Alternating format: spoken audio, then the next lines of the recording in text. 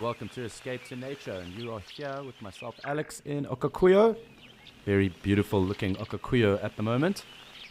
Of course, happy Monday to everyone that has tuned in and joined us. Hoping it's a good start to the week. But really lovely just to hear that our Egyptian geese family are back. Well, of course, we'll keep tabs on them and check that all 6 of the goslings are present today. Of course, it does look a little bit overcast. There was some rain in the area yesterday. It doesn't seem that that will be the case today, though. But really a rather pleasant start to a Monday morning. No complaints. I think what we will do for the moment is just keep a track and see where those geese are. I think they are on the opposite side of the waterhole right now. Can obviously hear them. So definitely present. It did take some time to come out yesterday. But of course we will keep tabs and of course check up on them. So really a lovely start to the day. And I did just mention it is a little overcast, but it is time for us also to have a look and see what is going on with the weather throughout the different locations this morning.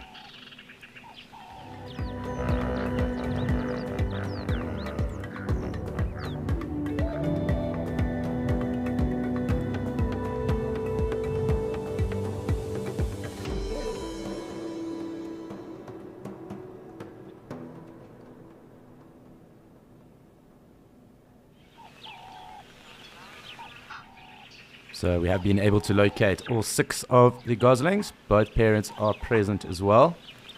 So nice to see that the family unit is still together.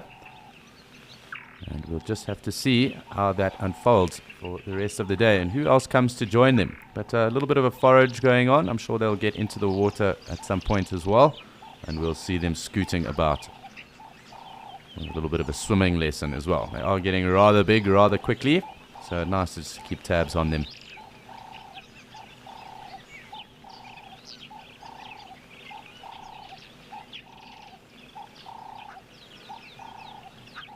Just a pleasant way to start.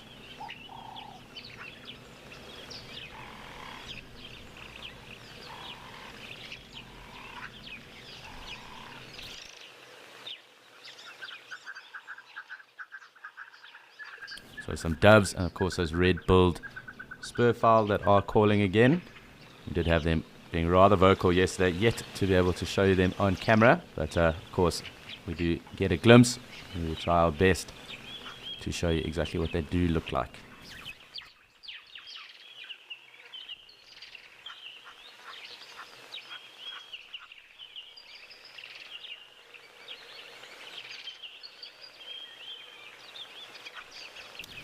Good morning, Elaine. Yes, it is. It's so cool to follow a journey. Of course, they won't hang around for too long, but nice to see them and see how their life unfolds, at least while they are around and in the area.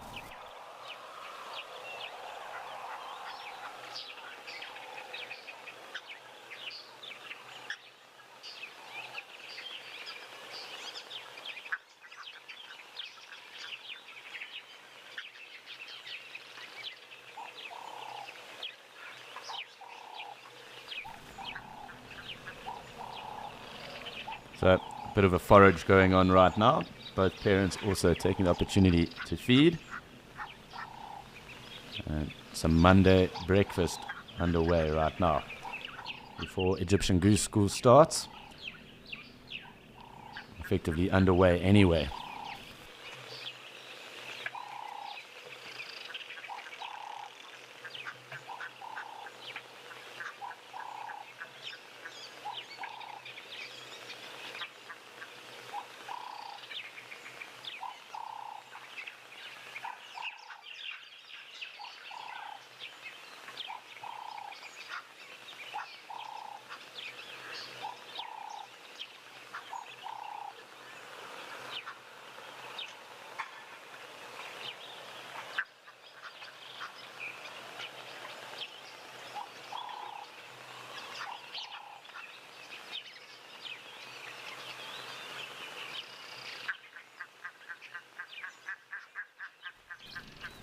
It's a lovely quiet moment here with the geese. Really, no complaints. Nice to have them around. I'm sure we'll have some springbok peppered throughout the Kalkried at some point as well. Enjoying all this fresh fodder that is for them, or is now flushed for them.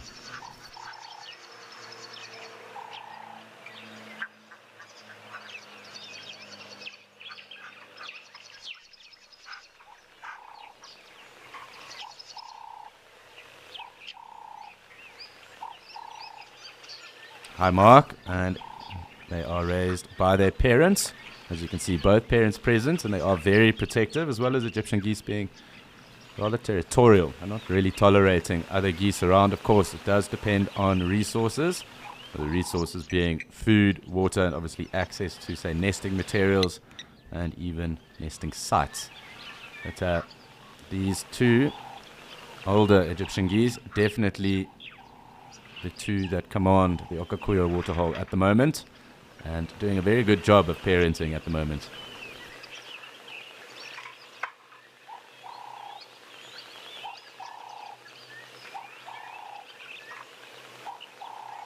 You'll also just be able to pick up some of that audio of the helmeted guinea fowls. They are also around in the area. We have seen them quite a bit in the last few days.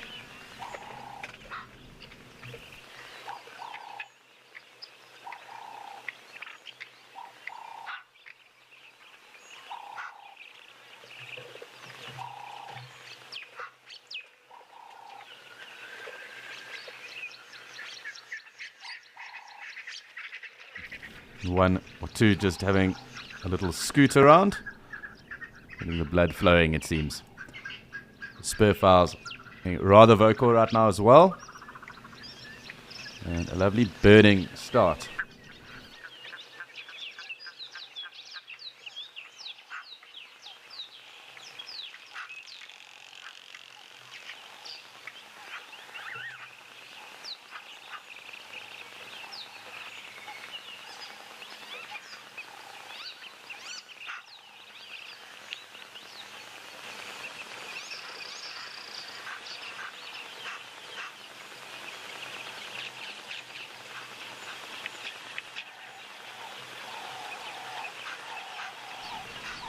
With that light coming through at the moment, all that green really is highlighting all of that vegetation that is now through. So a fair amount of food for the geese. Of course, they do take a bit of vegetation, odd invertebrate as well. So almost a buffet for them. Continuous buffet.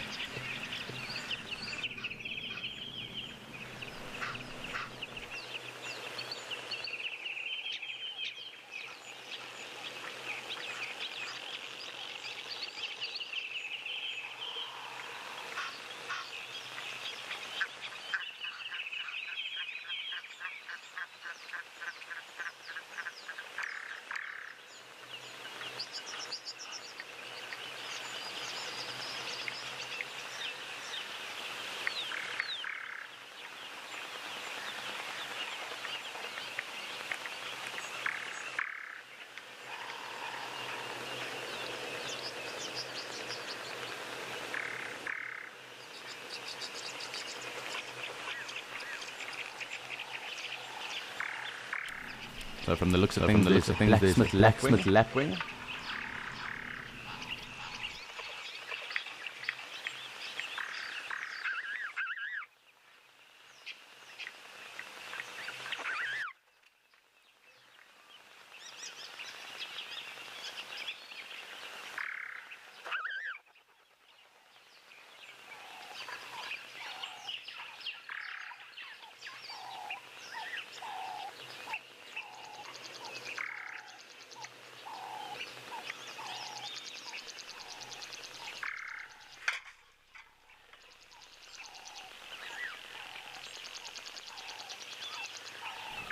Hi, Anne. So 6 on average, or 4 to 6 on average, really. Obviously, it does depend on how many eggs also make it through. So sometimes they do nest on the ground, and of course, those ground nest, or ground scraped, I suppose, where they do have their eggs, can be raided, and that would mean perhaps that a few eggs might not make it through. I would think around 4 to 6 on average. And of course, the other kind of scenarios that then would play out with regards to where that nest is. Of course, the presence of predators that could either take eggs or perhaps young goslings as well. So that might change.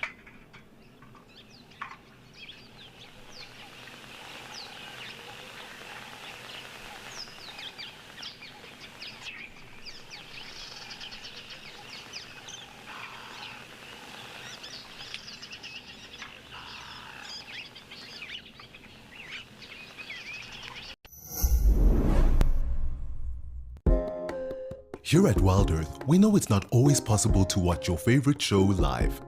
If catching up on safaris is critical to you, then download the Wild Earth app and watch the catch-ups here first. Catch-ups are available on our app before YouTube, and in addition, there are cut-downs of each show for those who only have time to watch the best bits. That was incredibly cute. Download the brand new Wild Earth app today and don't miss out.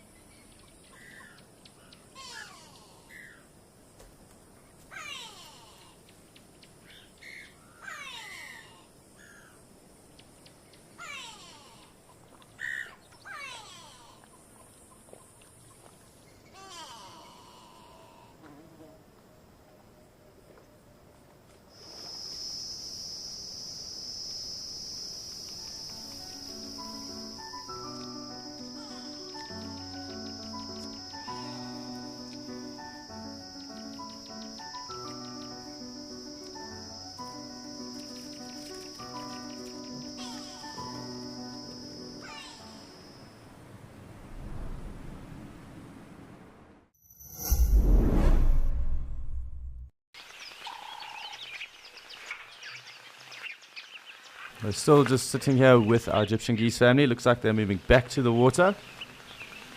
Quite cool watching them as they scoot about, the young goslings.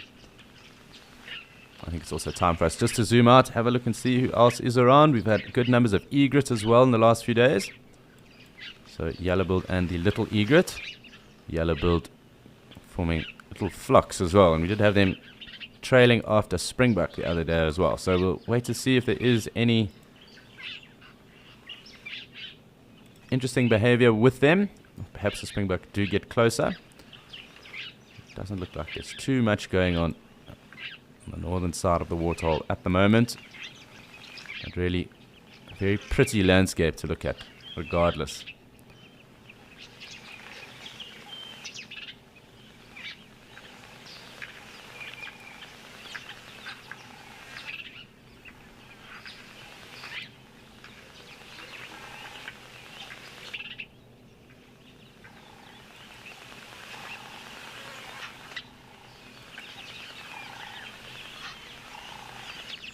And what I'm going to do is just zoom in on the thicket line over there.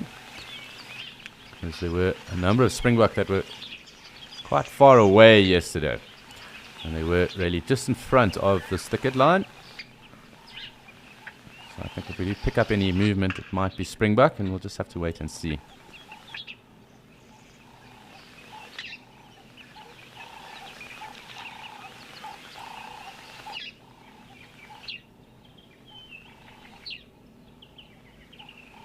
It does look like they perhaps haven't decided to join us just yet. Keep a tab on it. Looks like there might be some quite far off in the distance over there.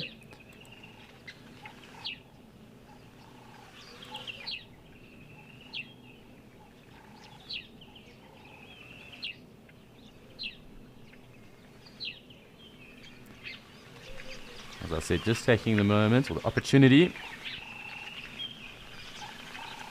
just to see if there is any movement off in the distance. And it looks like there's something quite far away there. And yes, it seems that is a springbuck. So nice to see a few of them around. They are rather camouflaged with this concrete and of course that green flush too. Also the light also being a deciding factor in that.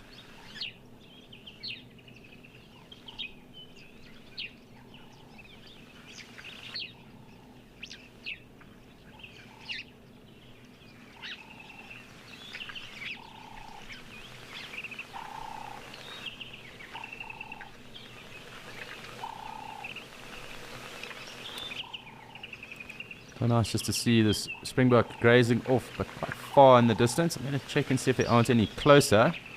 Otherwise, what we will do is spend some time. There's a couple more over here. So it seems that the southwest is where the action's at the moment. There's a guinea fowl there as well. Just want to have a little pan across here. Just check and see if we can't find anyone else closer.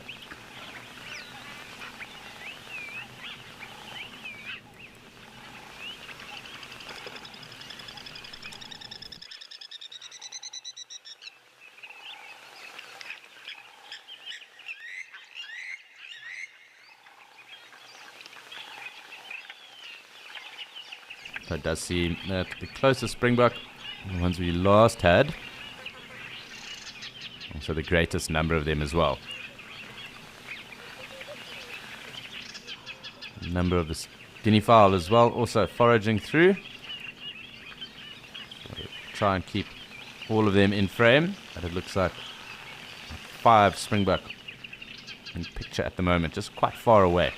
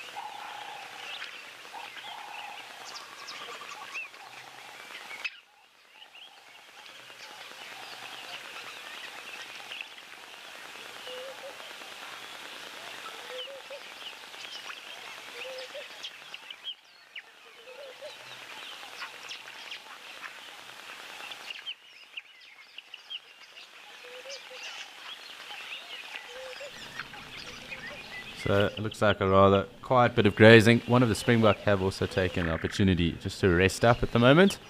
I'm going to zoom back out, see what's going on with the geese. They're chirping away just now.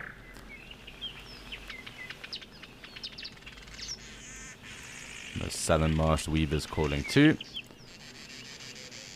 Yet to locate any of the egrets. Here are geese. We'll get in a little closer and just watch them for a moment.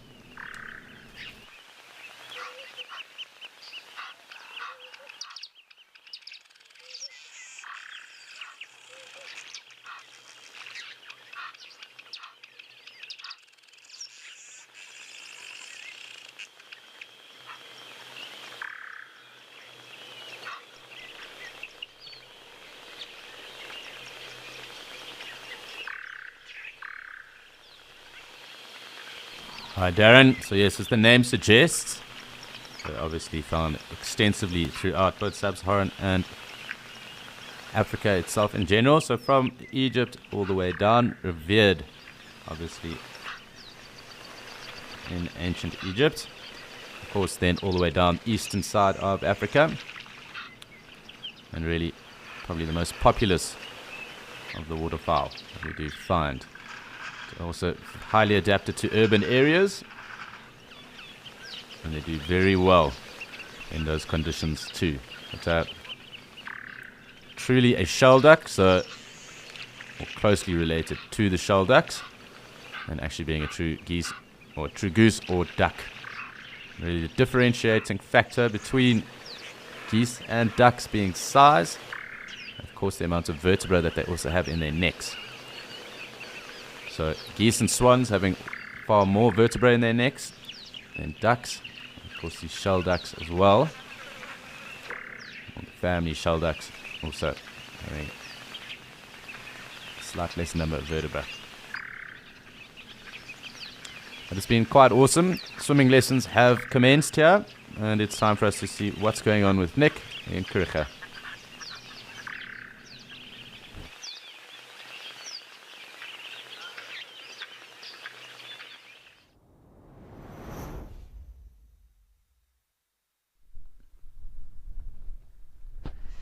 And good morning from Kariega Game Reserve here in the Eastern Cape, where we may not have goslings swimming, but we've got zebras, blesbok, patches of sunlight here and there. Just to introduce myself, I'm Nick. I'm going to be your photographic naturalist for today. And we've got another lovely day. The sun has been fighting with the clouds, trying to make an appearance and stay out. But I mean, you can even kind of see in the frame how all the animals in the foreground are nicely lit up by the sun, and the background is all in the shade there. We did have a little sprinkle of rain kind of yesterday afternoon, going into the evening a little bit, but nothing to replenish our little mud wallows and things like that.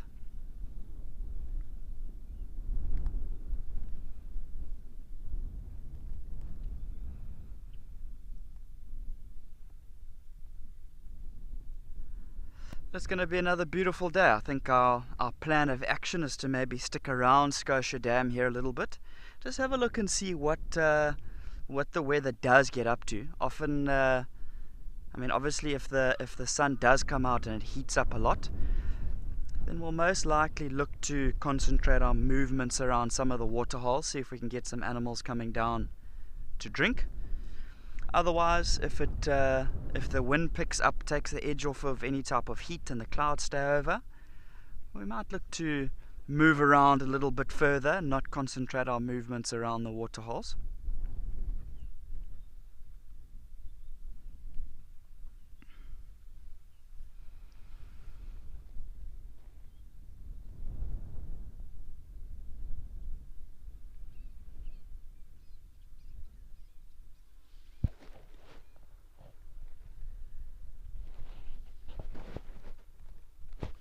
Warren, they'll do that to try and dislodge some of the little eggs and things from botflies and things like that may be in their nasal cavities.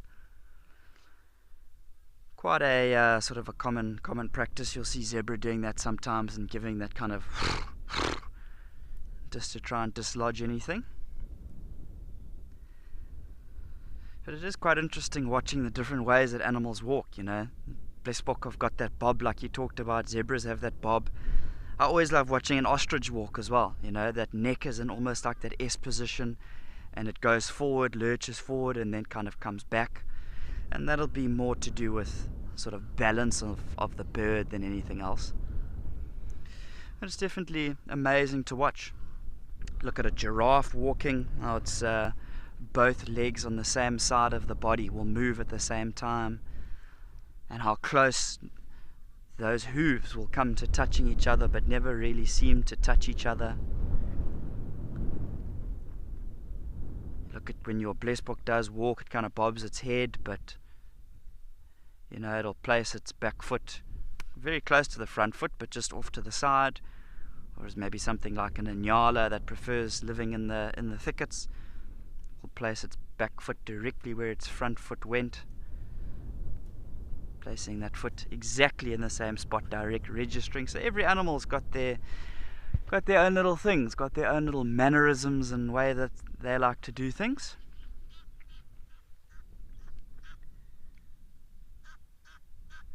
There are some Egyptian geese yakking away off to my side here, flying all over the place. Unfair numbers, 2 versus 1.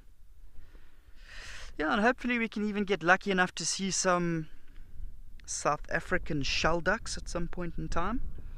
There was a pair of them yesterday, sort of midday-ish or maybe slightly early morning, that tried to come down to Scotia Dam, but the resident pair of Egyptian geese were not having it.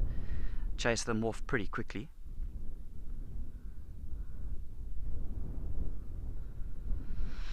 But we'll have a look and see what happens with our zebra as well.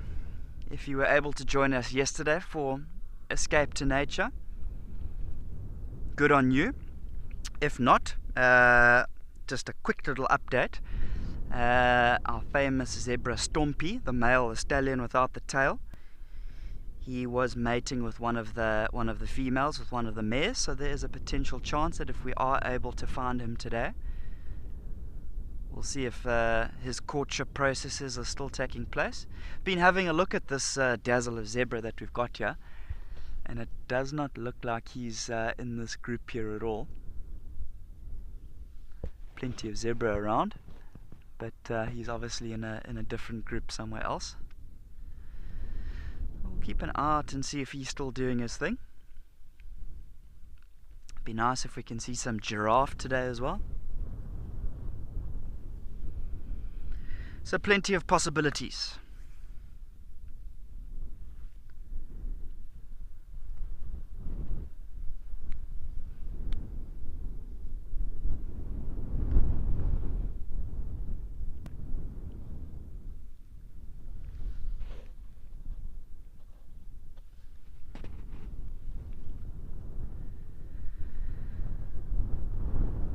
We started the day off with a lot more sort of cooler conditions, of it being quite overcast, and during our sunrise safari, quite a lot of the birds were doing a lot of preening, keeping their feathers clean, especially the yellow-billed ducks. So we did have that little drizzle yesterday, and maybe that combined with just general sort of hygiene. There was a lot of preening going on this morning from those yellow-billed ducks. We'll maybe make another move back to the dam itself later and to see if any other birds have made an appearance. There's a chance of sacred ibis coming down as well. White stork. I didn't see any little grebes, but I'm sure they might have been hiding around there somewhere. So there's a potential for a few different things to happen this morning. We'll see where the wind takes us.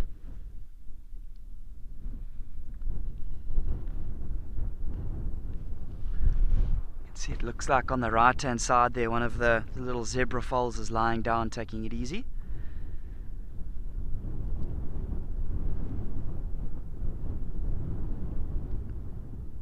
Nothing wrong with that.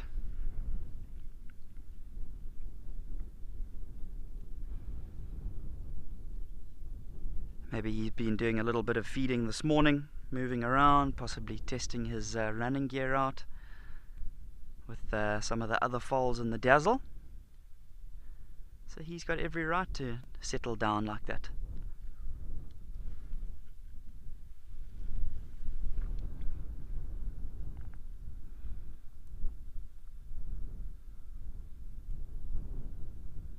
You can see there's actually 3 little zebra foals that we've got all in one frame here. One lying down on the right, one in the center, and one standing up all the way on the left hand side. That's what we call a trifecta.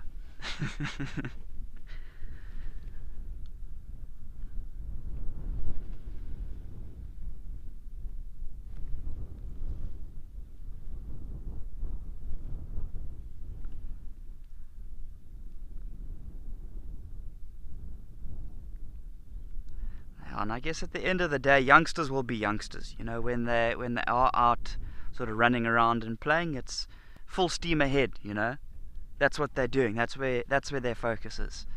When it's time to rest, yeah, lie down, really take it easy.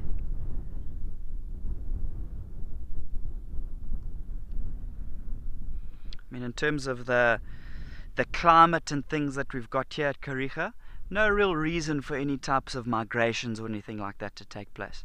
You know, you think of the well-renowned Great Migration in East Africa, the migration of the wildebeest and of the zebra. There is plenty of zebra that move along with those wildebeest, 200, 300,000 or so.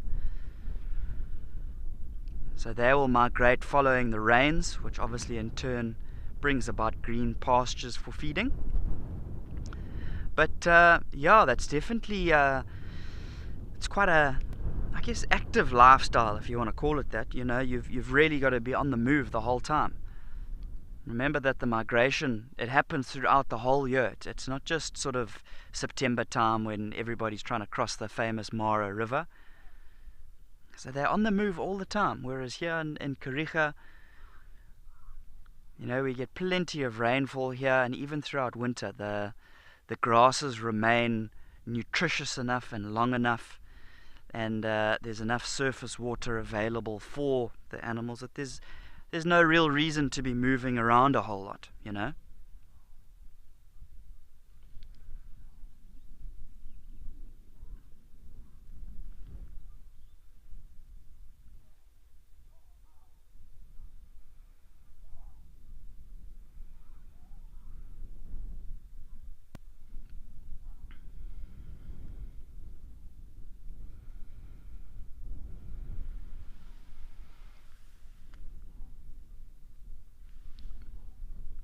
Brenda, thanks for your question.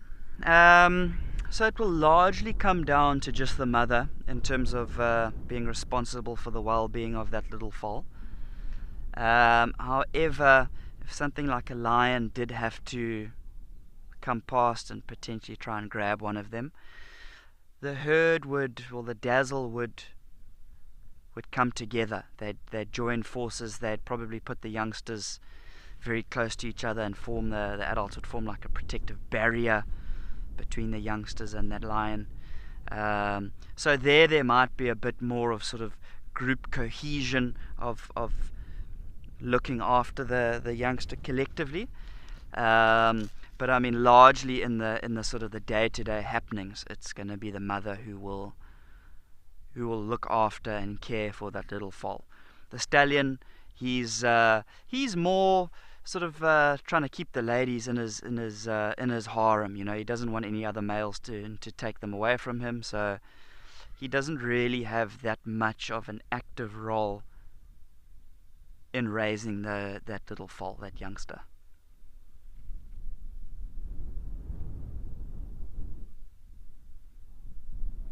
Amazing how many little zebra foals there are. I mean, we've got this 3 in the frame, and then there is another one quite far to the left. I'm not going to pan all the way across there now, but I mean, there are plenty of little zebras out and about today.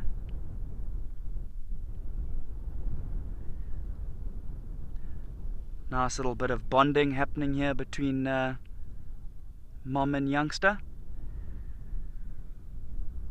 And you can really see how much thicker and bolder mom's black stripes are. I mean, especially on the rump there. Really wide, thick stripes. And that little foal's got thin little stripes. Look at it closer to his head there. Very fine little stripes. Always find it amazing how if you look at the front legs of both of them, the stripes almost form like a triangle in shape, where they all kind of come together. Lovely to see.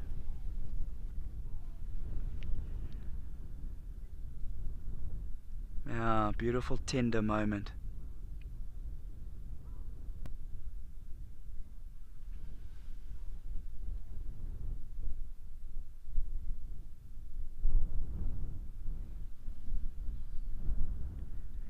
You can see that youngster's almost got a bit of a brownish tinge in it there. But at the same time, so does Mom. Look at her sort of back right leg there. Definitely looks like she's been rolling around in the dirt. Remember, in terms of rolling around in the dirt like that, it's going to help to protect the skin from parasites and mites and things like that, even flies. That's quite a common practice for zebras to be rolling around in the sand. They're not like rhinos or buffaloes that'll mud wallow and protect their skin with the mud and be able to potentially get some of those parasites off with the mud. So rolling around in the sand is the name of the game for the zebras.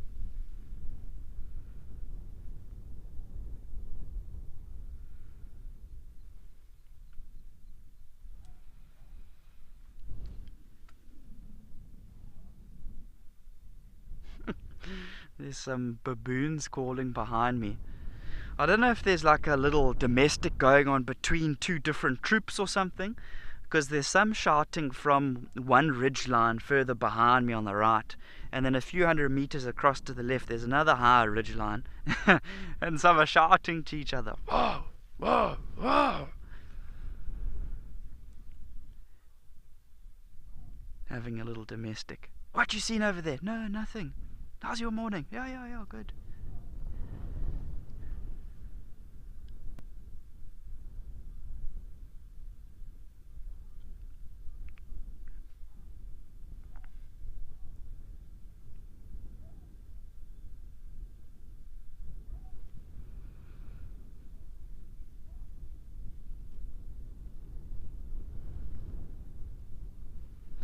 Gary, that's a very, very good question. You would kind of assume that that the youngster would inherit some type of genetic traits from the mother. So we've got to bear in mind that stripes are completely unique to each individual. Mom and youngster will not have the same stripes. There will be no two zebras with the same stripes. But it's a very good question. It would be amazing to actually do a study to see if there is somehow some genetic traits in terms of stripe patterns that do get passed down the line in terms of similarities, although there will be differences, that there must be some type of similarity. It's a very good question. I would assume that there would be some types of similarities, but I've never heard of a study actually being done upon that.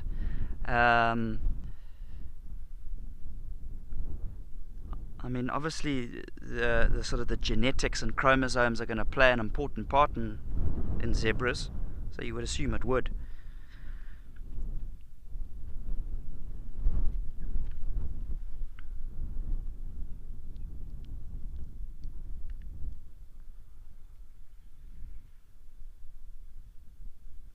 Be interesting to do a study like that on something like a crocodile or a turtle or a terrapin as well. Remember, for all three of those, your crocs and terrapins and turtles and whatnot, the gender of those youngsters is not determined by sort of genetics, by chromosomes and things like that. It's all dependent upon temperature. So male or female, the sex is determined by the temperature of which the sort of the eggs are incubated at. But it would still be interesting at the same time to do a study on what type of sort of role genetics gets passed down the line there. What traits get passed down to that next generation. I mean, remember, in terms of the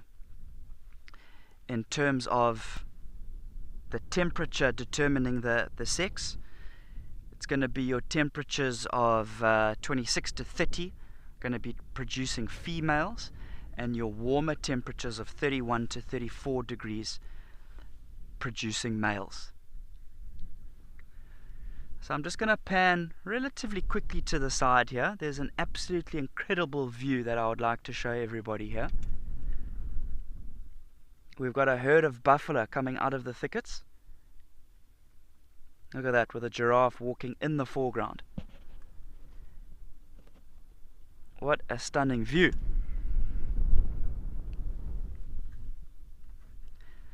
Haven't seen this herd of buffalo on the Scotia Dam clearings in a while. Remember these mud wallows like we talked about briefly? They have dried up. So very interesting to see that these buffalo are coming down here.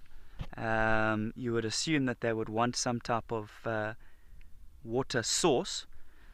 So maybe we'll see them coming down to Scotia Dam. But such a cool perspective of having that thick sort of vegetation of the Albany thicket in the back there. And look at the line that they're walking in, almost in like a serpentine sort of S. We've got our pathfinder right at the front there, determining the route that they're taking. Yeah, that is awesome. And look in the background there, how the sun is picking up those river euphorbias, those slightly more luminous trees at the background there.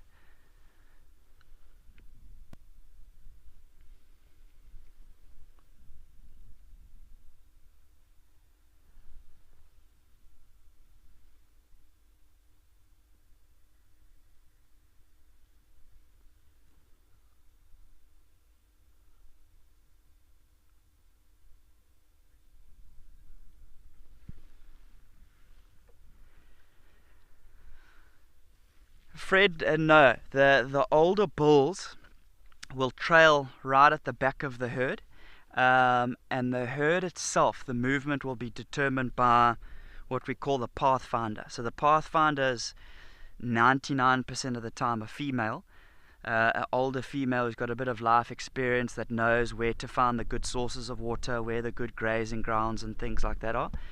And generally your older bulls, your older males, will trail at the back of the herd.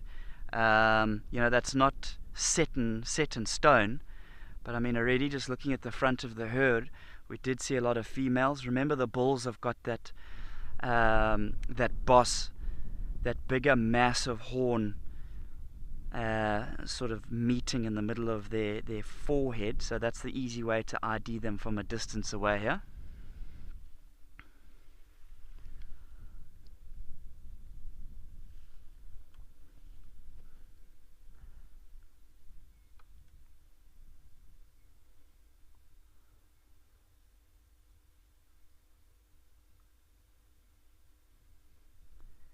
There's our pathfinder right at the front there.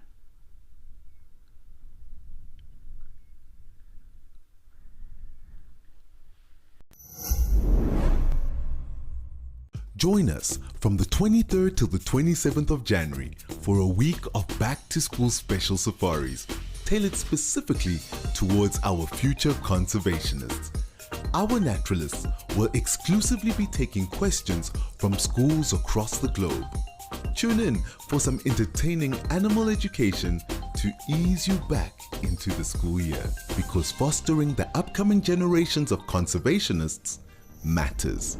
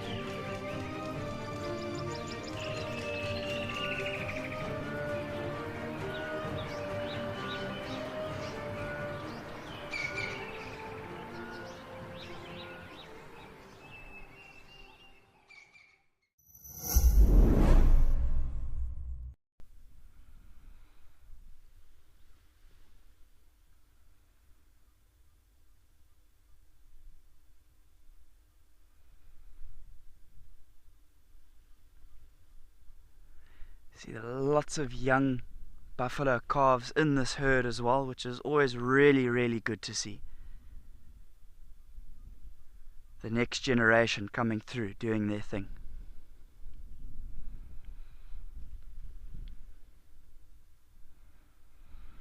You can see, although there's so many buffalo around here, they're not, the zebras and the blesbok are not perturbed. They're not put off by all of these buffalo. And there's really no reason to be perturbed. You know, the buffalo are really just going from point A to point B. And these zebras and blesbok are quite happy to just watch them move off along their way.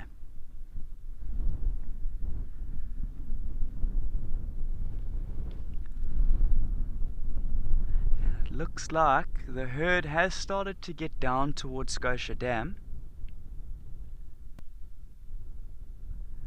Quite strung out now. Remember, there is that dip, so it's going to be a little bit more challenging to see them at the dam to start off with. But there are plenty of impalas and zebras and things which have made their way down as well. And look at that. If there ever was a depiction of animals in abundance, that is it right there.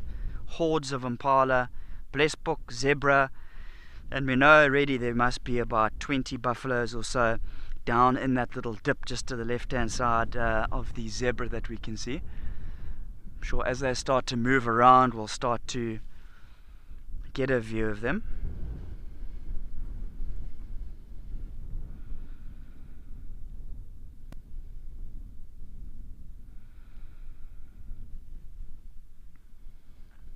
Now you can see those zebras running off there, our first buffalo coming through.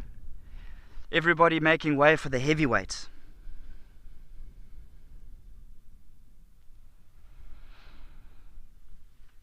You know, I think if there was maybe a single buffalo bull that was coming down, all those zebra would still linger around, the impala would still linger around.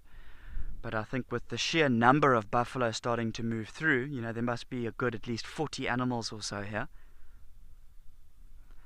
Everybody's kind of making way for the big dogs.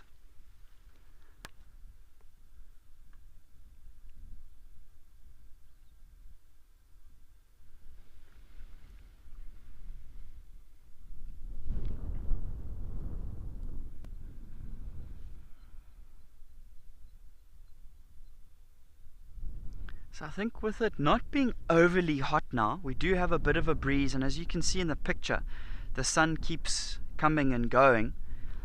I would put my money on these buffalo having a drink here at Scotia Dam, and then from there potentially moving off for a bit of a feed.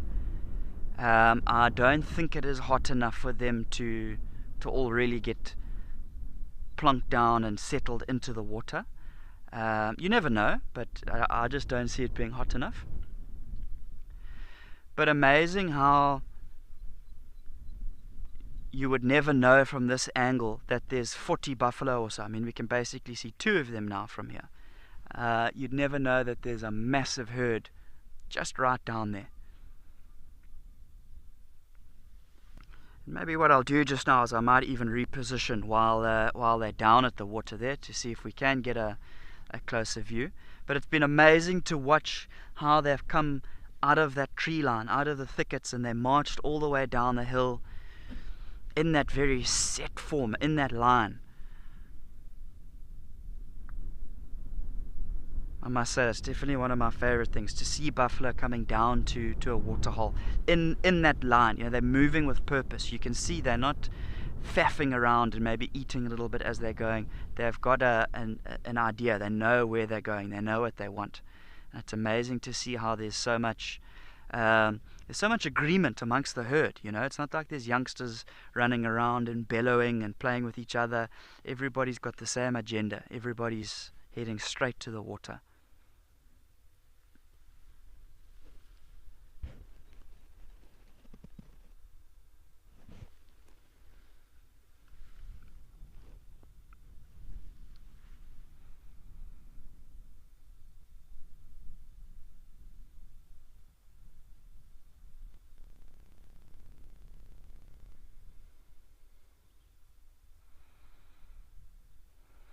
I I think now that these buffalo have headed down to the water, what I'll maybe do is reposition the vehicle, see if we can't get a view of them right next to the water itself.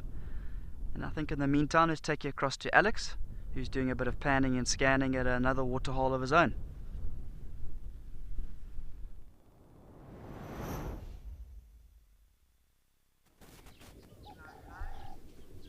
Thank you, Nick. And yes, we have come across to Djuma, and we have a large number of impala that have come to join us. And this has been a theme for the last few days. Lots of impala around. Lovely to see them all. So I'm just wanting to get a nice look at one or two of them. Of course, that little red-billed oxpecker as well. They really are quite stunning. And just noting also the difference between the ewes and the rams. It's quite often that the ewes here on these common impala have that very dark forehead. It kind of doesn't go all the way down their nozzle better or their muzzle better. You'll notice on the ram lacking that. So just a point of interest, and quite cool just to notice that as well. Also combing through their coats as well as the red-billed oxpecker doing that. But you can quite clearly see that difference at the moment with that ram's face and the two ewes. So that very dark kind of forehead, kind of linking up, almost like makeup really. And the ram lacking that, being far more plain. You'll also be able to hear the hardy-dar in the area.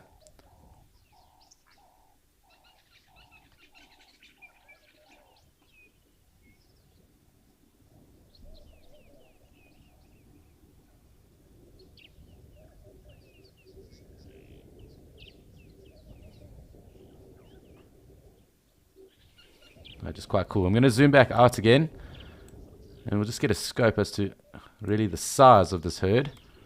Really quite fantastic to see. Good numbers at the moment, and the impala obviously having dropped their lambs and kind of bulking up towards their rut. A lot more tolerable of each other, and we'll see them in large numbers and mixed herds as well. So rams tolerating other rams, even younger rams, and bachelor herds kind of moving in and without other breeding herds. And of course, as they get towards that rut, then the action really starts. And then the jostling for position and mating rights then starts to occur. So really quite cool. I'm going to get a little bit closer on some of them. I just want to pick who I think probably going to be the most stable. Generally, it is the ewes, and we had quite a lot of rams around yesterday, so a little bachelor herd that was with us. And all in very good condition.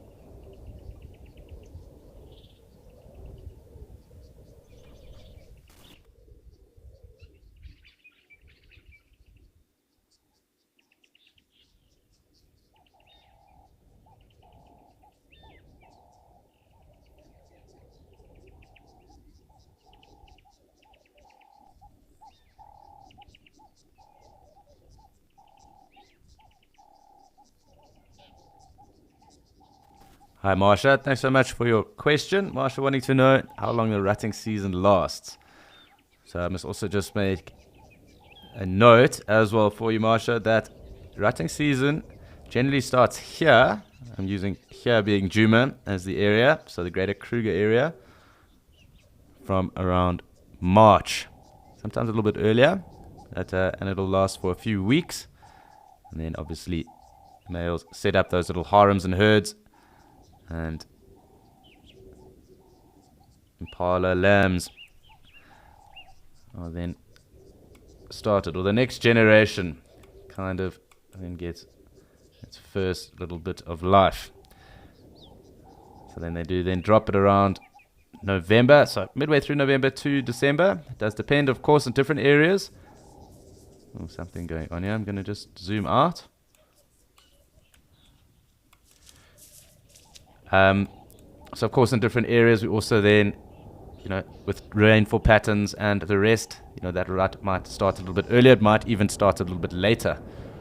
So for example in Okakuyo, because the rainy season really starts in January, so roughly around 2 months later, we're expecting that those lambs that might be born then would actually really only just started. So So that lambing season there in Okakuyo being a bit later.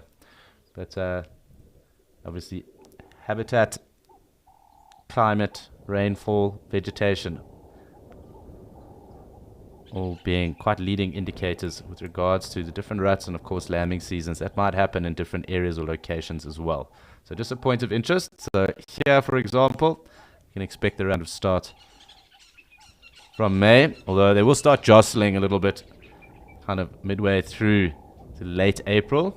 But the main rut then really kicking off kind of beginning of May through to middle of May, for a couple of weeks. Then of course breeding then happens, and the lambing then occurs around November, December. But it is noted that sometimes there can also be a later rut. So that might even happen in September or so, and it's not uncommon. It is recorded that there are Impala lambs sometimes born in around April as well. So it's not that they've put them off because gestation period is set.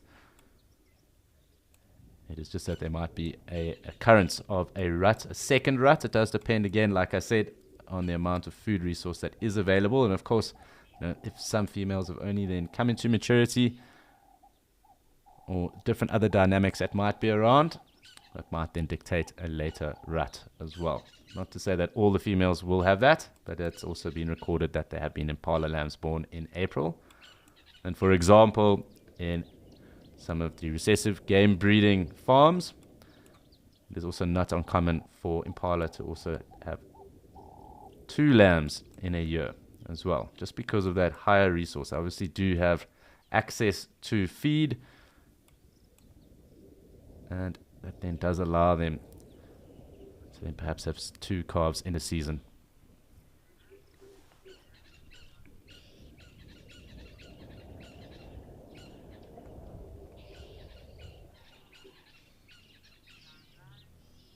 So really just keeping it rather easy with our Impala at the moment.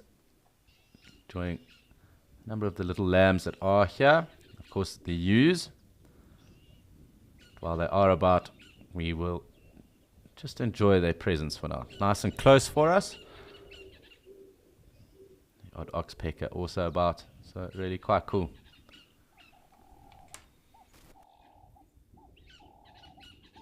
You'll notice how much bigger the lambs have got from 2 months ago. It's quite clear to see that they are still lambs, only 2 months of age.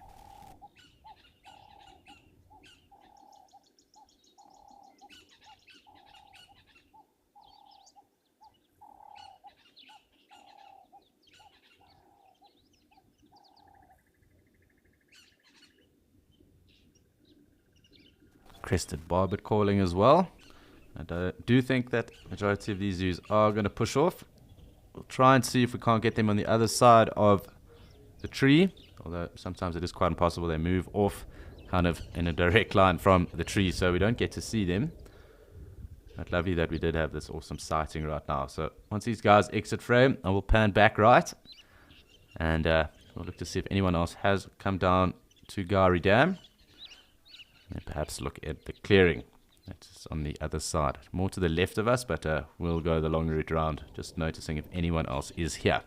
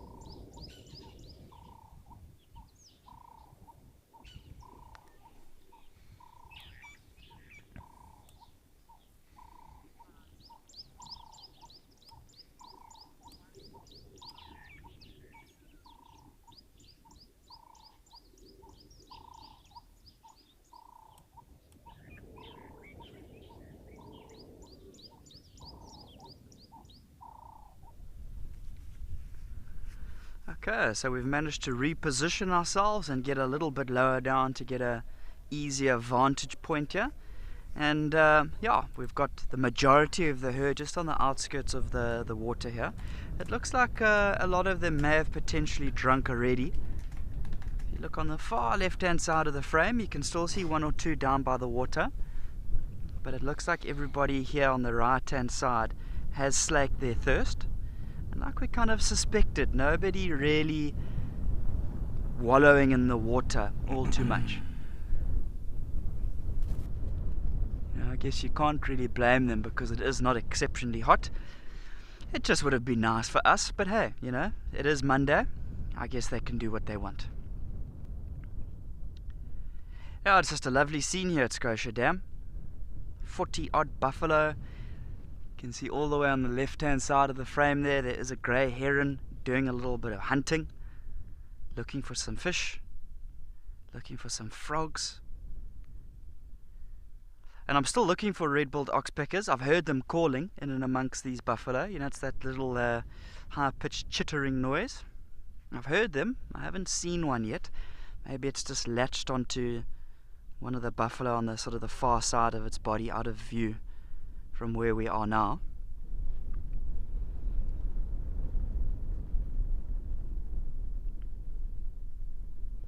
But it was amazing to see how they all came down that ridge line, single file, and now that they've had their drink, everybody's kind of dispersed and orientated however they want.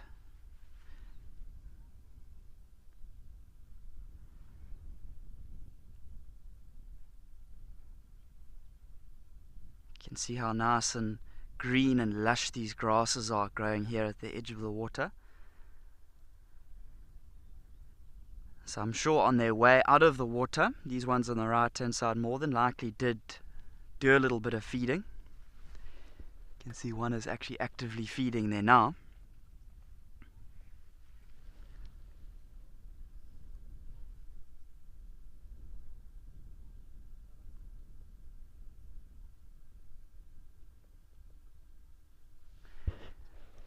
Having a nice scratch up against the tree there. So you can see now why that tree has got almost, it looks like it could have been a water line, but it's from animals like these buffalo really scratching up against the tree and leaving that dirty sort of line on the tree there.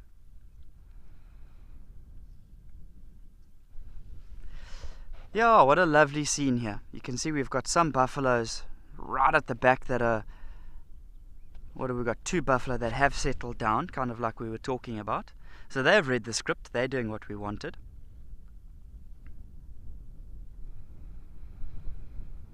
So it'll be interesting to see if these buffalo spend the day here. Remember, they're very water dependent. So they're preferring those longer grasses to eat lots of fiber in there, and they need quite a bit of water to digest all of that fiber.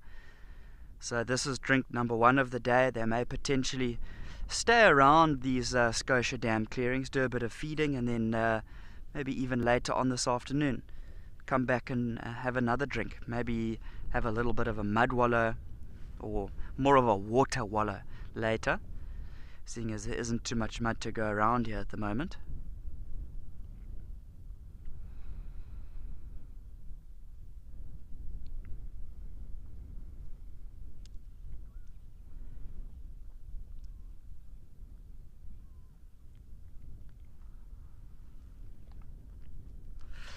Crystal, I chose this exact location right now purely because the buffalo have come down to drink.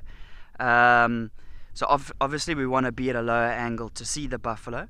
In terms of where I've parked, the lighting may not be the best. I would prefer to park somewhere further on the right hand side of the group that we saw, to the right of this tree. But in so doing, I'd have to drive down the road and I would impact on the behavior of those buffalo. So I've moved back here and I've decided that yes, the light may not be the best from this angle, but it is sufficient. In terms of framing up like this, it's quite nice to just zoom out. I've zoomed out all the way that I can and really get a feel for what's happening here. You can see we've got the beautiful sort of anchoring sort of point of view from the tree. Then we've got the buffalo moving all around, and kind of at the same time we're showing the environment, we're showing what's going on. And once you start to have a closer look at the picture, you can see we've got grey herons, you can see we've got yellow-billed ducks, you can see on the tree the dirty mark from the buffalo scratching up against there. So for this specific frame, I've chosen to go more of an animal and environment shot, really showing what's happening in the scene here, as opposed to the story of maybe zooming in on one or two particular animals.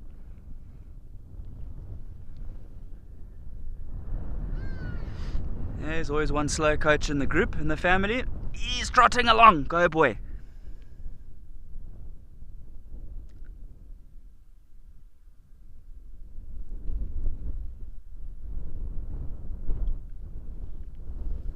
Beautiful big bull just on the bend of the road there. He's got a lovely set of horns on him. He's just put his head down now.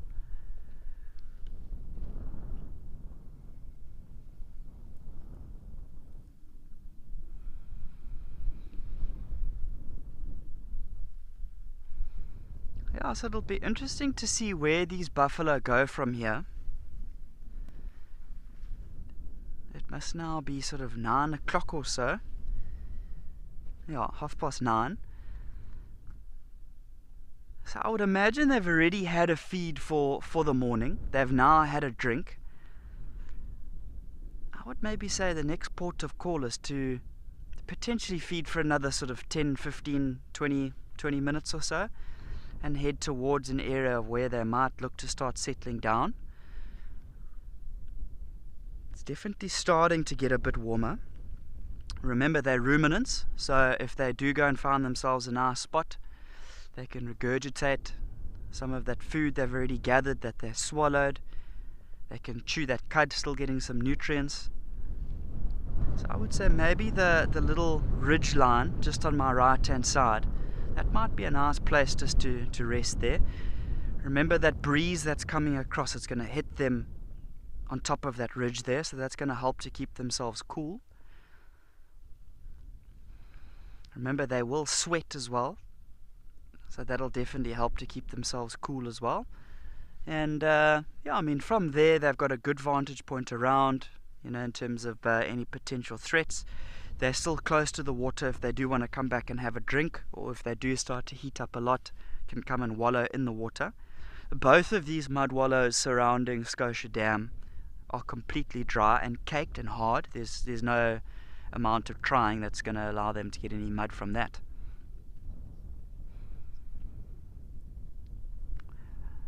But I'm not too sure if they had to trek quite far to get you in terms of where they've come from. Just purely because when they did come down that hill, they were really moving. They were really sending it. They didn't stop to feed at all.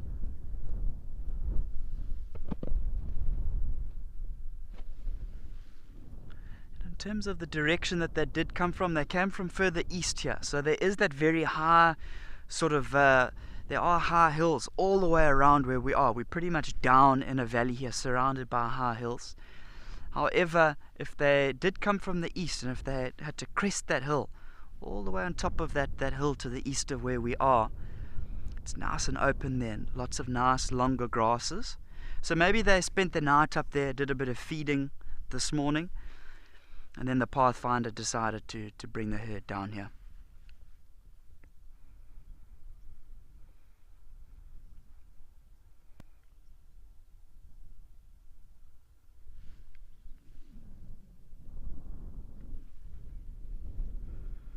But what a productive morning so far.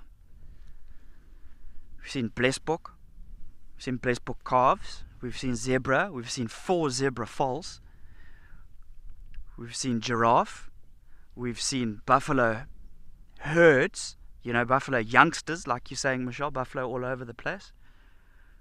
We've seen beautiful birds, yellow-billed duck, grey heron.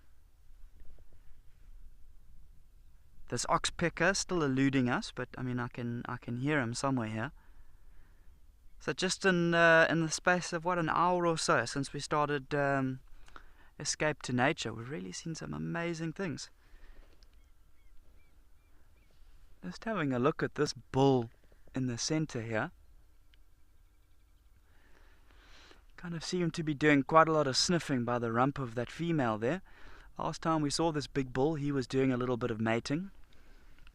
I would assume by now that female has come out of estrus. Remember when we saw this bull mating with the female, it was now, wow, must have been more than a week ago. It must be almost 2 weeks ago, a week and a half ago.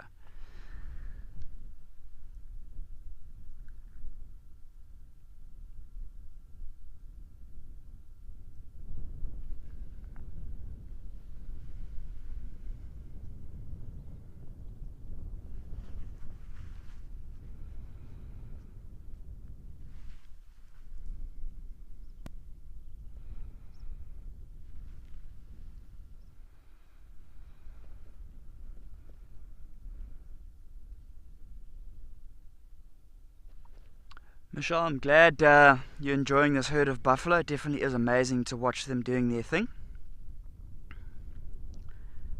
Yeah, some amazing behavior that we've seen, you know, from rushing down that hillside in that strict formation to kind of loosely now moving around, feeding where they want. So they're now moving sort of into the breeze, heading straight towards that little ridge line that we were talking about. So it'll be really interesting to see where they decide to kind of rest for the day.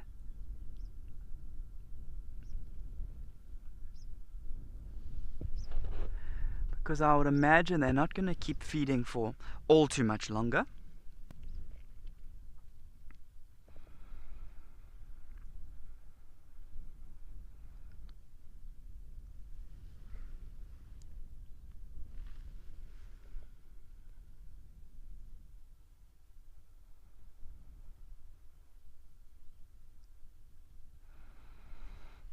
And there's still some nice activity going on at the water itself.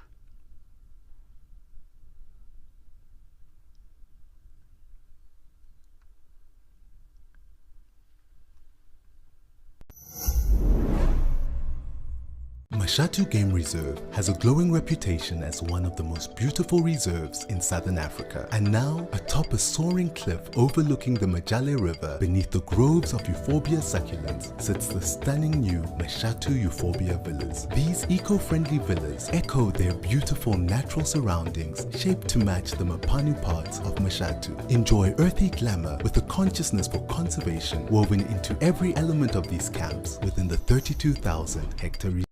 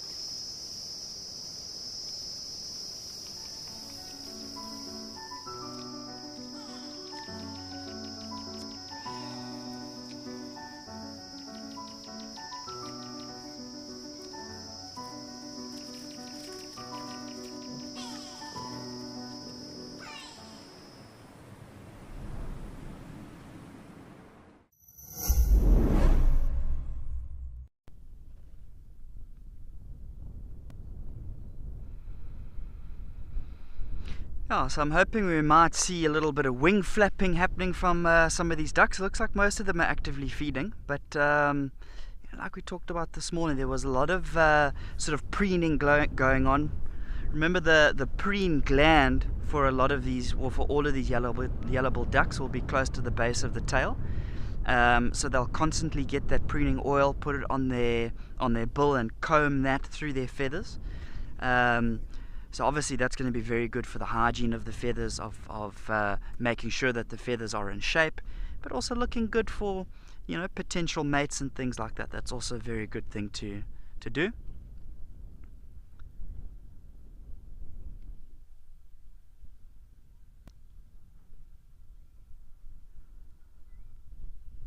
Looks like our herd of buffalo might potentially be on the move again. Let me see if I can come across and show you what's happening.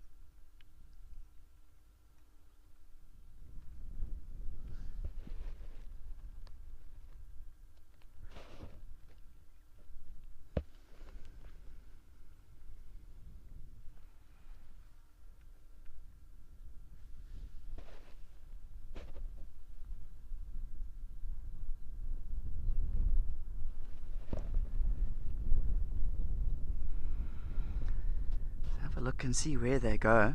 Definitely looks like one of the females at the front here that holds a bit of authority. Maybe one of the pathfinders. See whether she's going to walk all the way on the road past the vehicle here. A lot of the rest of the herd is still on the right hand side, but facing our direction. Let's have a look and see what happens here. The little mud wallow that they would usually be interested in is about 20 to 30 meters on my right hand side. So they will pass it if they keep walking in the direction that they are now. Lighting might start to get a little bit tougher. Remember, we were talking about earlier how we wanted the sun really behind us, and with them walking from where they are towards us and starting to head to the right hand side a little bit more, lighting is going to become a little bit difficult. But what a sighting to just sit with and enjoy these buffalo as they go about their day as if we weren't here. You know, and that, at the end of the day, that's what we want. We want to watch natural animal behavior. We want to definitely be in the best place and get the most amazing sightings. But we want to watch natural behavior of animals doing their thing, even if we weren't here. You know, sensitivity to the animals is of utmost importance throughout all of our locations.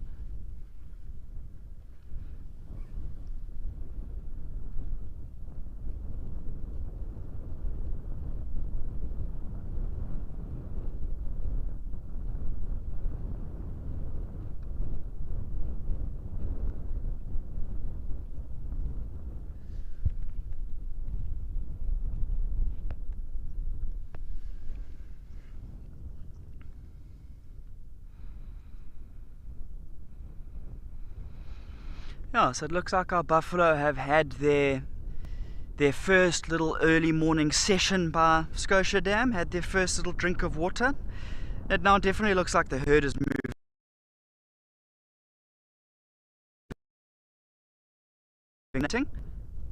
I think in the meantime, let's take you across to Rolf and Amakala, and he's got something beautiful to start the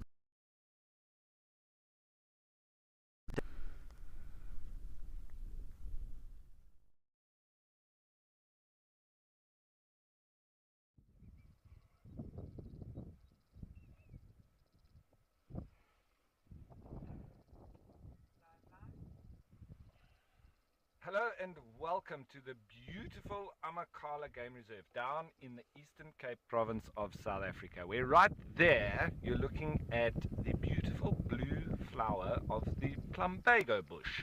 And the local little Xhosa girls, they use those as natural earrings. And they're also considered in the Xhosa culture as a good luck charm. And we'll get to that in a minute because we have had some good luck. My name is Ralph Kirsten, and on the camera I've got Morgan. Yes, that famous thumb once again. So, good luck in mind. We've been able to catch up in the particular area of Pumulela, which is the female cheetah, and they have made a kill overnight. So, just a disclaimer for any sensitive viewers. If you are sensitive to carcasses, etc., please look away now, because we are going to have a look at what they killed overnight, but it is not a very pretty sight. So over we go, and it is indeed the carcass of a young eland, which is a fantastic kill for these cheetah to have made. And they've eaten a lot of it. You can see there the rib cage is left, but there is still lots and lots of meat. They killed it a few meters away from where it is now, and they've dragged it in the bush just to sort of keep it out of the eyes of other pesky scavengers, such as the crows and jackals, etc. It was killed on the road, just on the left there. We can see the signs of blood. And then you can see the drag mark just going off on the right. It's in the middle of your screen now, and then they've pulled it into this plumbago bush where it now lays. And I think they've eaten their fill. And today is forecast to be an extremely hot day. It's going to be going up towards 40 degrees Celsius. So I think a little bit later this thing is already going to start to smell. And the way that we actually saw it, because we knew the area, the rangers had called it in this morning, we knew the area to come and look in, and the first sign that I saw was the blood on the road, and Morgan smelt something strange. So immediately we looked off on the right, and there it was. But it's quite a long drive to where we have come from where we stay this morning. So we are happy that we have been successful in at least finding it. But so there we can look at the little microecology now going on in this new sort of environment that's been created for all of these flies and all sorts. We can't hear them, and I'm glad that we've parked a little bit away from this carcass, because I don't want those flies on me. They all look like blowflies. But they are also essential in part of the ecosystem and assisting in breaking down these kind of carcasses. They do, as we know, flies sort of feed on carcasses, but what they do is they regurgitate a kind of acid, and then it sort of melts the flesh and they sip it back up. So it's quite a disgusting concept, but very important in the grander scheme of things.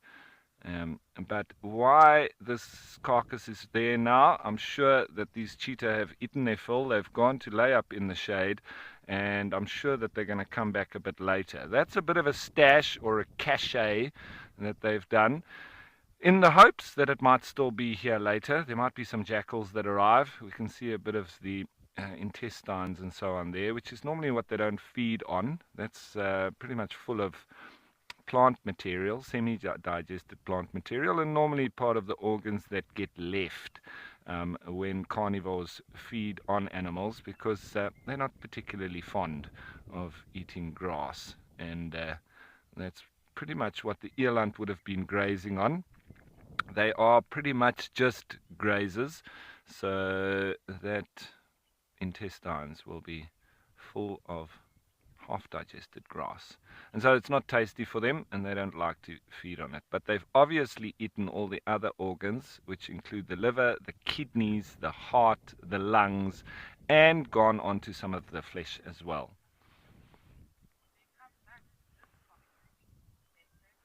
So Nathan, look, with cheetah, I mean, in general, when there's high concentration of other predators, they would have fed and left, and that would be that. But that's a particular trait of cheetah. You know, if it's lions or leopards, they will stay and they'll defend that carcass. However, with cheetah, they stash it, they leave. They'll come back and have a look, and if the carcass is still there, then they'll feed on it again. But this is the way that they've evolved to avoid those other big predators. If hyenas had to come in now, that would be this carcass done, and the cheetah would then leave it. So they don't stay in the exact vicinity. So we're going to have to do a little bit of scouting to try and find exactly where these cheetah have gone. But definitely they will come back to it. But now they're probably lying somewhere panting, trying to digest the food, as well as staying away from the carcass and away from harm's way with those bigger predators that may come into the area. And then later maybe come and have a look. in general, in parks where there are those bigger concentrations, this carcass would have already been started to be fed on by other animals. Here, not a high concentration of big predators. So if it's left until tonight, I'm pretty sure that brown hyenas and jackals will move in. But with the heat that is expected today, we might not have any movement of any animals throughout the mid-afternoon. It will probably only be later, once it heads towards sunset, that the animals will start coming out. And to couple with that, it works in those scavengers' favor when it's very hot like this, because this carcass is going to start to decompose and the smell will come with it. That then gets blown around by the wind, and then the scavengers pick up on that very, very quickly. But the hotter it is, the more quickly the decomposition will happen, and the quicker that these animals are going to get that rotting smell. And yeah, if you've ever been near a rotting carcass, you can understand what I mean. Sometimes gets right into your clothes. And, well, that's it. So we're just going to sit here a little bit longer and see if anything shows up, sort of scavenger-wise. If we don't see anything, we're going to have to start seeing if we can track down where these cheetah are lying in the shade, and see if we can find them. Anyway, that's it for now from us. I think it's time to head back to Alex.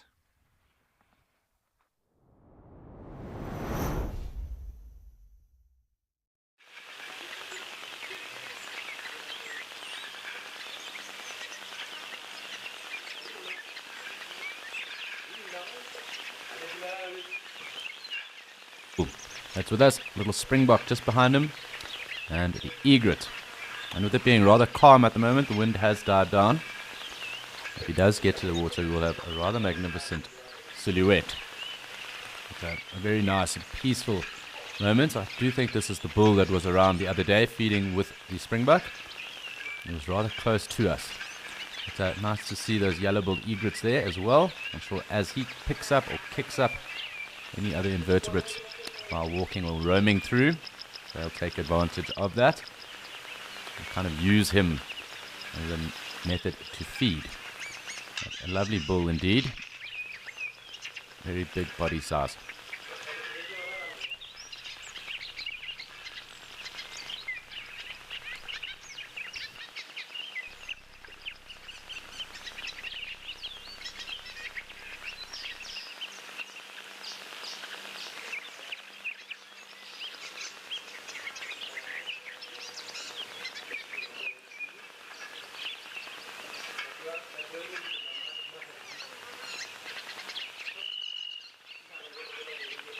So a lovely peaceful moment being spent here with this wildebeest bull.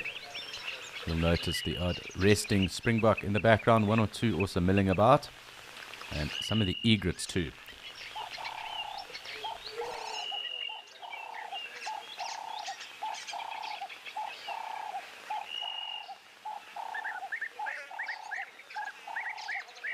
Also nice to pick up that audio of the European bee-eaters. Also present. Wildebeest bull slowly making moves here. I'm going to have to try and keep up with him, although my controls seem to have given up on me for the moment.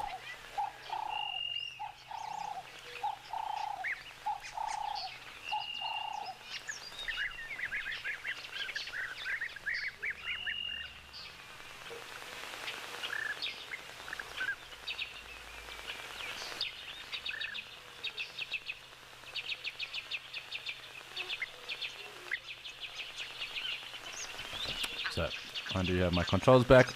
I'm just going to zoom back out and we'll try and track this wildebeest bull.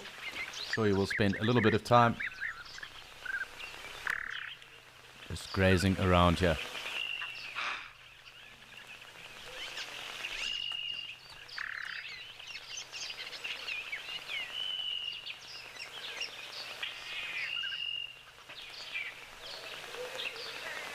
That's quite cool, just watching that Egyptian goose swimming in front of him. Cool little silhouette as well. Perhaps going to graze underneath camel thorn. A couple of other springbok around too. It does look like this wildebeest bull will spend some time with us. Quite cool just to take a quiet moment, watch what he gets up to.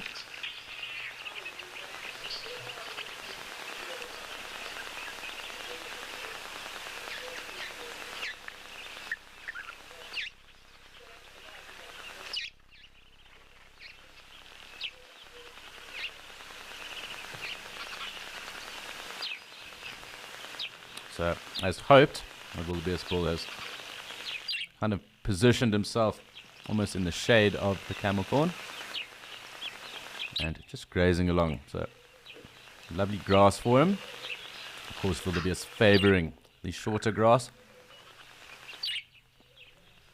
Lovely green and I'm sure highly nutritious at the moment as well. So, a very cool little frame here. Hopefully the Egyptian geese might pop in. There's one just on that log that's over there, one of the adults. Of course, otherwise just the grazing wildebeest bull.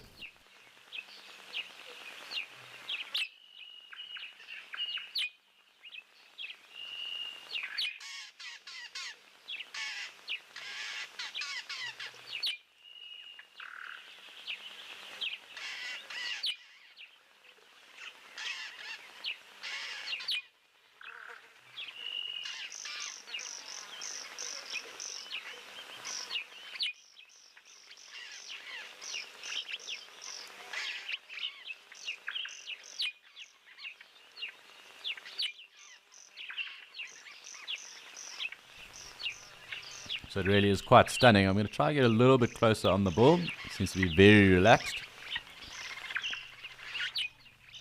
Obviously without the wind, it should give us quite a cool view.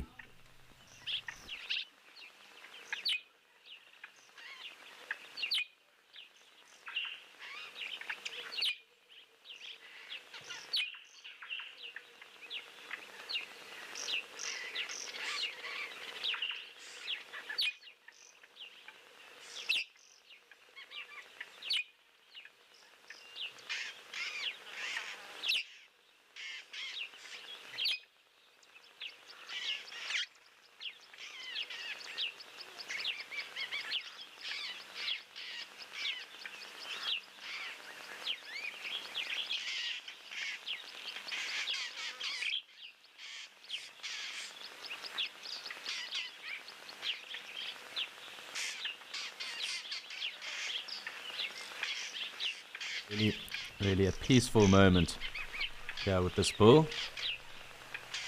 Wildebeest really are quite interesting, just in the way, obviously, that appearance of theirs, kind of goat-like antelope, to be completely honest. Those lovely beards, manes as well. Of course, this being one of the brindle. I spoke about it yesterday, there being 5 subspecies of wildebeest found in Africa. It's a very big brindled bull at the moment. Of course, they are rather territorial. He kind of will be, I suppose, gearing up or hoping to start to form a little herd of his own. And a lovely size on him.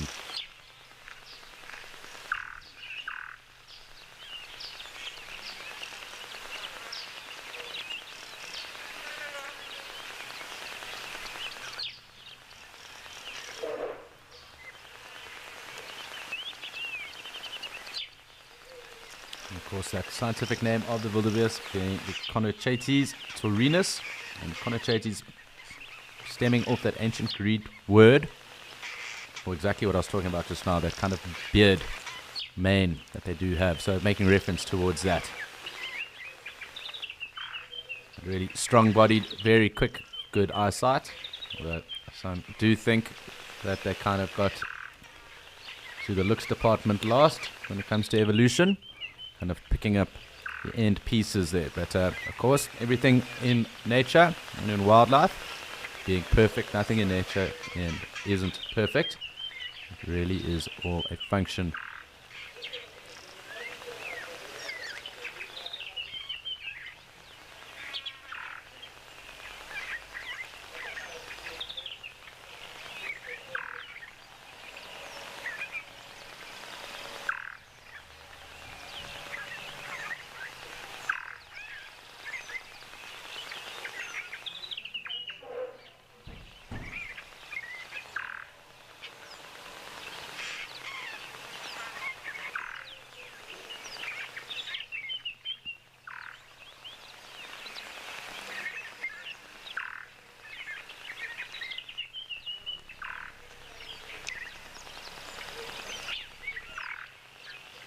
So really just enjoying the presence of our bull wildebeest at the moment. Of course, just admiring that lovely mane and beard on this bull. Really getting into a very decent size. So hopefully he will be looking to set up his own herd at some point.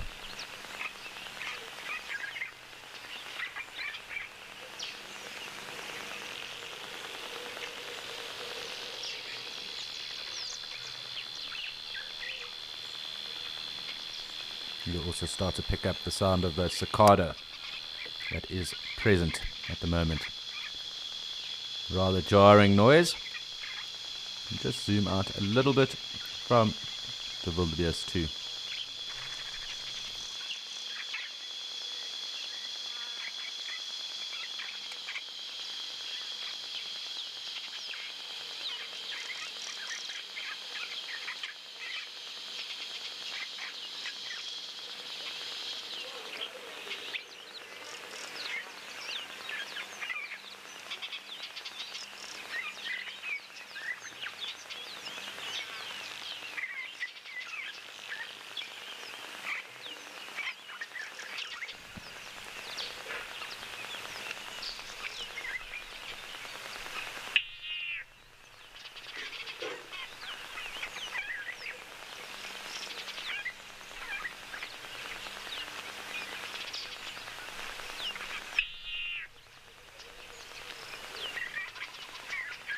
So it's quite interesting with regards to wildebeest to have split from their most common ancestor around 2.5 million years ago.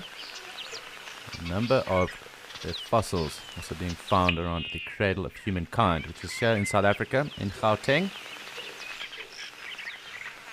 So rather close to us at the moment.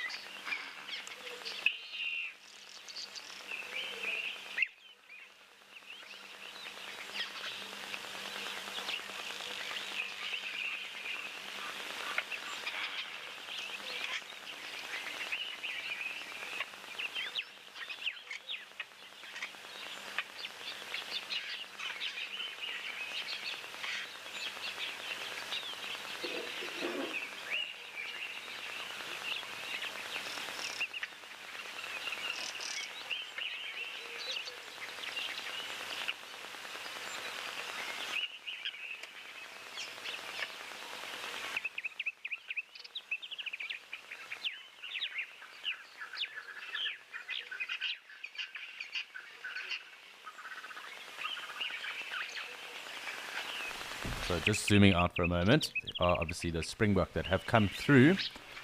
Just trying to relocate the wildebeest bull quickly. And he's moved off a little bit to the right of us.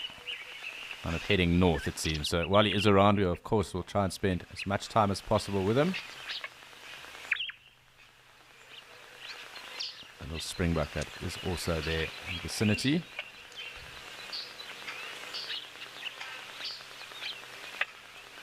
Of course, one or two of the egrets, hoping to pick up any of the invertebrates that do get stirred up. So another springbok off in the distance. The wildebeest bull moving quite fast. But, of course, taking what is favorable for him. At a shorter grass. I think it will come into the frame again now. It looks to be moving at rather a pace.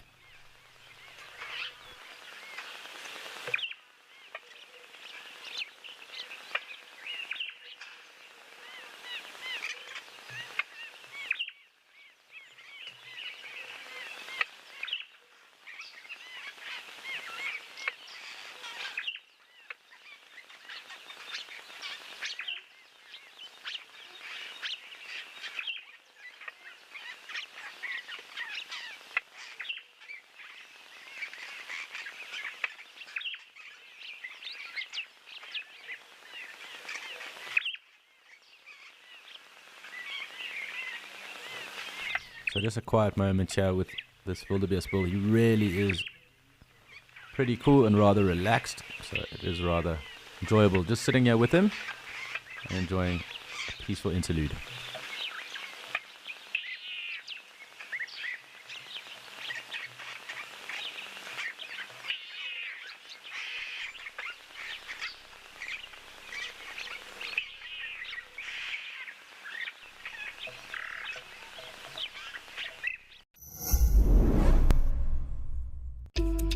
Here at Wild Earth, we take great pride in curating our best animal content for you. Would you like our very best animal stories, highlights, questions, and the inside scoop on all things Wild Earth before anyone else?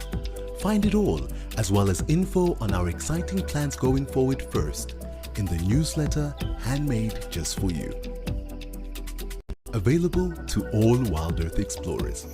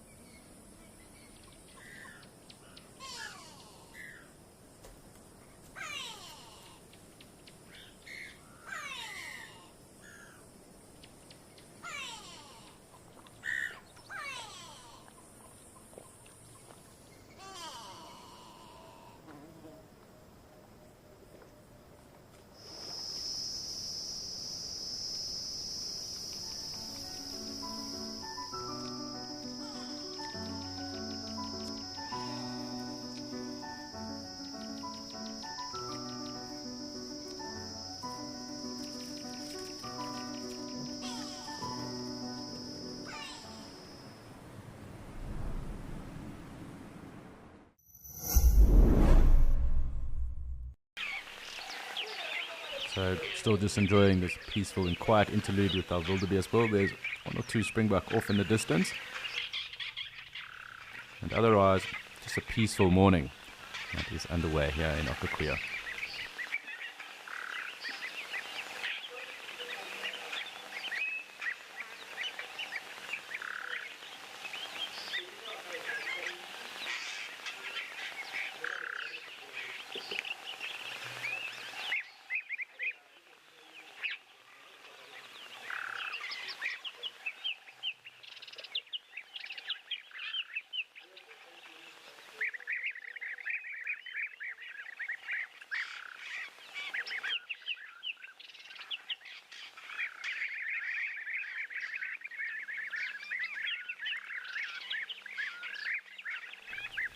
Take the opportunity just to zoom back out. Of course, the wildebeest is around. Check in and see what's going on with the springbok. We are also listening to the audio of those European beats. It's always fantastic. Let's have a look to see the number of the springbok slowly getting closer. Quite a bit of sun at the moment as well. So really quite cool.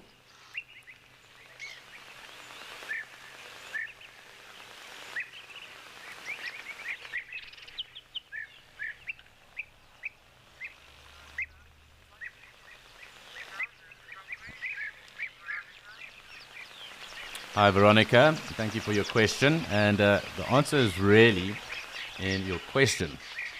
Grazers, obviously grazing and eating grass off the ground. Browsers, then browsing leaves. And the vegetation off of forbs, trees and the like. So answer really in your question there.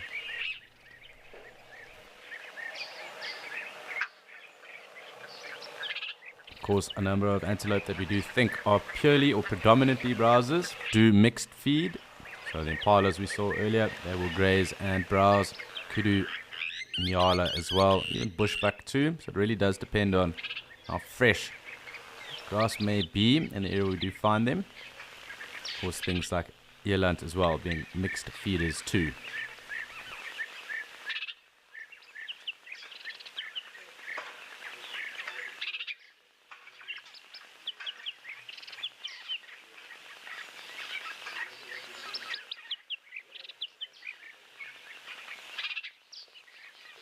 So zooming back out, because it is rather stunning. Just look at a clear waterhole top. Very glassy at the moment. You'll get the reflection of the clouds too. Also just noticing what else is going on. Of course you can see that wildebeest is rather far, and the pepperings really of the springbuck. So we'll go and join the wildebeest a little closer again, just because there's something different. Nice to just catch up with the different characters. But nice just to get a little kind of insight into what this area really does look like at the moment. So, rather stunning.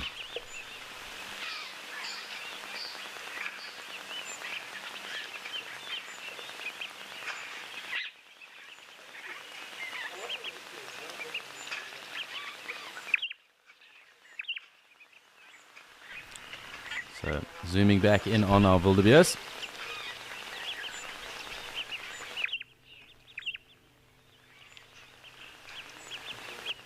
Really just a peaceful amount of grazing going on for him.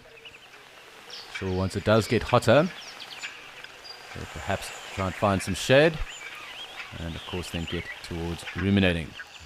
A number of terrapin there as well on the little concrete stones. But as I said, very nice to spend some time with this bull, and of course having him present today is a little treat.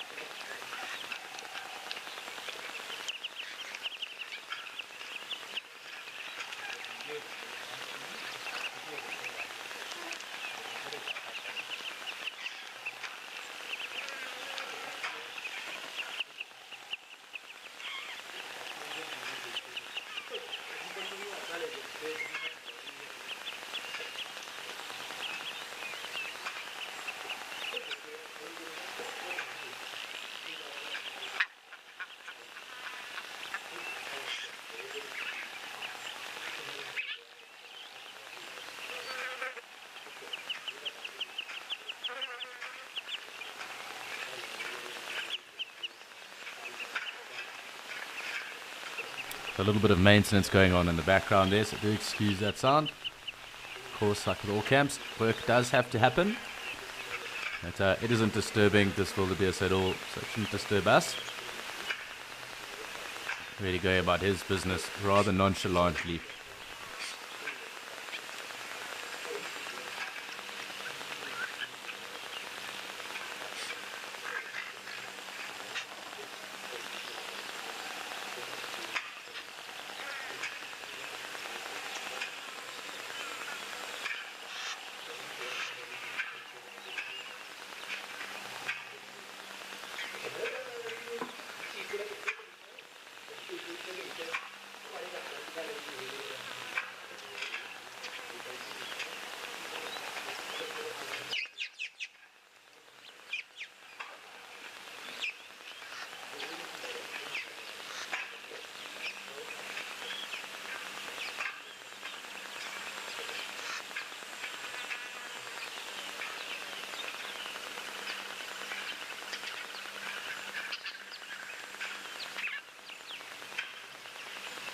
A bit of the bird chorus dying down now towards mid-morning. Haven't really heard too much else. The Egyptian geese also a little bit quiet. As I say that, there go the red-billed spurfowl. They're clearly quite busy and around at the moment.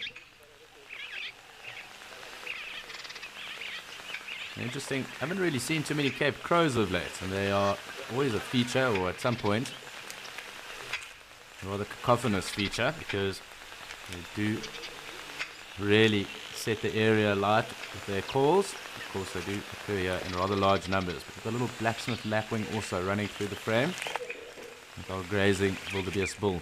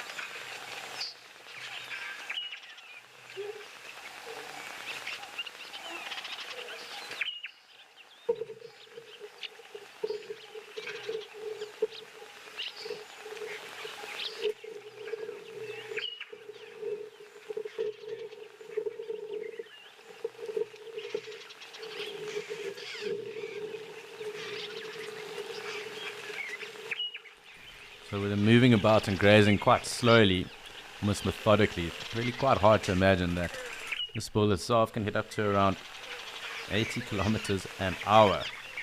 I mean, at full speed, which is quite interesting.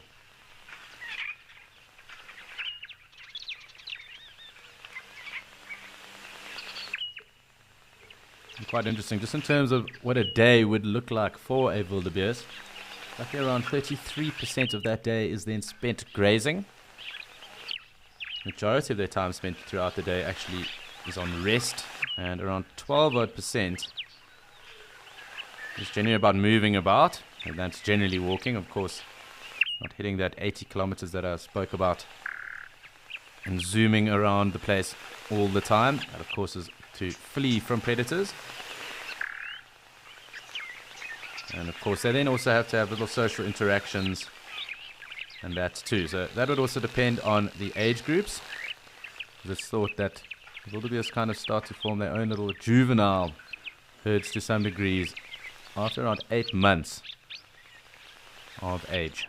And they change from that very tawny color they are born as, and start to get this very dark, very brindled color then from the age of around 2. So you start to see them changing from that tawny coat into this dark brindled coat here, at least with these wildebeest that we're looking at now. Other wildebeest found further up into East Africa than the ones that we are spending time with at the moment. And that is across all locations at the moment. The other wildebeest subspecies found in Zambia, Mozambique, Tanzania, a little bit into Malawi, and of course Kenya.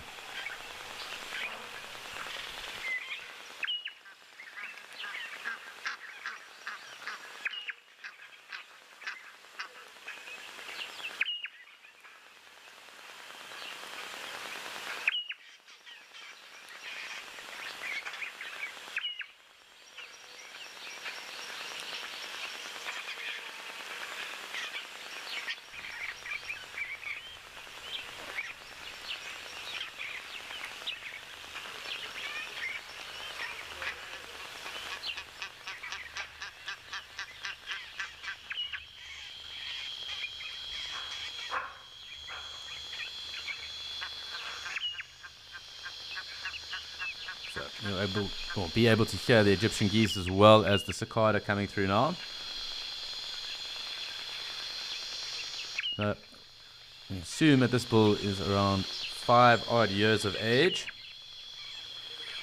Just because that is when they generally start to go off and then start to form their territories.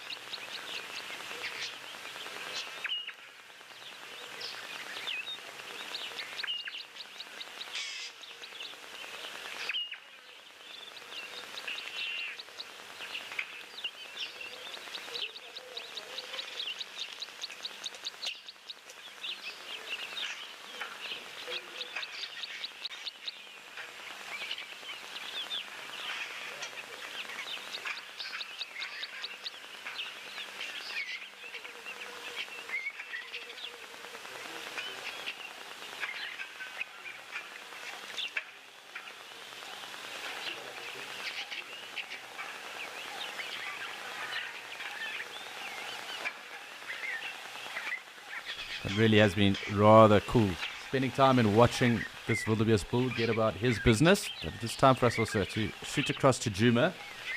There is another male getting about his business on a Monday morning.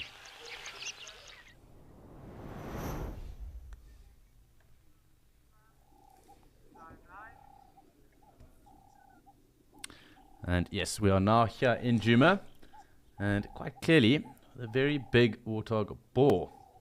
He was just wallowing, and a bigger boar than the one that we have seen with his sounder over the last few days. Bigger tusks, and also bigger body size. And you also notice just how big those warts are on his face. I think perhaps going to go and shoot through to the drainage line. There is another water hole or little wallow that is there. You can just see really how big those tusks are. So I'm sure we might get a little bit of a rub going on now. Warthogs do thoroughly enjoy doing this. Really quite an impressive boar. Very big body size. Lovely big tusks as well. Looks like a golden-tailed woodpecker there as well. That is what that sound was. Just like enjoying a little bit of a scratch here on the stump.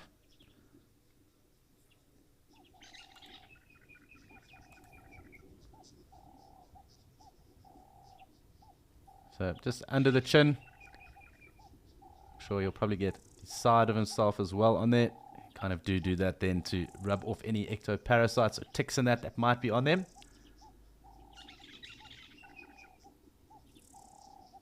Seems to be rather relaxed, but you can also just see it's on his face quite clearly here. Those very big warts. And the distinguishing factor between the males and the female. Males have those extra warts kind of in between the eye and the tusk. When he does turn a little bit towards us, here we go. You can just see. So obviously that one shooting out right at the base of his jaw. The other, a little bit smaller, in between really that wart and the tusk. A very big boar indeed. And I'm sure we'd be able to create quite a bit of damage should he need to. It can be rather formidable. Those bottom tusks, so the tusks on the bottom jaw, really where the damage is inflicted. We'll try and keep up with him because I'm sure he is going to move, as I said, into the drainage line again. Perhaps a little graze.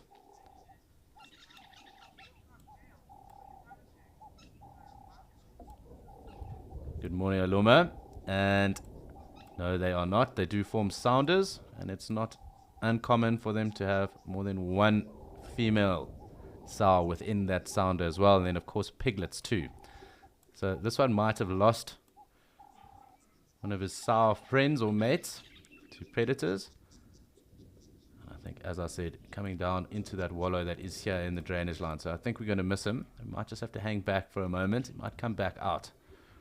But Aloma, that is generally the case, is that they are seen within a sounder. But obviously, if they do lose mates to predators, and of course they would be found by themselves. So of course also not uncommon to see them by themselves if that is the case, but also found within sounders and small little family groups as well. So the sounder being that family group.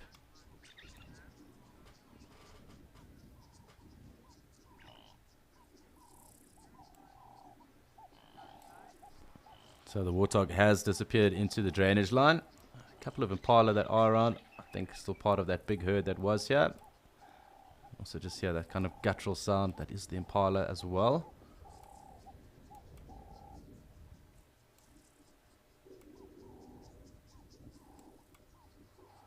We'll just have to track this ewe. I'm pretty sure they are. We're going to shoot back off into that thicket that is above us. That one or two still around. Little rumination going on there with that one. She looks to be rather stationary, so we'll sit with her. Get a nice view of her. Very pretty lady. Oop.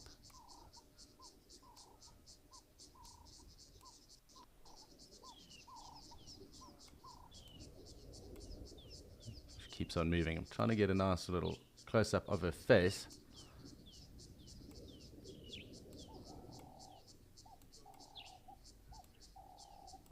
You can see a number of little parasites on her as well. So little ticks in that. Just on that white of her eye. And it's not uncommon if you are watching herbivores also to see the odd ant or fly moving around them. Ticks as well. So depending on the time of the year.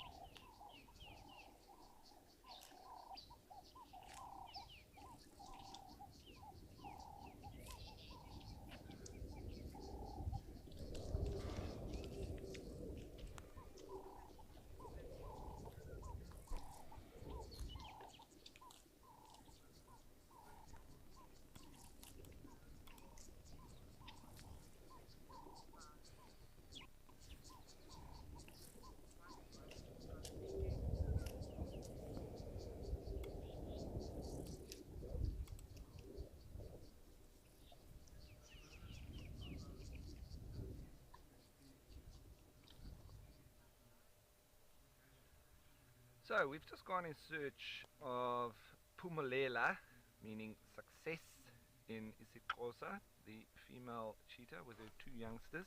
They have fed on that eland early this morning. They've eaten their fill, obviously, and they've moved off somewhere into the shade to digest. And my first port of call would be to go and look near to a waterhole. So that's what we've done. We've come up into the area where there is, in fact, a waterhole, and we've come across these lovely giraffe all standing in a line. Now, you might think that that's just coincidence that they're all standing in a line, but while they're ruminating, it is getting very hot, and you very often find animals when there are different temperatures, whether it's very hot or very cold, all standing in the same direction. And if we look at these giraffe, they're all facing the sun, and in so doing, they're standing with their heads into the breeze. But I think more importantly is that they are minimizing the amount of their body which is being exposed to the sun. And you can see the way that they are standing, they're actually casting a lot of shade onto themselves. And so this is a natural way of assisting in thermoregulation. So standing straight onto the sun as opposed to side onto the sun, where you'd have your whole one side of the body exposed to the sun, in this way they've got less of their body exposed to the sun, and in so doing, being in the breeze, they're obviously keeping cooler than if they would standing in a different direction. So it's not by chance that they're doing this. Very often in the desert, especially when it's very cold in the morning, you'll find all the springbok as well as the zebra in their massive herds all facing in a particular direction. And normally when it's very cold, they're side on. So they would either face north or south, and then they would have the sun hitting a bigger portion of their body, and in so doing warming them up in the morning sun. And then when it gets very hot, they'll face towards the sun and doing exactly what the giraffe are doing now. So it's a big assistance and big part of thermoregulation in a natural way that the animals actually utilize in limiting the exposure they have to the sun. And it's very ingenious.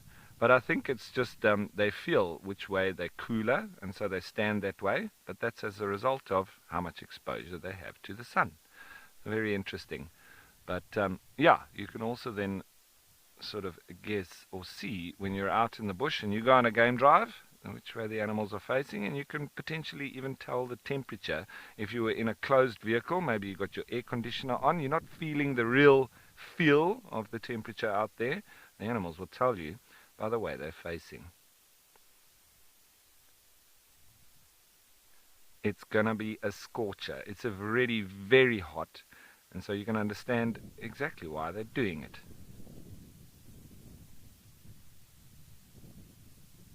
They've been feeding, obviously, full cheeks. And there are some more. You see there, everybody in the same direction. Full cheeks of food, and now they're doing the very important process of chewing the cud. If we watch closely, you may see it even returning up the neck before it starts chewing again. Maybe this one's past that part of the process and it's all done. It's incredible when you see the size of giraffe dung. They're very, very small when you look at the size of the animal. And that's a bull. You clearly see that. Oh, we've got a rebel. But you see, turned straight in the opposite direction because it wants to feed. So it's still going to be keeping cool, but staying in that same line. Obviously, that's when they're sort of at rest. When they want to feed, they'll mill around and so on and change that particular direction. But when they are just ruminating, you'll generally find them facing into the sun. And they're also up here on the top of the topography where there is the most amount of breeze. So it helps as well. Martin, yes, thanks for your question. Absolutely. Their pattern can and definitely will help with the thermoregulation. That's obviously an inherent trait for the animal that has evolved through the eons. And you know, you don't choose what your pattern is, what your fingerprint is, what you look like, etc. So, but you can choose which direction you face in the sun. So that is a learned trait, whereas the pattern on a giraffe is an inherent trait. So there's the difference between something that you inherit and something that you learn. So there's those two different concepts. Chewing the cud and feeding, obviously inherent. It's like a baby that knows to go for its mother's breast to drink milk. It's not taught how to do that. It is inherent. And to breathe, etc. And sometimes it needs a little bit of help with a slap on the back when they're born to be able to breathe, just to kickstart that whole process. But they're not taught how to breathe. They inherently do it. Whereas standing like this is just learning that if I stand this way, I'm going to be cooler. And sometimes it just happens by chance. The animal turns around in circles and feels that in one particular direction it's cooler, then they stay in that spot. And coming up to the top of the hill here where there's more wind, as we're watching this very nice depiction of ruminating process. If they stand up on the top of the hill, there will be more wind. So it probably happened randomly to start with, very hot, and the animals walked up the hill, and they found that they were cooler up there when it was very hot. So they learned that when it is hot, go to the top of the hill, there's more wind, and so you stay cooler.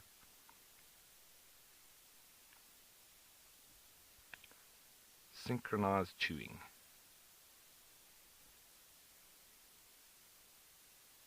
Because down in the valleys, it is extremely hot, where there's no wind, if you're not in the shade, and so better to come and stand up on the top of the hill. We often see rhinos doing this as well, buffalo too, but it depends. Maybe down in the valleys is where they're going to find their mud wallows, etc., but very often you find them coming up to the top of the hill as well, to get into that lovely breeze that you wouldn't find down in the deep valleys, where it becomes a bit of a pressure cooker.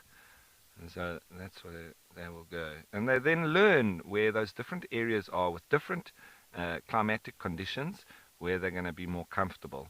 And then they go to those areas. And then we learn as guides out on safari with the different climatic conditions, where would we expect to find the animals. And then we can go and search in those areas, and if once you get to know a reserve and the climatic conditions, you spend some seasons there, go through a couple of years, and you start to learn as well of the animals' learned capacity of where they go at different times of the year and different daily changes in the climate and the weather.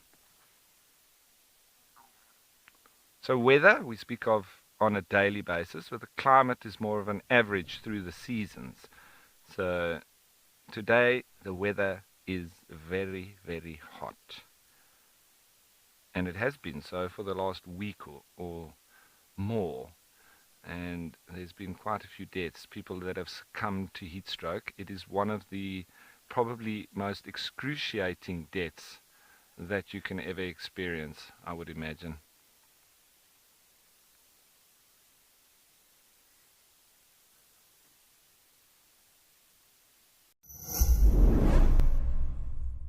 Join us from the 23rd till the 27th of January for a week of back-to-school special safaris, tailored specifically towards our future conservationists.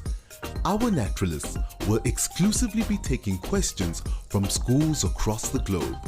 Tune in for some entertaining animal education to ease you back into the school year, because fostering the upcoming generations of conservationists matters.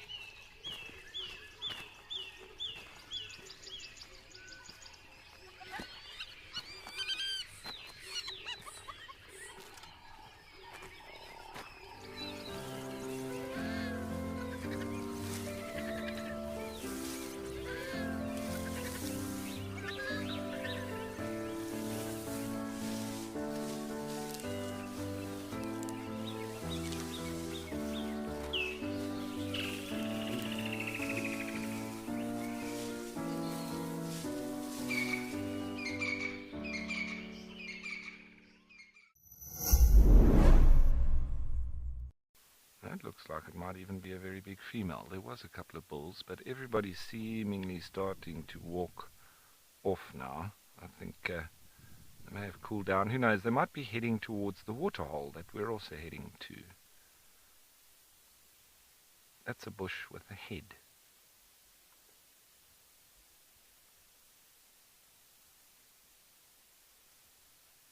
Very white behind the ears. Typical giraffe.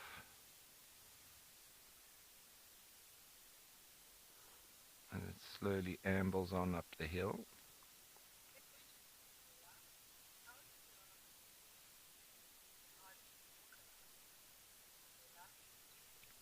So Bella, most of the this is obviously a very well-known scratching post, because this individual is going on over to do the same.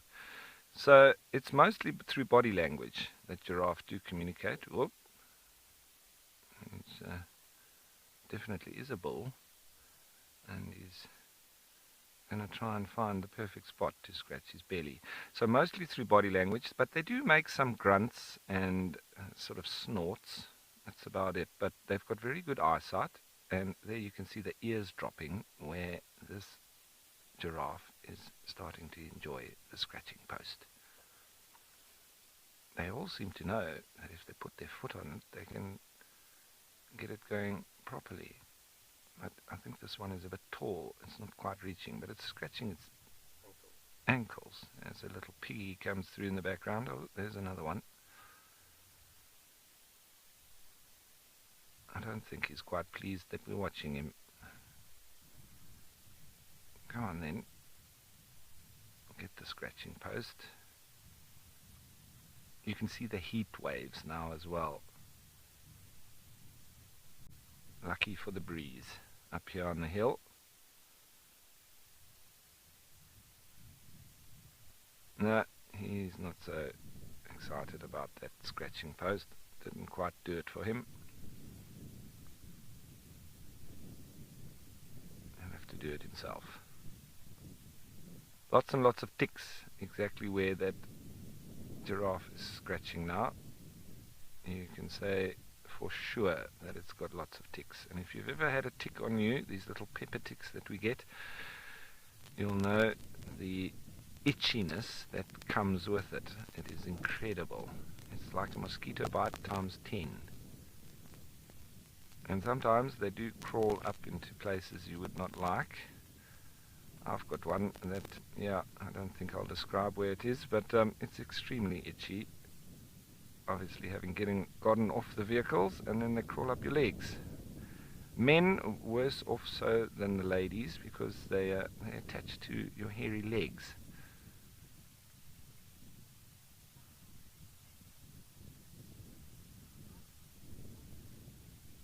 Now, there are quite a high prevalence of the pepper ticks here, especially after the rain. But I can tell you what, on the eastern side of Keriga, there is an incredible amount of pepper ticks. And I want to ask Nick, has he been nailed by any when he's been getting off at any time at Keriga?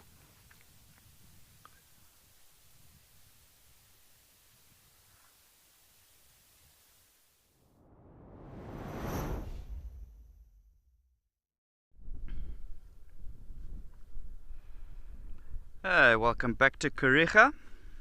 Still got our herd of buffaloes here. Shifted position a little bit. They're not gonna find too much moisture in this dried up mud wallow. Well, I kind of looked at the scene and I thought, is obviously changing climatic conditions, and kind of made me think of the change of seasons and all those things. But Rolf asking about pepper ticks and things like that, I have most definitely had my fair share of experiences with those guys. It was absolutely cooking the other day, and I thought, let me just there was no shade around me, so I thought, let me just try and see if I could potentially find a bit of shade.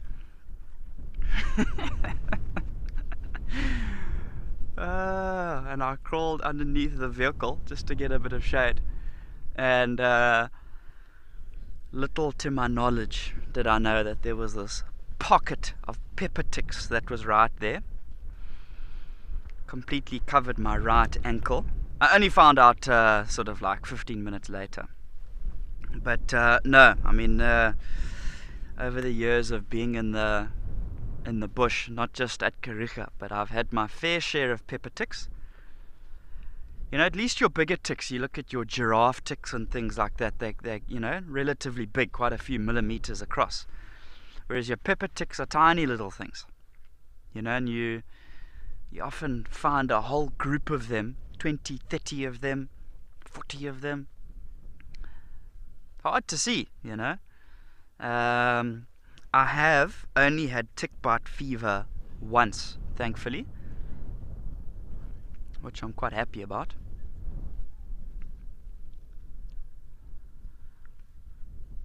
Definitely not the most pleasant experience. But shame, the rest of this buffalo herd is kind of just resting on the right hand side of the frame here. And it's been very interesting to watch their movements, watch their behavior. We were kind of talking about potentially them heading across to maybe sit down and on top of the ridge line behind me to the right hand side, but they haven't quite got there. Everybody's still standing up, not doing much active feeding, not seeing too much rumination going on here. Kind of just biding their time here.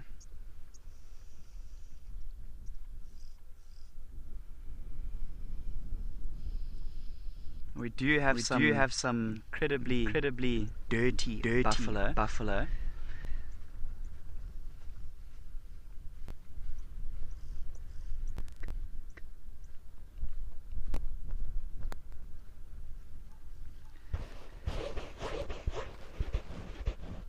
Man, look at this one in the frame here. It's managed to find some remnants of a mud wallow. Somewhere, a few of them have got the same coloration. But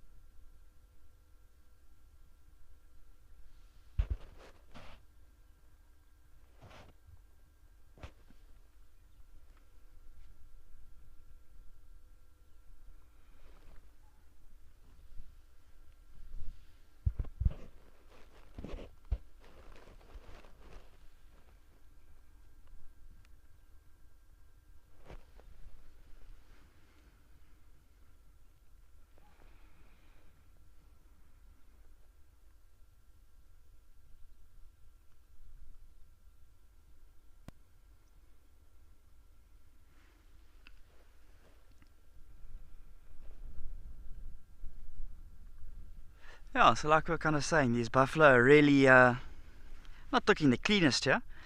I'm not too sure where they have managed to find any mud around here. Definitely not from around sort of Scotia Dam. I can't say that I remember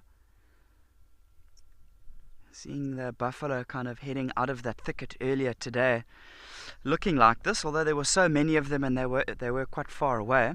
It's very possible. And you can kind of see there is a white stalk at the back there. There's a second one here on the right hand side, and potentially for these white stalks just moving around on the outskirts of the herd. Remember, there's lots of animals here. Maybe they're hoping that there might just be a little insect or two that's going to be flushed out by them. Those white stalks looking to snatch them up and grab a little something for themselves.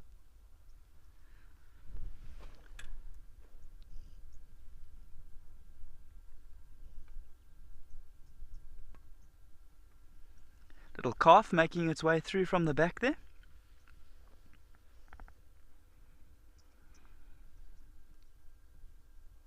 Wow, look at this cow in the center of the frame here. How her horns are glistening in the sunlight. It doesn't look like they're wet at all. It just looks like the angle that the sun is kind of catching them. I guess if you compare her horns to the male on the left, he's got a lot more sort of mud, and it looks like maybe he's been scratching up against a tree. Whereas look at the tops of her horns, how they really are glistening beautifully.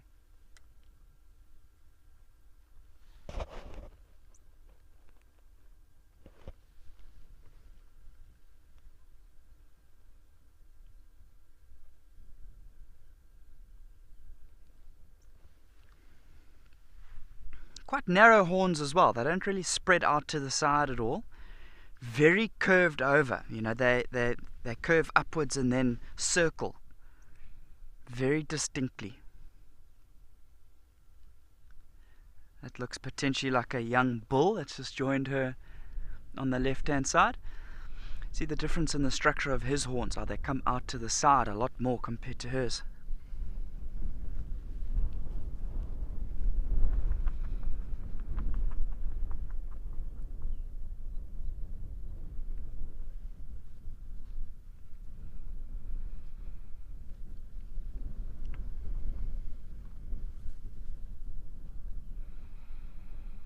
So those differences in horn structure and shape, that's just genetics. Remember, generally for males, they will have a bigger and heavier set of horns compared to females. This is still a young bull, this one on the left, just a few years.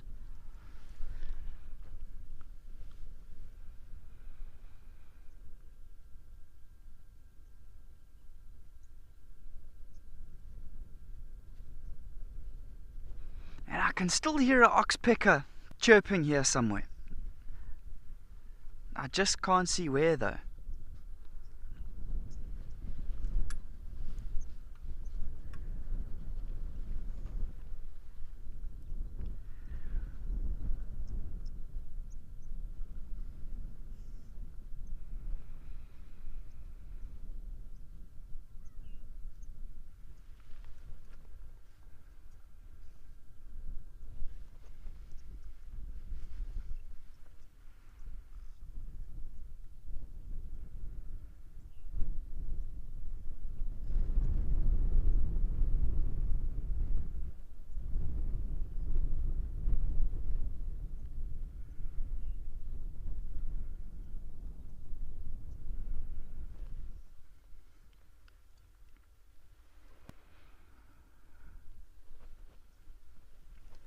It's interesting to see how everybody's kind of congregated around this little dried up mudwalla. You can see there's just, buffalo upon buffalo everywhere here. But it's simply, it's baked, it's dry, it's hard. There's no way as anybody's going to move around there and get much. So very interesting behavior to watch here. This is, if I had to put money down this morning and take bets on buffalo behavior, I would have never have said that they would just kind of linger around this mudwalla. It's not like they're lying down, ruminating. They're not getting much of a breeze here.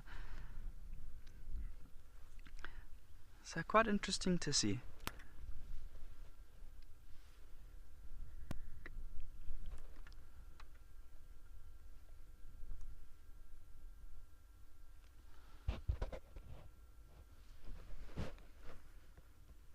But it definitely is lovely to see this herd of buffalo again. It's been probably about a week and a half since we've seen them down here by Scotia Dam. Remember, they did move off, then I kind of went around searching for them a little bit.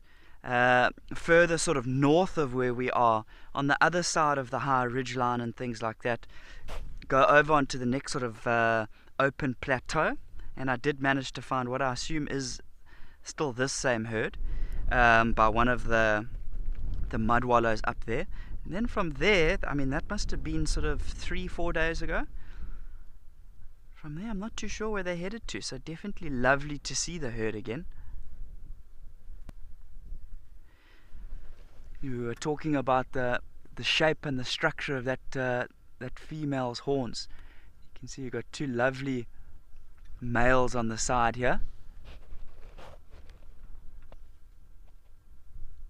Both got lovely sets of horns.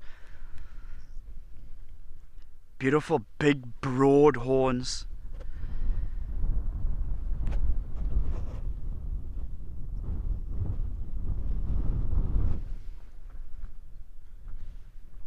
Starbuck, that's a good question. Yeah, so they are made out of bone. So what we're looking at when we look at a buffalo like this, we're looking at the outer layer, and that outer layer is made up of keratin. So remember, that's like your fingernail, compressed, very finely compressed hair essentially. And then that keratin covering underneath that is bone. So when you see something like a buffalo bull with one of his horns being broken off, it's not like he was maybe just, having a scratch up against a tree and unfortunately that came off. there's a serious amount of force that's obviously broken that horn off if it's bone underneath there. I have seen a male who did get into a fight. His one side of his horns got broken off, an infection set in there. There was just dust and mud, and then there might have been larvae from insects that got landed in there. And it actually got to the point of where driving around, you would be able to locate this herd of buffalo that the male was in by smell before you could actually see them. The smell got so bad. I mean, it smelled like it was like a carcass could have been there. So shame. He really got the raw end of the deal with that one.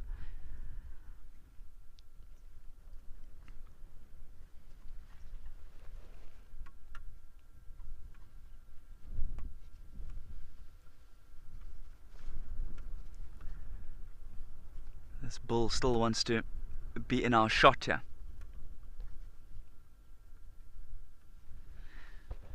But a lovely group of males, all of these ones that we can see on the left hand side. I mean, we had a good look at that female, and now that we've got all of them so close to each other that we can kind of compare all of these different buffaloes right next to each other.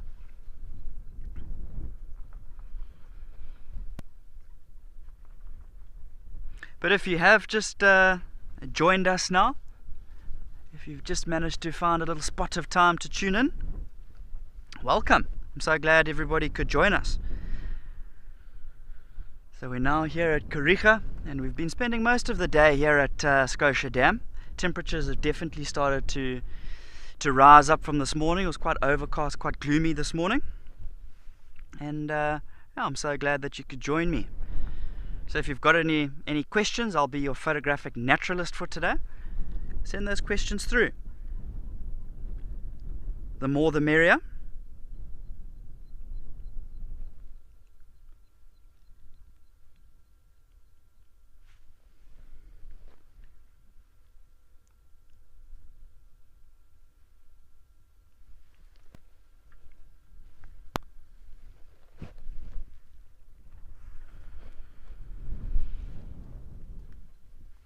Yeah, so with heat like this that we've got, remember we did go and look for those 2 male lions 2 days ago.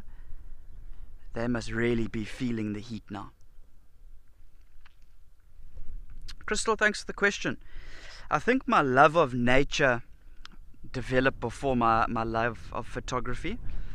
I think along the way, and sort of closely intertwined with my love of nature, my sort of eye and love of photography developed. But I mean, my whole family has always really enjoyed going to game reserves and just being in nature. And kind of just along the way, I've wanted to snap a few pictures to remember the memories of those trips. And it's just developed and twisted and turned from there. And it's a lovely sort of creative outlet. You can always try and better a type of picture that you've got, or maybe you see an amazing picture on social media and you think like, oh, I'd love to try something similar to that in terms of a technique or a strategy. But I mean, as long as I can remember, even from sort of a small boy, 4 years, 5 years, my family always used to go to game reserves all over the country. I have been lucky enough to go to Sri Lanka to go and look for Sri Lankan leopard, which was really cool. Went across to their most favorite, or not favorite, but their most well-known park, Yala, that is really well known for their leopard, and I did manage to get 3 different leopard there. I'd love to go to India to look for some of the tigers. I haven't been to India yet. I'd love to see a jaguar. There's so many photographic safaris that you can now start to join in the Pantanal in Brazil to look for jaguars. Remember, those jaguars, they love water much more so than what leopards do. And they will actually do a lot of their hunting on the banks of the river. Remember, they're a large part of the time they're looking for caimans, crocodiles. You'll also find capybaras on the borders of the river there. So that's what those jaguars will be looking to catch. There's some amazing footage that's come out. I saw a bit of footage on BBC. There were these capybaras, which is, sure, I don't know how to describe it, somewhere halfway between like a warthog and a waterbuck. I mean, it's a very strange thing, but quite a big animal. And these capybaras are resting on a small little sand island in the middle of the river. And this jaguar they found, it came down, they filmed it. I mean, incredible, late afternoon light. And this jaguar came down, kind of swam through this crossing, quite happy to go into the water. And it launched itself up onto this island to try and grab this capybara. It wasn't successful, but it was incredible. And I mean, some of those jaguars are big, hey? I mean, you look at a male jaguar, on average it's about a third bigger than a leopard. So I mean, they're quite big animals. And photographically, it's also very challenging. You know, you've got your rainforest, or not your rainforest, but you've got your deep thickets and things like that that are sort of bordering a lot of these river systems, and it makes it so hard with all of the deep shadows, and then there's bright light of where the sun is penetrating through. But if you can manage to get it to work for you, some of the pictures that are coming out that I've seen from a few people that have been there is incredible.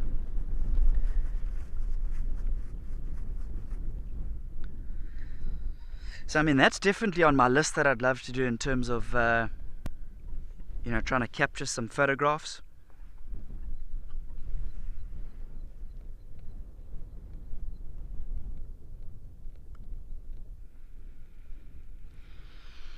William, the difference between sort of Sri Lankan leopards and leopards that we get here in Africa, they were, it's hard to put my finger on it, but the color, they seemed slightly more of like a burntish orange, if I can call it that.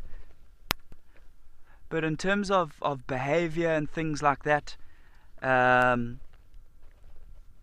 very similar in terms of behavior. Pretty much exactly the same, but it's always incredible to head to a new area to just to have a look at all the different species that you can find there. To move through those thick Sri Lankan jungles was incredible. You get the buffalo there, the sort of the Asiatic buffalo.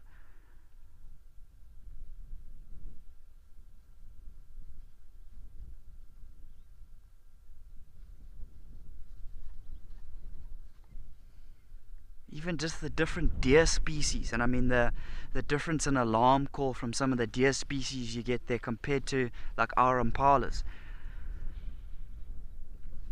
Our impala, when it gives off an alarm call, it's a very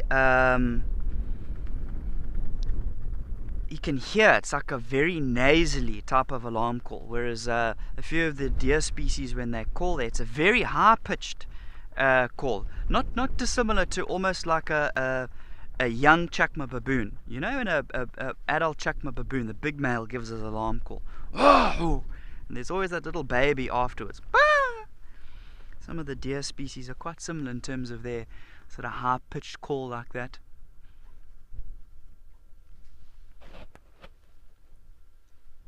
Sloth bear, that's another amazing one that is sort of a Sri Lankan special. We did manage to see one sloth bear. So kind of like a black bear in design and shape. Big paws, got long claws, head low down to the ground. Definitely a country I'd love to visit again.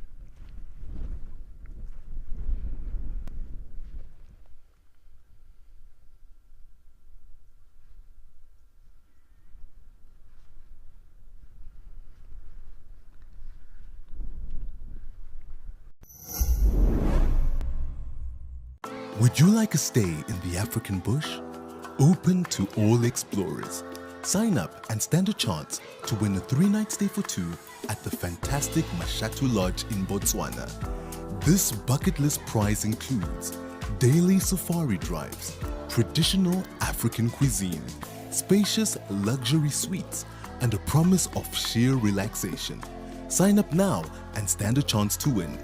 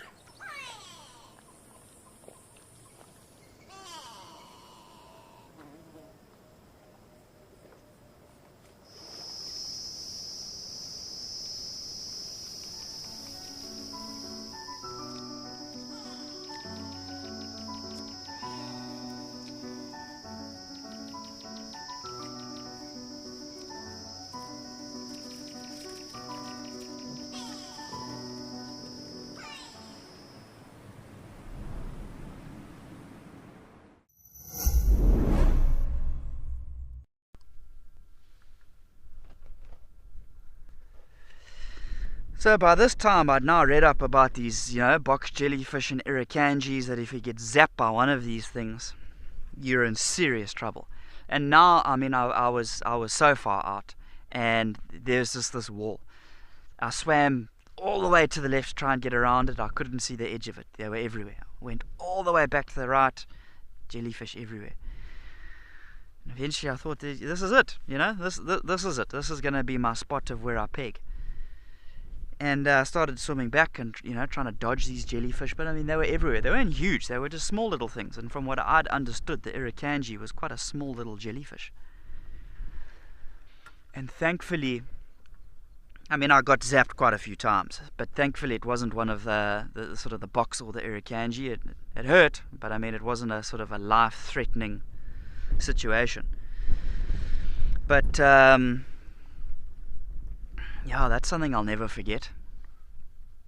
You go to these different places, there's always things that you'll never forget that stick out for you.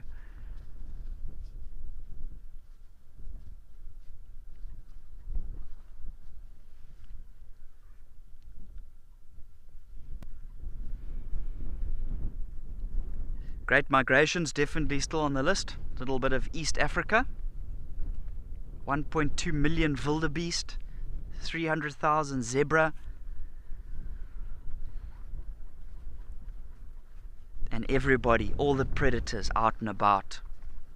If you look at the sort of the Great Migration, obviously it happens all year round.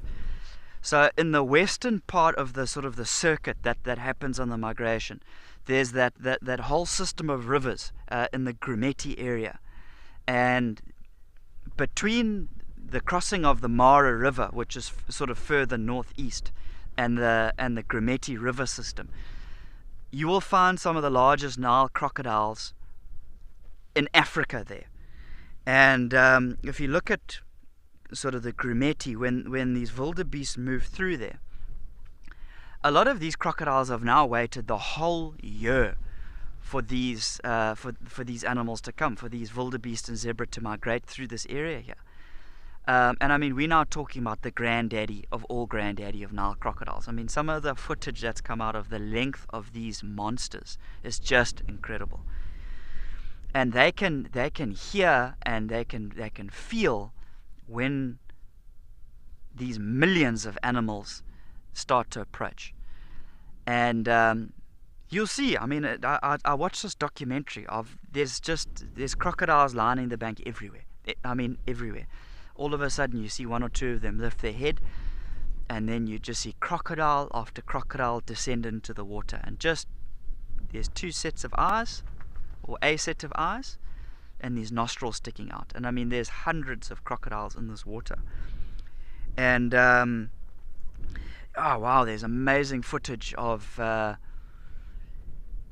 these guys set up this photographic height right at the edge of the water to try and get that low angle, which is always, it creates such depth to the photo.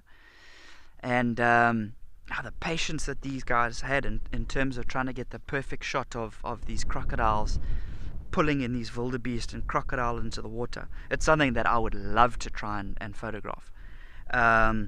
But I mean, it's not to say that the crocodiles, they manage to get a wildebeest every single time, you know. Wildebeest are actually quite good at getting away. Their reflexes are absolutely incredible. And it's on the thick banks of the Grumeti, so there's large acacias and things lining it. It just looks like photographically a dream, so that's something I wouldn't mind doing either. This little buffalo calf is lucky that he's not there. He doesn't have to worry about any massive crocodiles on his little dried up piece of mud there.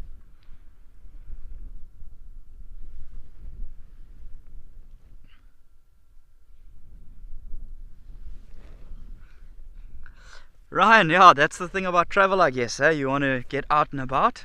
To see all these different areas. I mean, there's so many places to go, so many places to visit, so many things that are on the list. Always happens, once the travel bug hits you, it nabs you properly,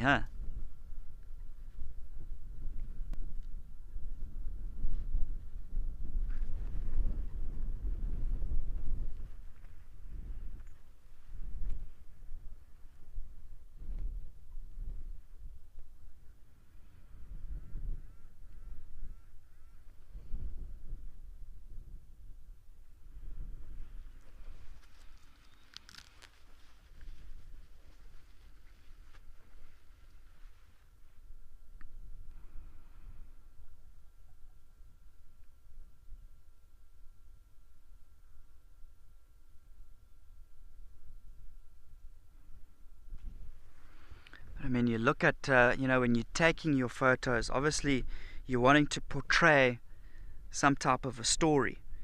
And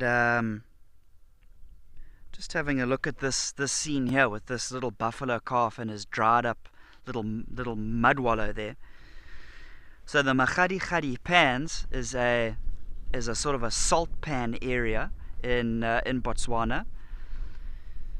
That's usually completely caked, it's dry, it's cracked and baked.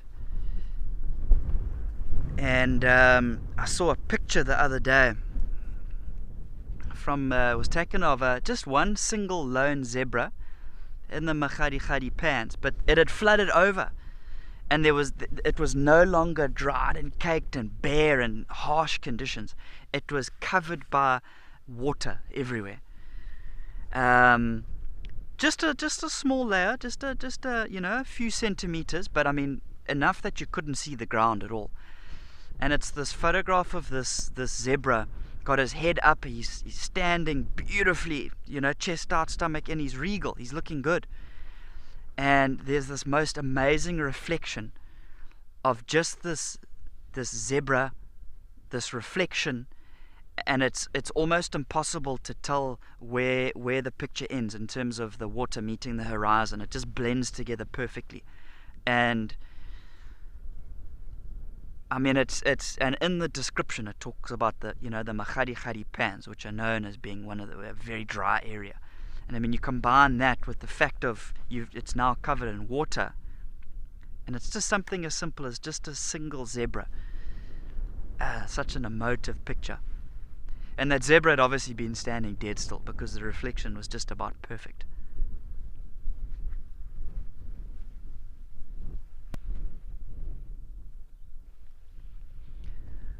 Yeah, you look at those remote areas like that. You know, you look at Makgadikgadi. That's a good place for a bit of star photography. You know, because you're so far away from any type of lights and city and town and things like that. You know, there's those baobabs there that's been photographed quite a lot. Baobabs and rocky outcrops in the foreground, and just the expanse of the Milky Way in the background. Look at the Richtersveld in Namibia, all the way up on the close to the coast there, the Richtersveld. That's also another incredible area for doing a little bit of photography. You can see we've just got some warthogs and her little piglets at the back. Little sacred ibis making a quick appearance.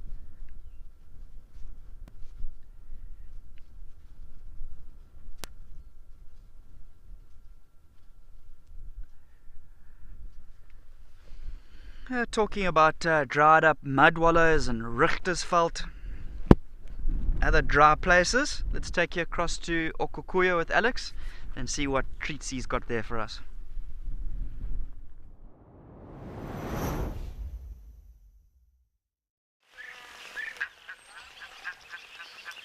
Thanks, Nick. And yes, well, this is predominantly a very dry area throughout the course of the year. We are currently really in the midst of the rainy season, so rather wet, lush, and very cool landscape at the moment. Nice to have those European beetles that word is calling. A couple of weavers that are in the background. Looks like our wildebeest has left us. Egyptian geese are still busy, and we have a few of the springbuck that are around. So really kind of just enjoying life at the moment. Lots of food for them. The weather rather cool. We haven't really even seen any of them getting into wade into the water. But of course you can also see that with all the rain we have had, the waterhole's water level has increased tenfold. It really is rather high at the moment. Higher than what we would see during the dry season. An acacia pied barbet as well. And I think with it being rather sunny today, the springbuck that are around definitely happy to indulge in some of the water. So try and get a closer look at some of them.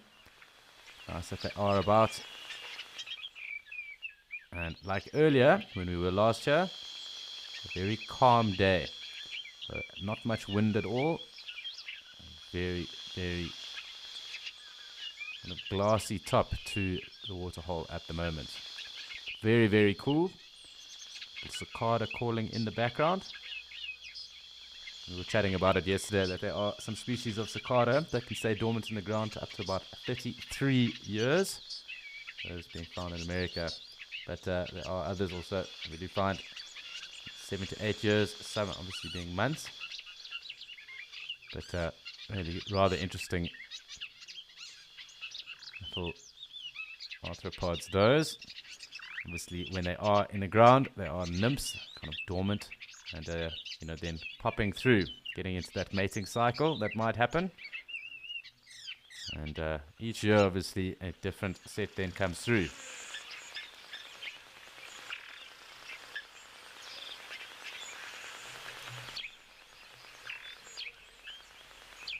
So really quite cool. A number of the egrets also hanging about. They are capitalizing on any disturbance that the springboks do make.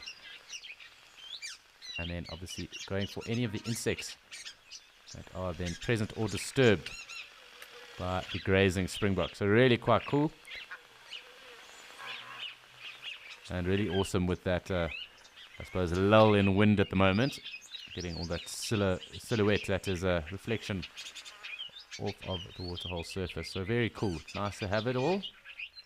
And a very busy day indeed at the moment. Busier than some of the days we have had of recent.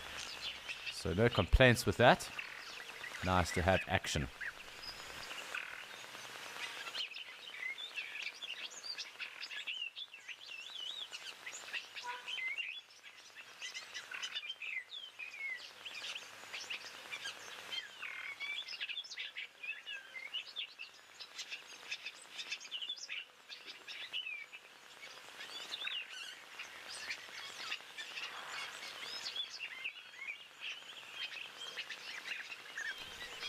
So really not too much, it seems, going on with regards to the springbok. Kind of the core focus being grazing at the moment.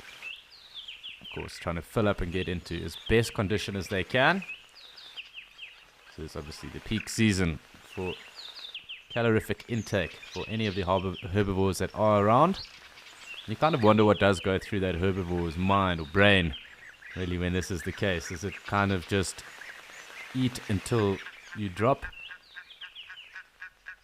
What really does go on? Of course, fascinating insights into the world of animals we obviously have really no idea about. But clearly a time of plenty.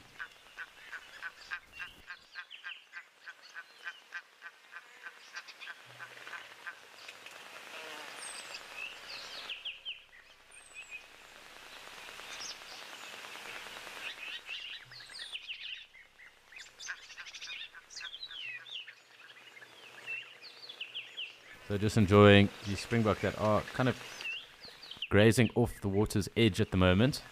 It's really quite cool having that silhouette with them there at the moment, with the wind having died down.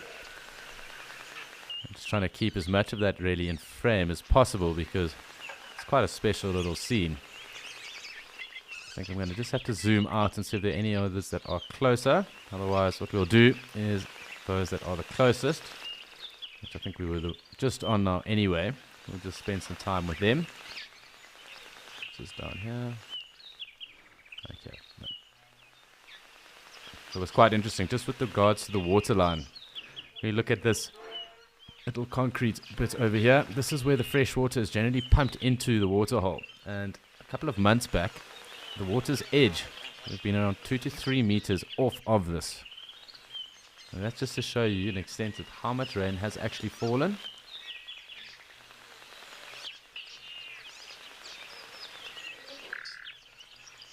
So really quite cool. But a nice gauge that we have had. Of course, when the elephant, even the springbok that we have just seen, when they are around, they really are the only two that have cottoned on to the fact that that is where the fresh water is, at least in the dry season.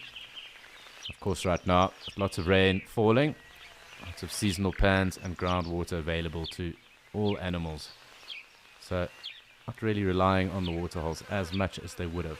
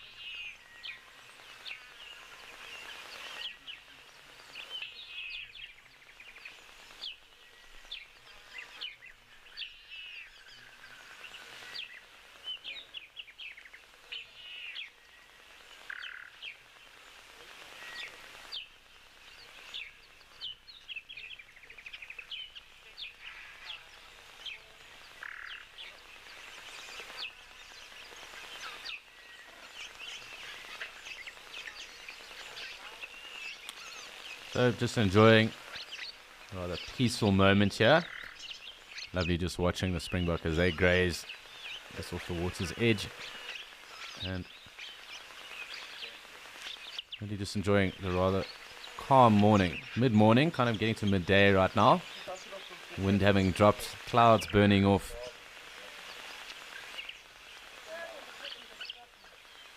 And I suppose no better way to kickstart a Monday in the animal world. Nothing to scare you off. Lots of food available, and of course water if you want it as well.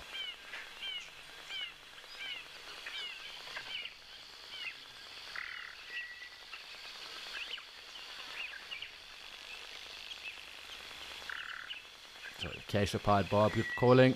There's a cicada as well that is slowly coming through now again.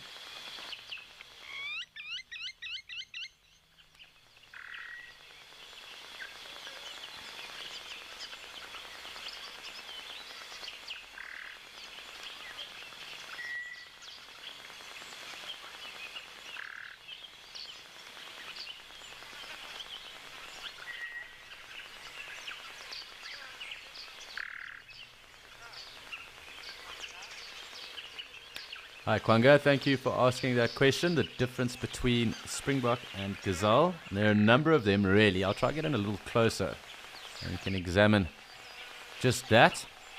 But first and foremost, it would be the areas that they are found. So, springbok endemic to southern Africa. And even to southwest Africa as well. So from South Africa into Botswana, Namibia, and into the southern parts of Angola with 3 subspecies of them. There are a number of species of gazelle, but they're found further up east of Africa. And of course then, one of the major differences with regards to gazelle, and I think let's even talk about Thompson's gazelle, because Thompson's gazelle and springbok do look rather similar.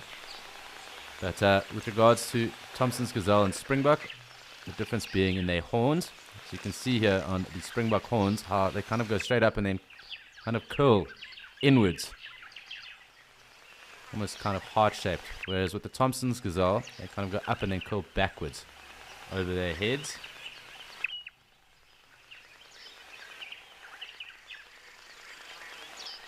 Both of them are incredibly quick. But there's also a difference, obviously, and you'll be able to see that metatarsal patch that is on the springbok here. So they aren't true gazelles. Obviously, they are both antelope and closely related, but this metatarsal patch that they have here, that white, it extends from the base of their tail, kind of midway through the back. Does also then come from that scientific name of theirs, the Antidorcus marsupialis. That marsupialis is that patch that is on the back. And when they start and pronk, kind of showing off their athleticism, that white patch then extends and kind of acts almost like a ridge of hair. Kind of like a ridge back, but kind of the opposite way round. So from the rump upwards, we've got 2 of them having a little argy-bargy there. So other than with, like, say, a ridgeback dog that comes down their shoulders, this extends upwards from the base of the tail up around midway through that back. And they've got that back arched, and then see that very white patch that is there. The scientific name then also for the gazelles, obviously very close, at the Eudorcus. So Eudorcus. And then obviously with regards to Thompson, there would be Eudorcus thomsoni, because of who was the first, and it was actually a man called Joseph Thomson, who was a geologist and explorer, who the Thompson's gazelle is at least named after. You get a number of different gazelles, as I said. So the Grant's gazelle, probably the biggest, the Demoiselle, and a number of others as well that are found more up in East Africa. So there's that geographic difference as well. Of course, the difference in the horns, like I said, both are very fast, and that is just kind of when we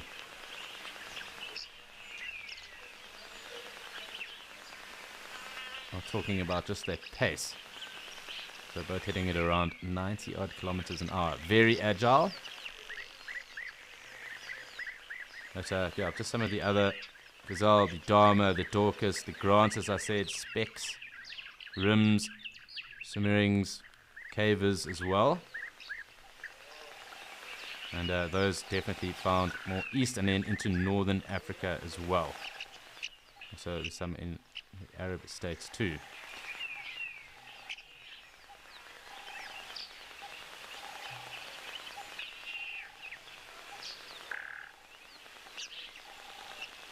So also springbok being very arid adapted. They are a bit taller and heavier than the Thompson's gazelles that we were comparing them to as well. Those Thompson's gazelle also preferring those short grasslands up in East Africa, so through those systems in Tanzania and Kenya. As well as the springbok being, as I said, very arid adapted. They do take forbs, they do take browsing matter as well. They are known to then also have the ability to withhold or not having to drink as well. Some springbok being recorded not ever drinking in their life before, getting that moisture from any of the vegetation that they might take. And then really when it is very hot and dry, using that ability or using the cooler times of the day, and perhaps when moisture is then formed, such as dew, being able to supplement that moisture in their bodies like that. Obviously taking the odd root or tuber as well. So then being able to do that. But also that black stripe that we would consider as well on the Thompson's gazelle, also down that side of themselves. So look at that springbok right now in frame. That ram, also kind of with a brownish stripe. But Thompson's gazelle being obviously smaller, a little bit stockier, but also with a far more pronounced black stripe. So of course very similar at first glance, but really a lot of differences between the two.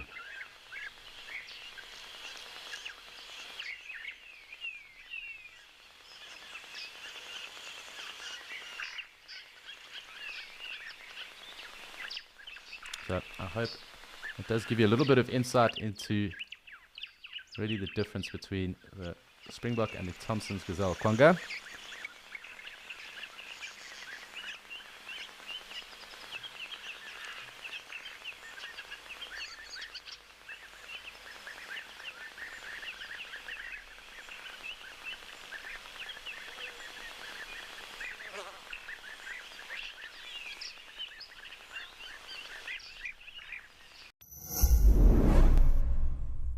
Hello, my name is Melanie and I'm sitting in freezing cold Hobart, Tasmania, which is a small island off the coast of Australia. I became an explorer for Wild Earth quite a number of years ago when they first advertised the positions. I'm so excited about winning the Rockfig prize, which will be in Madikwe, and I cannot wait to have that adventure.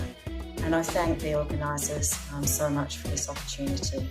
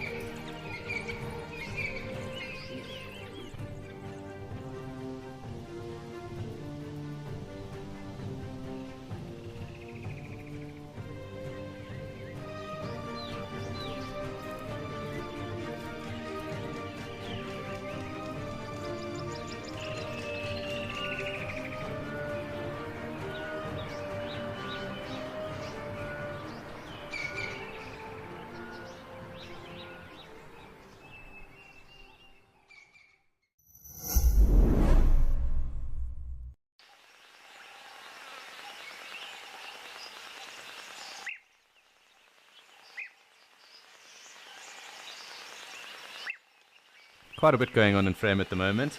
A couple of egrets hanging about the springbok as well as those blacksmith lapwings. Just an easygoing scene for the moment. Those wildebeest, or that wildebeest did move off, so unfortunately he's not around for the moment. But the springbok are gracing us with their presence, and always just quite cool watching this interaction with the egret and springbok.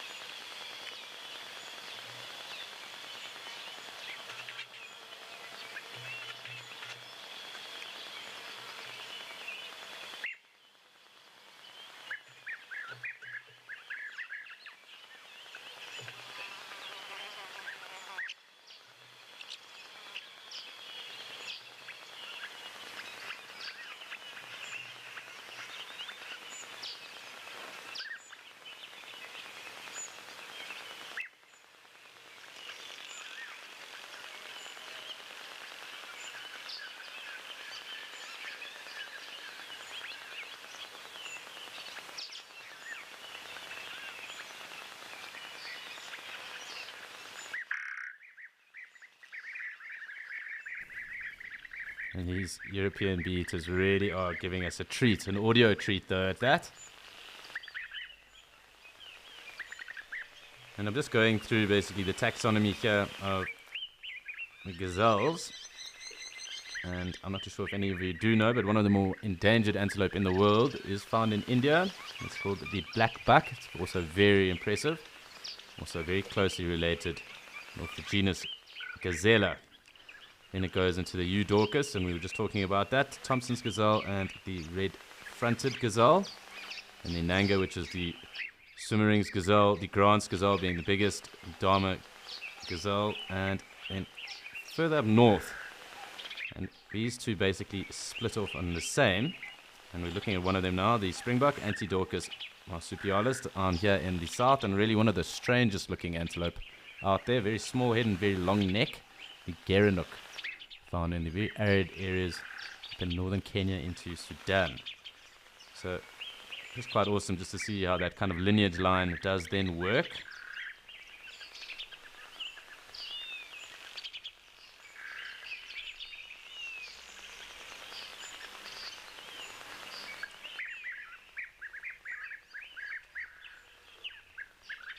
And we were also just talking about breeding and the rest earlier with regards to impala, but coming over to the springbuck, they are also known, they don't have a set breeding period. There is a spike though in lambs, and that would occur right now, so there would generally be a spike of little lambs at this time of the year.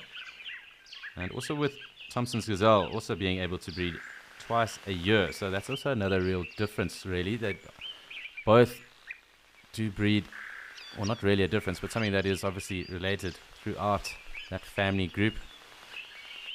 Both actually being able to lamb twice a year if conditions were right.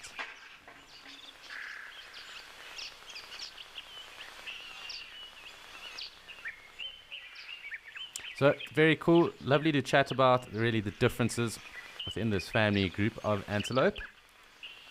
And of course just highlight some of the really amazing other antelope that are found throughout the continent and world. But it is time for us also to shoot across and go and see what is going on with Ralph in Amakhala.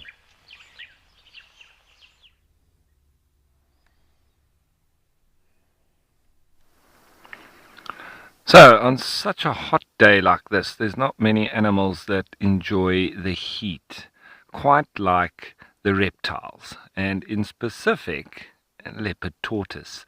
We see them all out on the roads when it gets very hot. And lovely to see this particular individual is now gorging itself on a piece of prickly pear.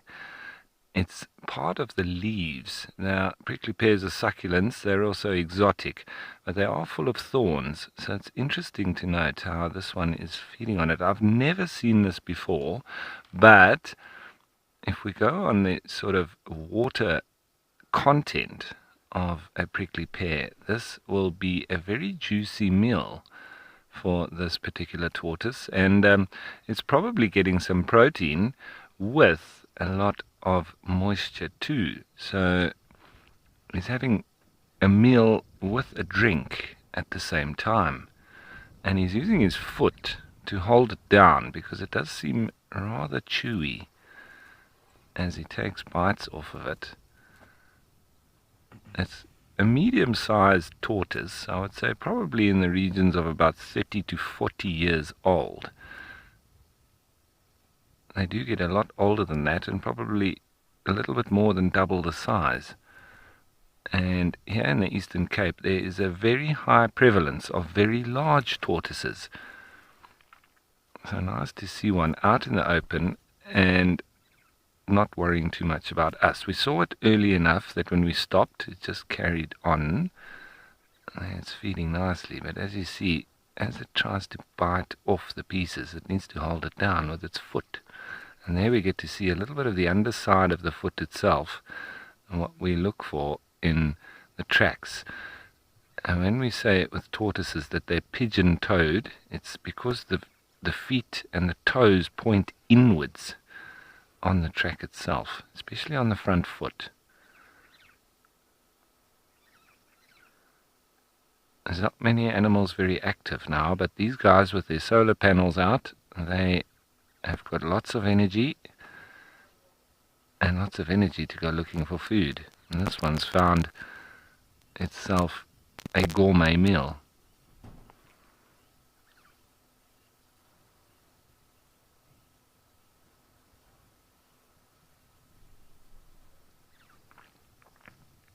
When I say that the prickly pear is exotic, they come from South America.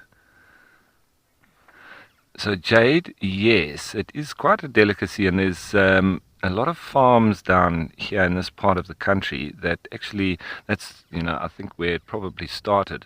The pear is the fruit that starts out green. I don't know if there's any on the tree. Oh, there they are. Yeah, they're very green, so we'll actually just show you while he carries on with his meal. There are some unripened fruits on this particular tree. They start off green like that, and then they turn into a sort of orangey color when they ripen, almost red. But those are long before they're ripe. And then the trick is they use a sort of wire that they fashion into a tool to scrape off all the thorns.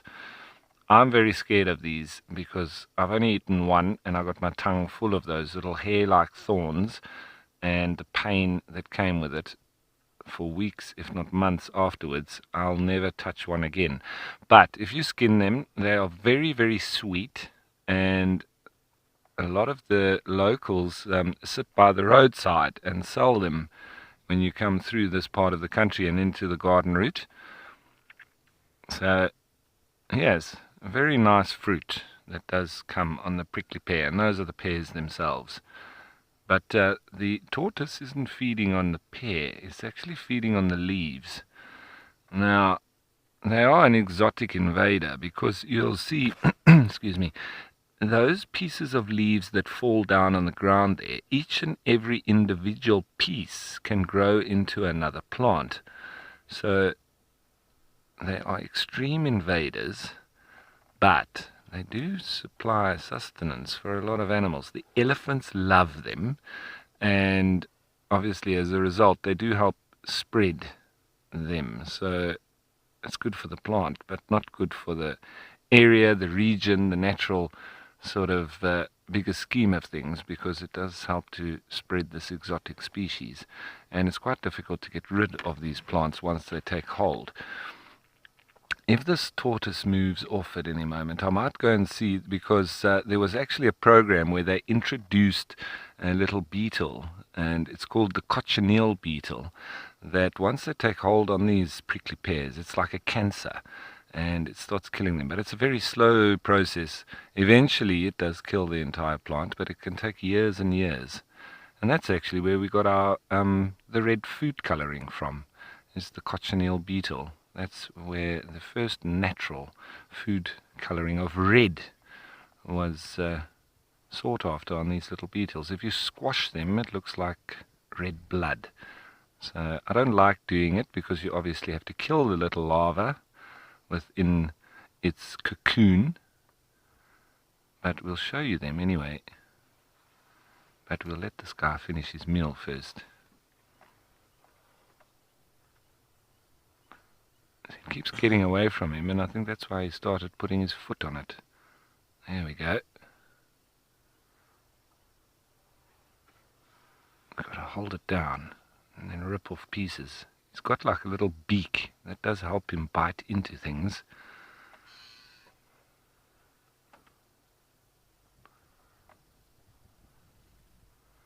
And very hard scales as well on the tortoise's leg and foot. It's one of the things that helps them to limit water loss, as with all reptiles. And we do know that we used to think that crocodiles were the sort of oldest of the reptiles, but we now know that it's the chelonia, or the shield reptiles, such as this tortoise, that are even older than crocodiles. So they are literally living dinosaurs.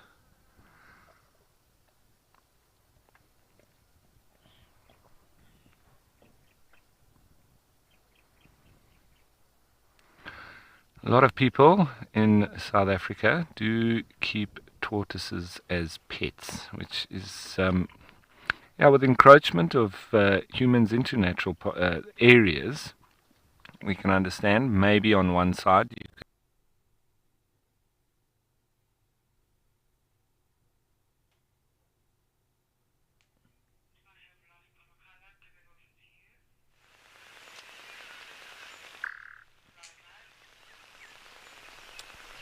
Well, sadly, we did just lose Rolf there. We'll be back with him shortly. It is rather fascinating watching those leopard tortoises eat the prickly pear.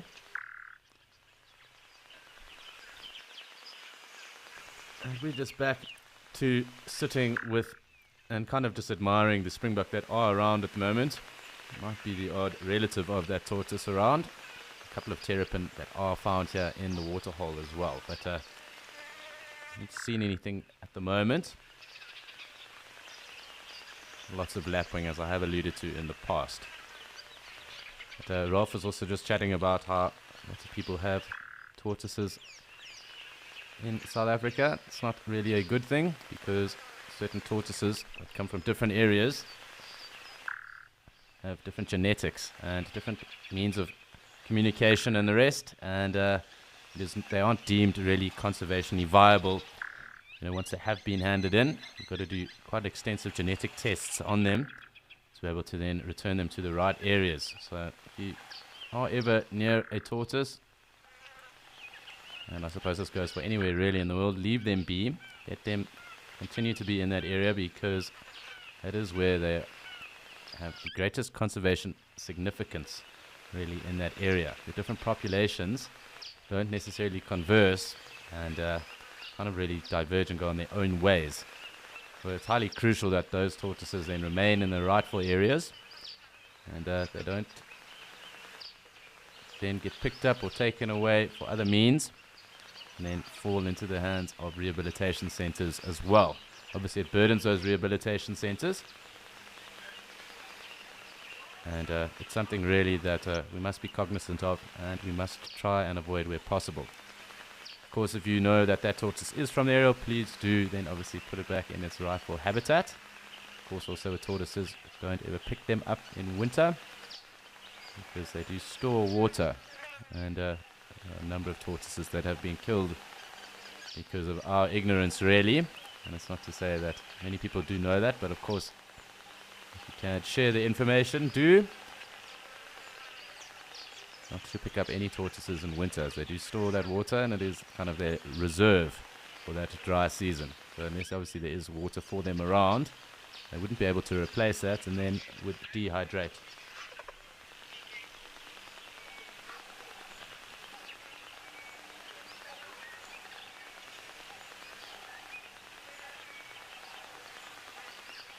So just sitting here, as I said, lots of lapwings, lots of egrets, and 4 springbok that are with us at the moment.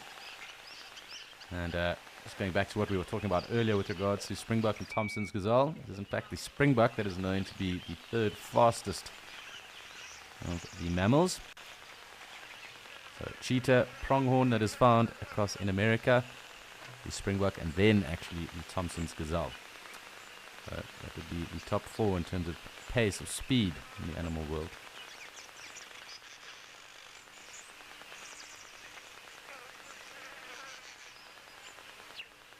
That's just a nice quiet moment here in Okakuyo.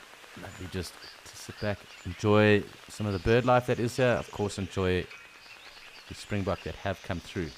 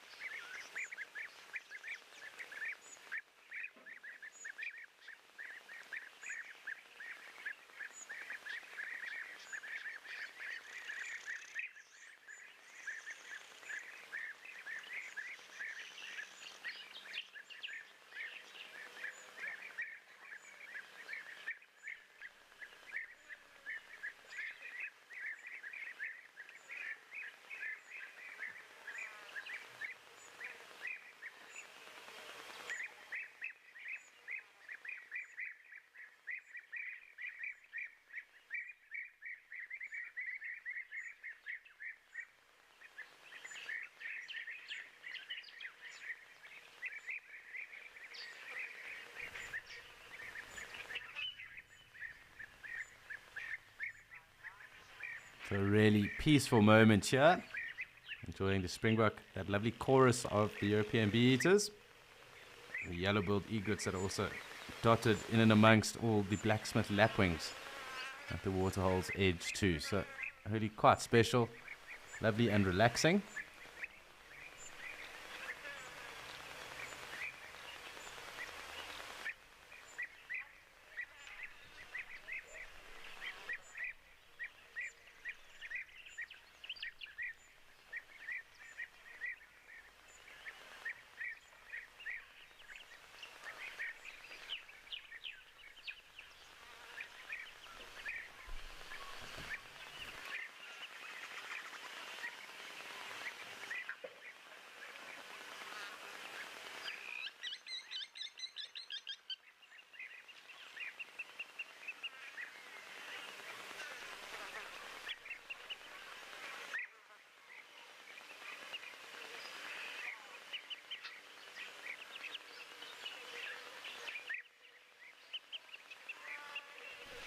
So it is rather cool, but there is a bit of a treat in the form of a bird of prey across Njuma, and it's time for us to check in and go and see what it is that is showing up for us there.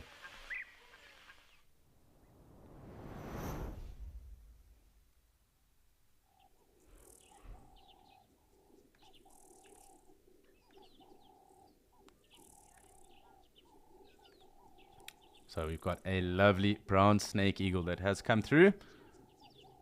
You get the black chested snake eagle here as well, but this definitely being the more common and quite cool. You can just see also just the shape of its head, that white kind of coloring or feathering that is there on its head. It just is blowing up. It does have a bit of a crest at times, however it generally does look brown. So that is just there underneath its wings though. While it does fly, you also notice white.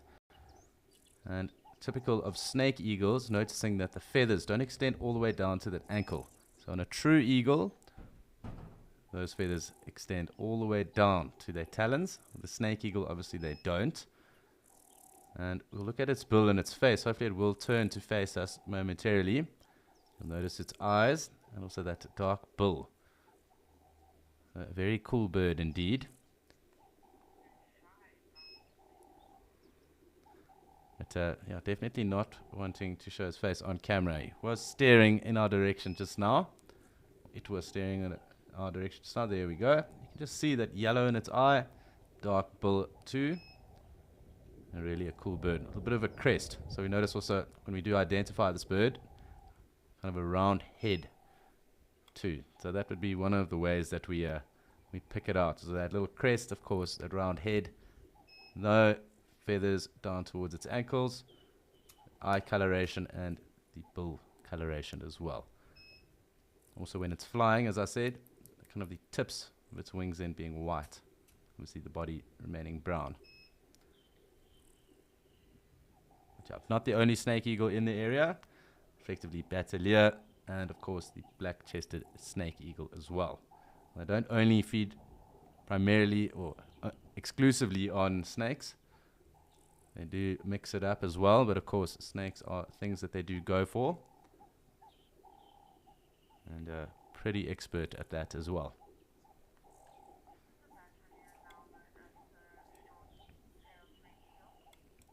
So Morgan is in my ear and she is correct with what she's saying, asking if the Bateleur is also known as the short-tailed snake eagle, although for nostalgia purposes and purists, I suppose Bateleur is a name that will not be easily forgotten. But very correct. Of course, very pretty birds, highly endangered as well. The wind giving us a little bit of a jar here with the camera, but really awesome just to be able to spend some time and appreciate a bird of prey. It's not all the time. Birds obviously are very tough to film. Obviously, having that ability to fly off whenever they please. And generally camera controls and the rest not being able to keep up with that. But very cool. Lovely to see.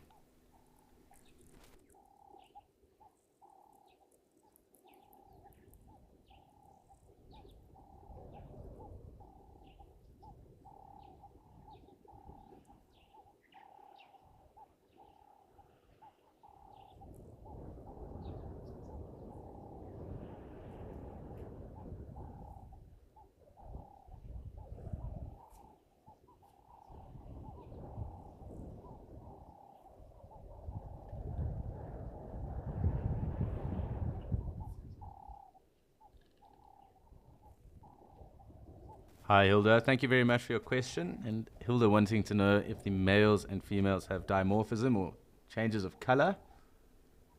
And no, there isn't. But obviously, with the immature eagles, they have to molt and get to this mature kind of molt coloration as well. So it's not impossible to see the odd one kind of dappled, and then obviously getting through to that true mature molt. And that can take some years sometimes. For example, with regards to the battaliers, that can take sometimes 5 to 8 different molts.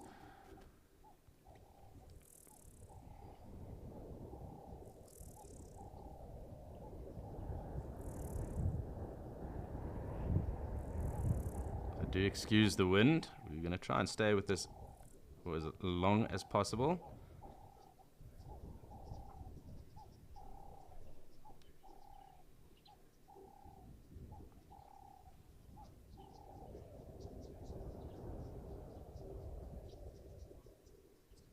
I was talking about how they can have a varied diet as well.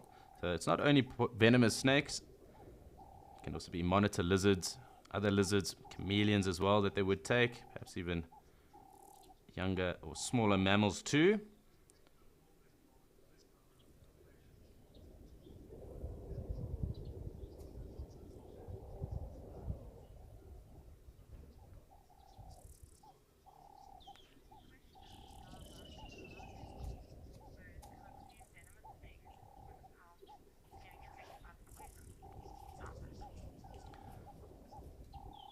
Hi, Starbuck. Thanks very much for your question. So, right now, currently what the bird is doing is kind of sitting on that perch, and we can assume that it is probably looking for an item of food. So, what it would do, it does hunt kind of like a harrier. It drops onto its prey and then smashes the spine, and it uses those very powerful or talons, really, those feet, and then also uses its beak to kind of twist into that neck. It crushes the head as well, and then it'll generally eat the head first. They kind of paralyze those venomous snakes first. So they've known to take large mole snakes, even African rock pythons as well. Those very scaled legs also do obviously add to some form of protection for them. So it is rather tough for a snake to get into that or bite that. They've got a very large gape as well, so they can also then put in very thick snakes as well, so such as puff adders and the rest.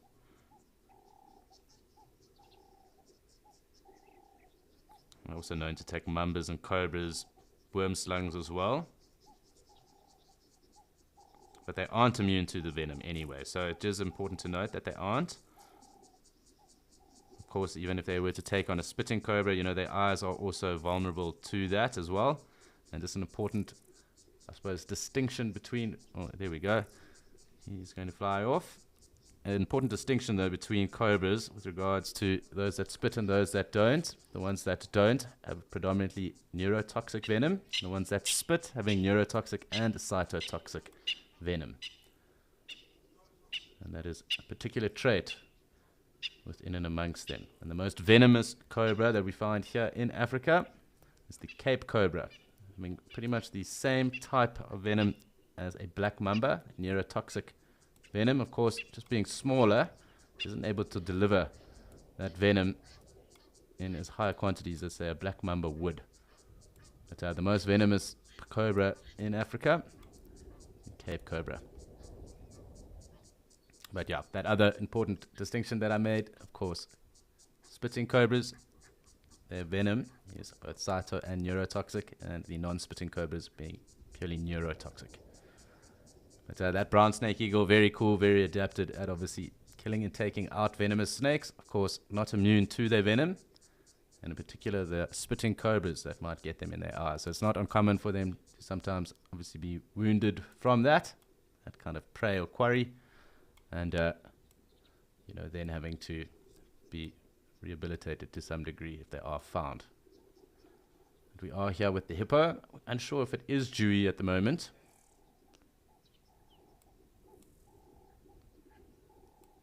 But quite cool. Lovely to see. Kind of hanging kind of in the shallower depths as well. So, very cool.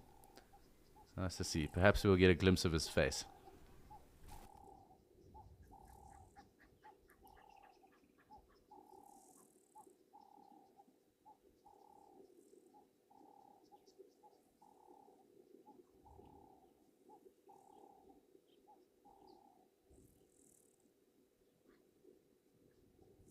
And just continuing our chat around that brown snake eagle. They roughly have around 1 egg that they will lay. I mean, it's not impossible for them to lay 2, but it would be 1 chick that generally then gets majority of that attention. Like with most birds of prey, the strongest kind of firstborn being able to consume first and eat, obviously pick up its strength and grow fastest, then benefiting from exactly that from age. And then being the one that would then, make it hopefully through to adulthood. Of course, hopefully through to the first molt or fledge. It is known that other things such as giant eagle owls and that are known to take birds of prey as well. So that could be chicks or even roosting birds of prey. So within an area that, for example, Veru or giant eagle owls nest, generally there are never any other birds of prey within around a kilometer radius about around that. For exactly that reason, as Veru eagle owls are known to take roosting birds of prey while they are sleeping at night. Of course, another number of other dangers that might be posed to, for example, the brown snake eagle that we did just have. Of course, if there was a little chick in a nest, other snakes in the area might be able to get into that nest and, of course, take that. Of course, other birds of prey, perhaps genets. Those would be things, even leopard.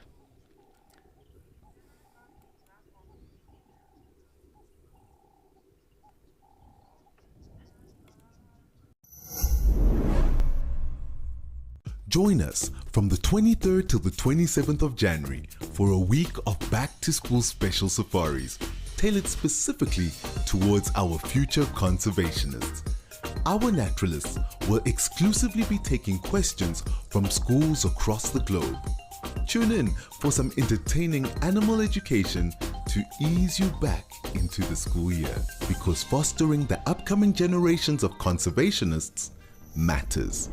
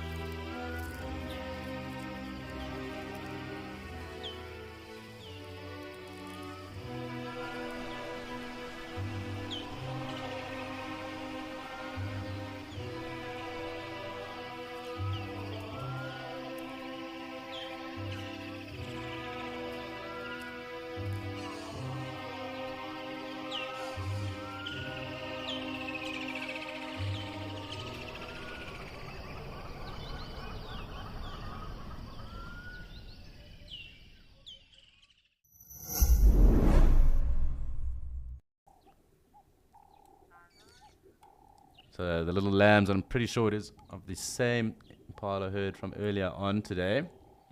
Kind of all scooting about like that and slowly starting to head towards the thicket now. Very cool. Nice to have them still around. Good to have had all this action today.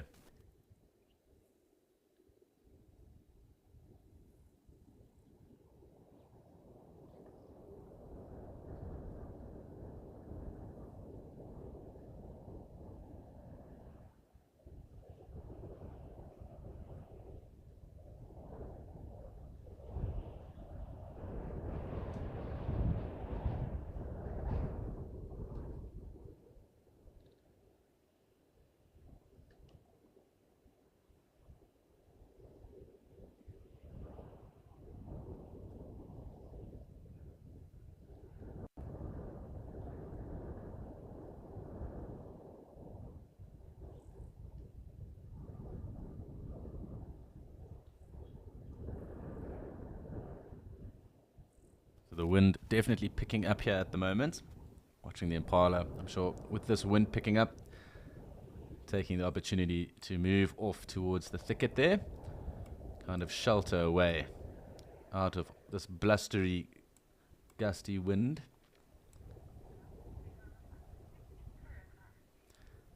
So very cool. Lovely to have spent some time with the brown snake eagle, of course the hippo, and now the retreating impala. But it's time for us to head across to Nick and see what's going on down there in Kariega.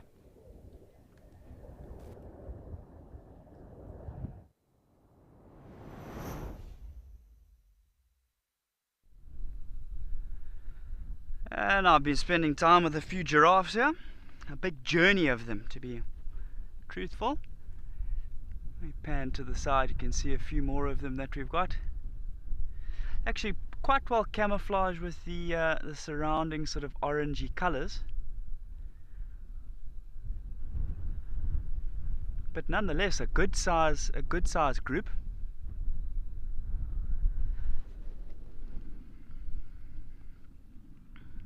Let me see how many we've got here.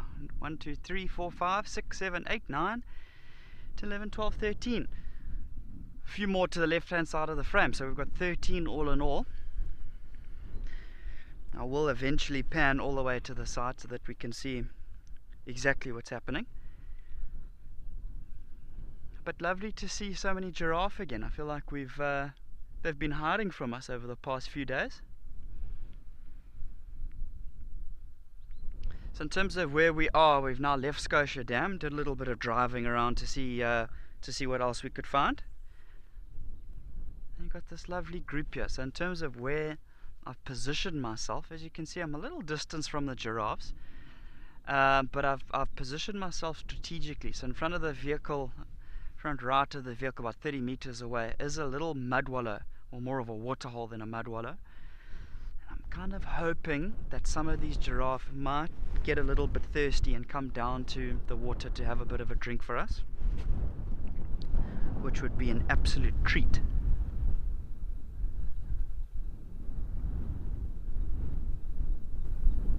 Just looking from here, judging by the thickness of their horns, it looks like a lot of these giraffe that we're looking at are males. Remember, in terms of the horns of those ossicones, the females will have slightly more elegant ones, a bit thinner, black tufts of hair at the top. Can't really tell in terms of the hair at the top from here, but in terms of the width of those horns, they definitely look to be decently wide from here.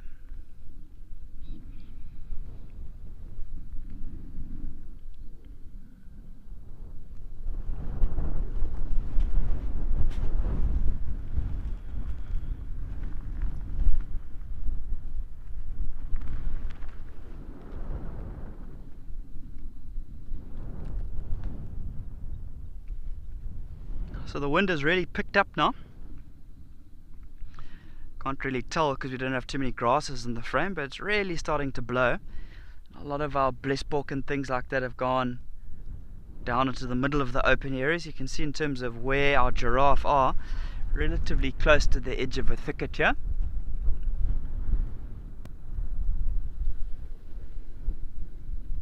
You can see we've got one of them lying down as well, so they're looking quite restful, quite peaceful here.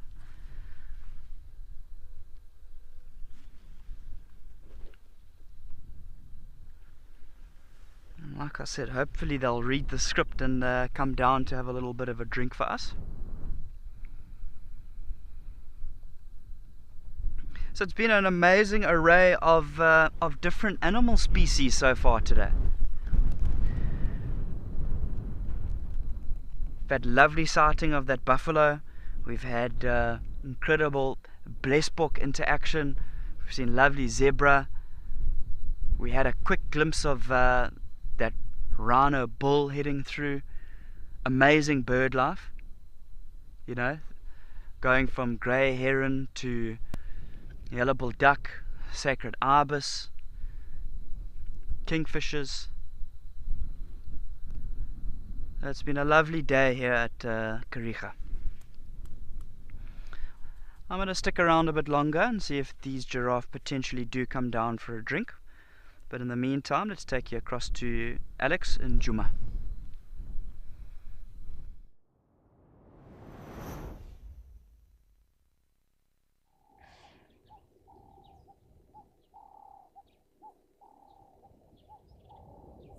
So we are back in Djuma, and we're just following up on the hippo again. It was a little bit of interesting behavior, but what we're going to do is just sit here, wait and see what does go on with him, and see if anything interesting does happen. So we'll sit here for a moment, see if he pops his head up, see if anything else interesting does go on, and we'll take it from there.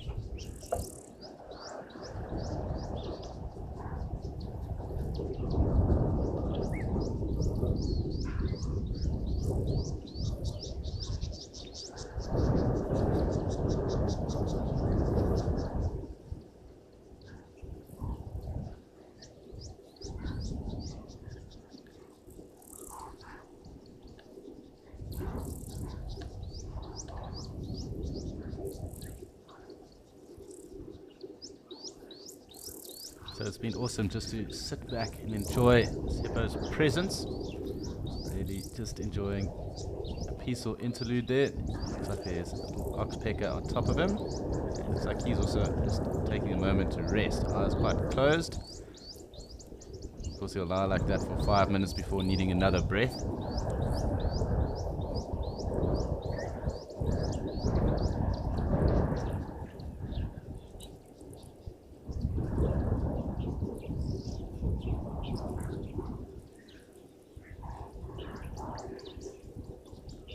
Quite cool. Interesting just to watch that oxpecker bouncing around. Hippo's on his side, really. And there aren't any terrapins around, which normally is the case. Terrapins enjoy anything that might get picked up and put in their vicinity to eat as well.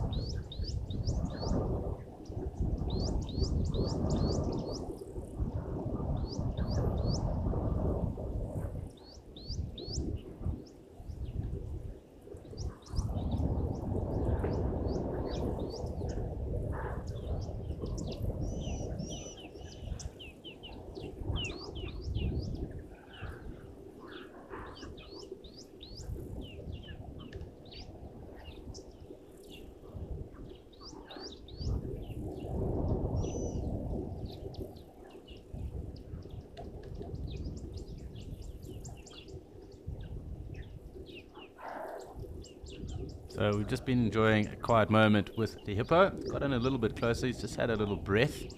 There were 2 oxpeckers that were on him, and he's on his side.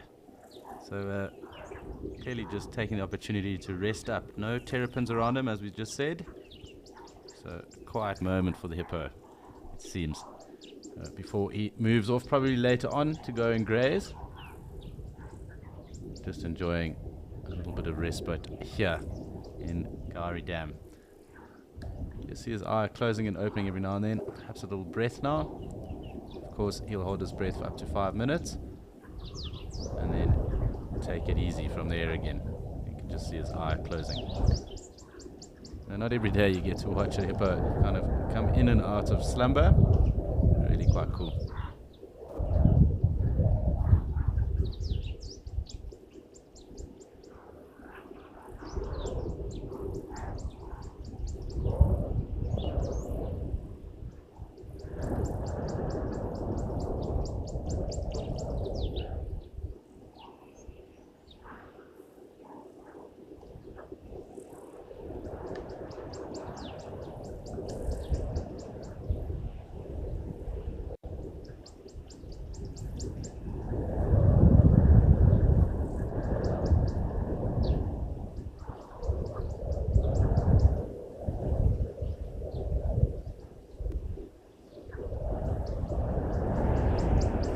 Sun's also trying very hard to get through the clouds at the moment. The wind picking up rather extensively. I'm going to zoom back out.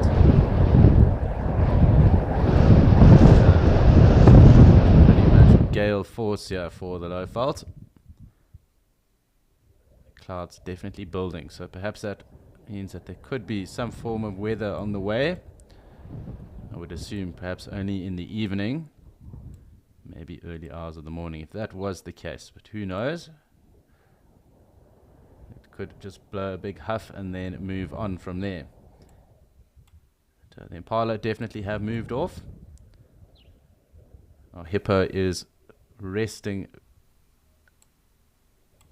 and the Egyptian geese are there with the 2 goslings. I just want to see if anything else has come through.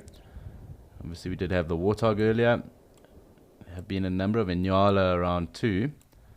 Always good to have a little look down the drainage line.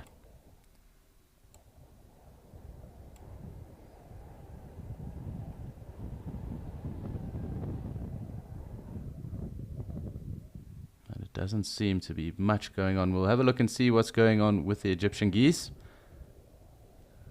And if they don't want to entertain, we'll go and see if the hippo has decided to wake up.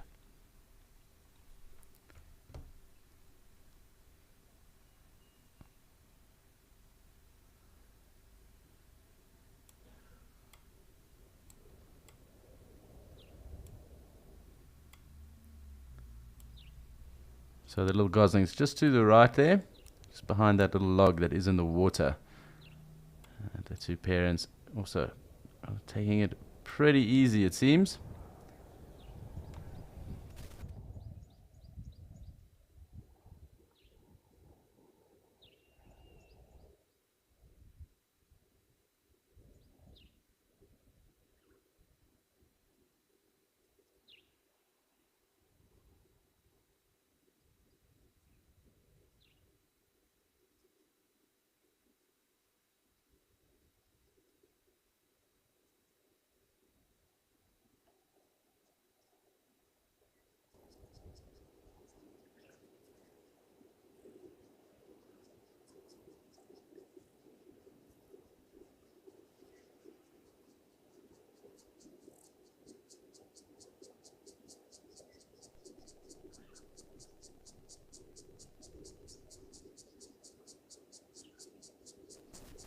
So it has been pretty cool. Nice to just sit and have a relaxing moment with the hippo. But it's time for us to see what's going on with Nick and his giraffe in Kariega.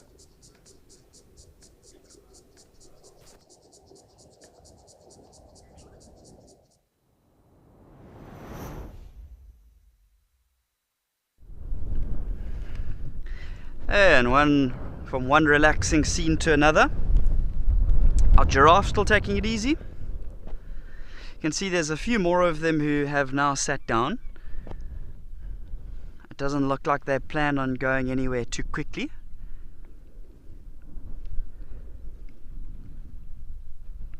None of them have come to this little patch of water that I was talking about, unfortunately. But I'm still waiting it out, just having a look to see if we do have any luck. I mean, it is incredibly hot right now.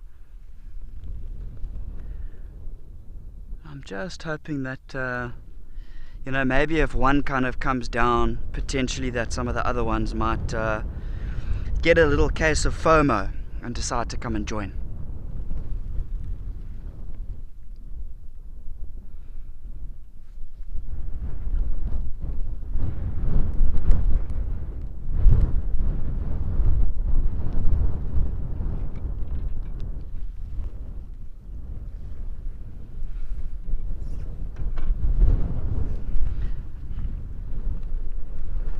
I would kind of imagine in this wind that we've got, a lot of the birds will start to struggle to fly.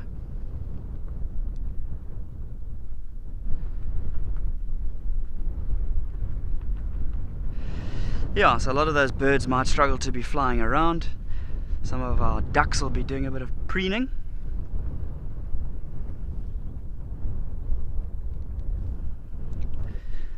Brennan, thanks for the question. I think it really depends upon what you're trying to portray in your photo. If you've got a herd like this, for me, I would kind of look to portray the fact that there's a lot of them that are lying down, that are resting. So I wouldn't look to photograph just one giraffe. So I'd maybe zoom out a little. And you can kind of see we're showing in the frame that we've got some of them are lying down, some of them are sitting up. There's quite a bit of sort of depth going from the front giraffe all the way to the back. So in terms of my settings, I'd look to shoot with a narrower f-stop.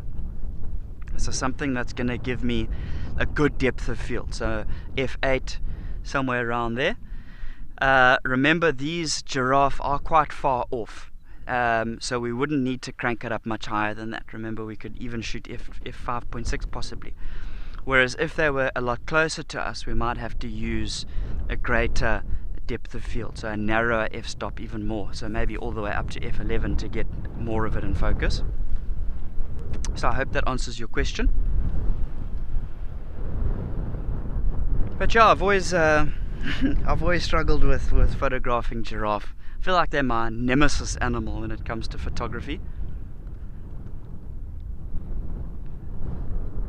Now, feel like they don't have very amusing facial sort of positions, or it's not like if they get very scared you can really show it. It's not like their face depicts it, whereas something like a leopard or something like that, there's a lot more to kind of work with. The eyes will dilate as it starts to get darker, and you can capture that. I mean, there might be a bit of snarling or something going on between one or two leopards, potentially rival males, or a mother being upset with her little cub. Whereas I feel like with giraffe, there's none of that. They're either staring straight at you, or they're chewing the cud, just ruminating, with a little bit of a Wild West song in the background. Ba-da-ba-da-bow, wow, wow, wow.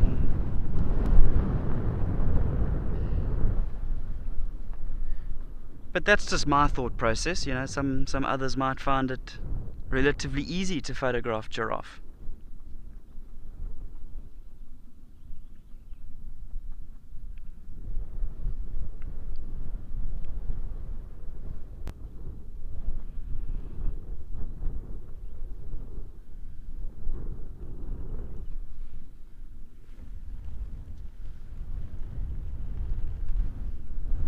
See if I can potentially show you some of the rest of the journey here. So they all kind of right up against this big ridge line that we can see.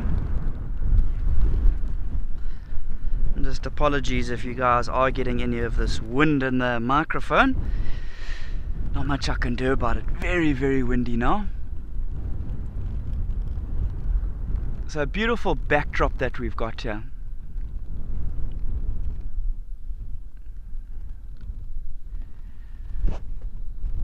This giraffe has just sat down here. We just missed him.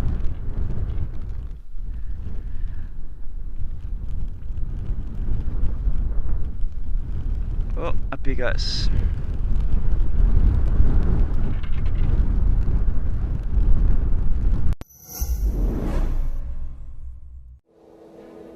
When was the last time you caught your breath? When were you last truly amazed? When last did you marvel at the wonder of nature? Wild Earth Epic Animal Encounters.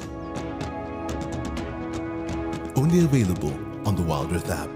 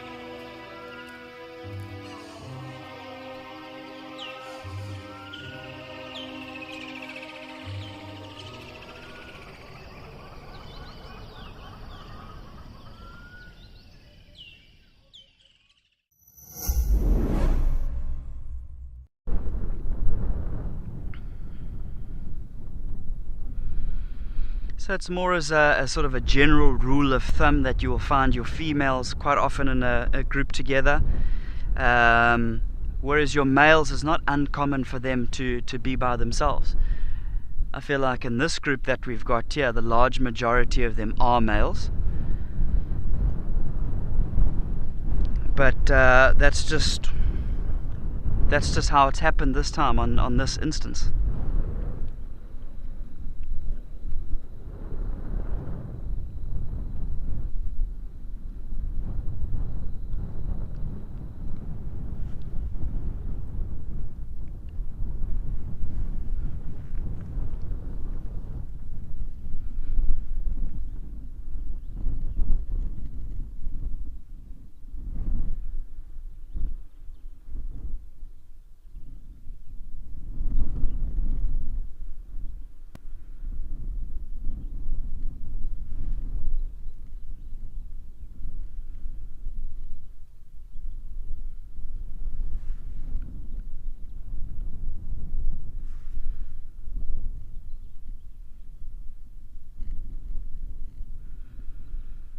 Lucretia Craft, 100%. It's definitely just a relaxing time for these giraffe. They've taken an extra day off of work and they've got themselves a little prolonged weekend, a little long weekend here. So nothing wrong with that.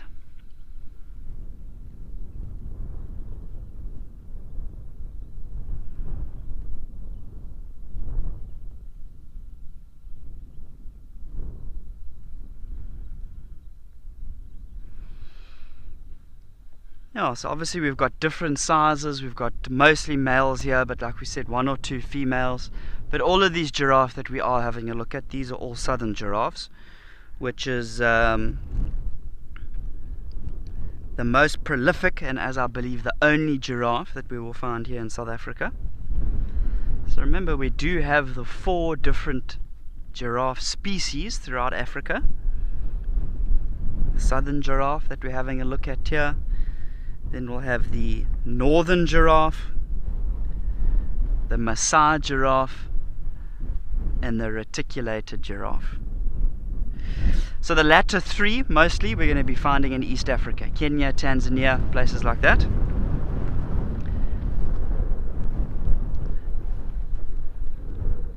But as for our tall friends here,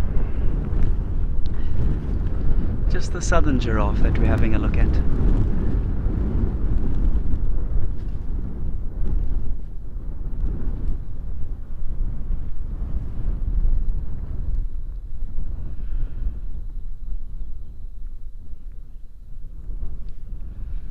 And an important species though, I mean, you look at pollination of plants and things like that, and largely sort of a very high percentage of sort of 95 or so, even higher than that percent of plants will be pollinated by insects, by the likes of your bees and other insects like that. But the giraffe is one of the known mammal pollinators of a tree that we do get here in South Africa, the knobthorn tree. So I'm sure if some of you have visited various game reserves coming to the end of winter, approaching summer, and you find that acacia tree that's got a very creamyish flower, that is the knobthorn tree. And the giraffe is the main pollinator for that tree. Interestingly, it's not bees or other types of insects, it is the giraffe. So the name of the game there is basically your giraffe will go to knobthorn tree number A and feed on that tree. So coming to the end of winter, obviously resources are tougher to get, you know, there's been no rainfall, so everything's drying out, and those flowers and the pods and things that get produced by that knobthorn tree, very high in proteins, so very good for the giraffe to be feeding on those flowers. So it will specifically target those flowers, and you know, in so doing, it gets absolutely dusted in pollen, covered in pollen, and it will go from tree A to tree B, and it will deposit that pollen on tree B, and it's a big stretch from that giraffe on the left there. Yeah, and that's pretty much the process in terms of how the giraffe will help to pollinate the knobthorn tree, which is very interesting. I think it's amazing. It's very, very cool. You know, you look at up in the, if you take the Lowveld for example, another tree that will sort of flower at a similar time of the year is the weeping boerbean. So coming to the end of the dry season, remember that weeping boerbean will get the that very red flower, that scarlet red flower that drips a lot of nectar as well. So also very high in proteins and things like that. A good flower to be feeding on. I've seen elephants feeding on the flowers of those weeping boerbeans quite often at that time of the year. And that's obviously going to attract a whole horde of different bird species if there is all of that numerous amount of nectar. You know, your sunbird, scarlet-chested sunbird, white-bellied sunbird, amethyst sunbird, Mariko sunbird, lots of different birds. You know, you'll then get your bulbuls. You'll probably get some of your barbets. You know, your black-collared barbets might move around there. You know, especially if you get some sort of sjambok pod trees growing close by. Remember, those sjambok pods have got the very long, almost sjambok-like pods. That's where the name comes from. You know, your bulbuls and all of your barbets will absolutely love that. So down here at Kariega, one of the boerbeans that we will get is the Karoo boerbean. So not really as much of the weeping boerbean, but more of the sort of the Karoo boerbean. And interesting that you know, like we were saying, our weeping boerbean will flower at the end of the dry season, whereas your Karoo boerbean, it flowers more at this time of the year, the start of the year, sort of February, March or so coming more to the end of summer. Also having those beautiful red flowers, lots of nectar in there. So the same thing again, it's going to attract a lot of different bird species. If you think of where we are here in the Eastern Cape at Kariega, that's going to attract your other sunbirds that you might not get in the Lowveld. Think of your malachite sunbird, think of your excuse me, your southern double-collared sunbird. So you'll get your different sunbird species.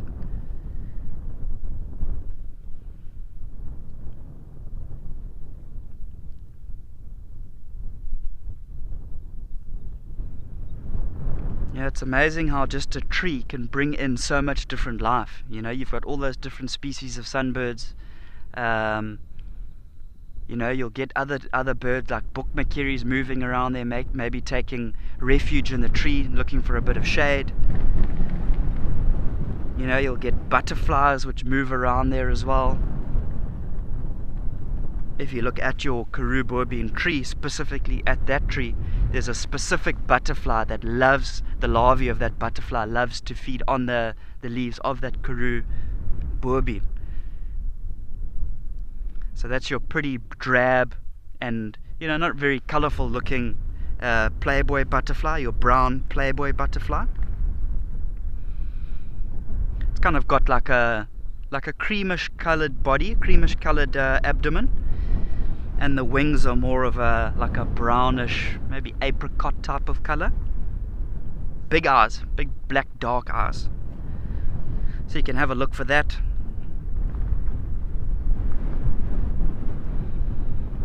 And then similarly between a lot of those boerbeans, in terms of the dispersal of seeds and things like that, the actual pod will burst open.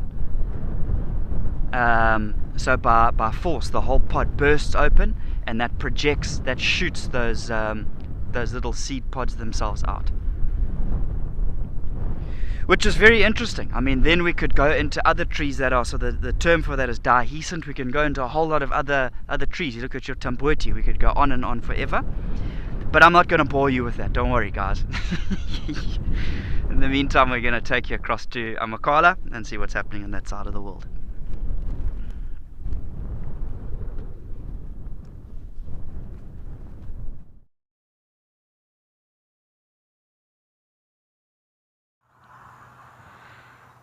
So we've made our way back onto the main reserve. We've pretty much decided that we won't be seeing Pumulela and her youngsters again today. I'm pretty sure with the heat and full bellies, they will be deep in a thicket in the shade. And what's next best on the list when it's very hot like this? It's always our go-to, and that's elephants. We've managed to catch up with this bull. And I think that this might be a Zika. He is one of the younger bulls on the reserve. There's also the one called Afsterp. No, it's not a Zika. He's got both his teeth. Could this be Collie? I'm not sure. Both his teeth means that it's not one of the younger bulls that has been beaten up by Collie. He's broken a couple of teeth now in the last while, but this one's got both his tusks, so it's not one of them, and I'm wondering if it might be actually the one who's been doing the damage. He's doing some damage to that tree now. Imagine you stuck your head in a thorn bush like that, how you'd look. He's just pushed it over. Shame. Poor tree. Why don't you pick on somebody your own size? But it does help for clearing the bush here. These are bush encroachers, this sweet thorn. I think he's just pushed it out of his way so he can walk. Or is he after something tasty on the other side of it? Let's see.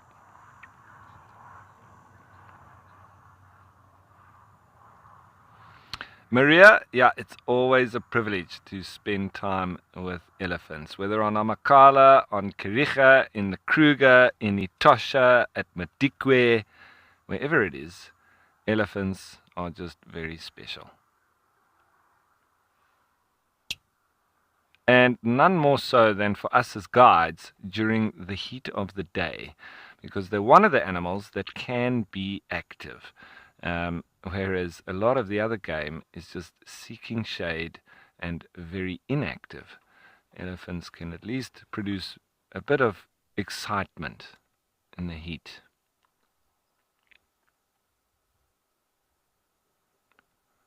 Rubbing his trunk there.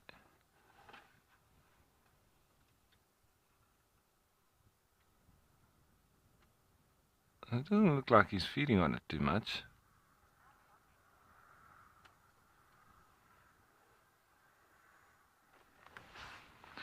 You can always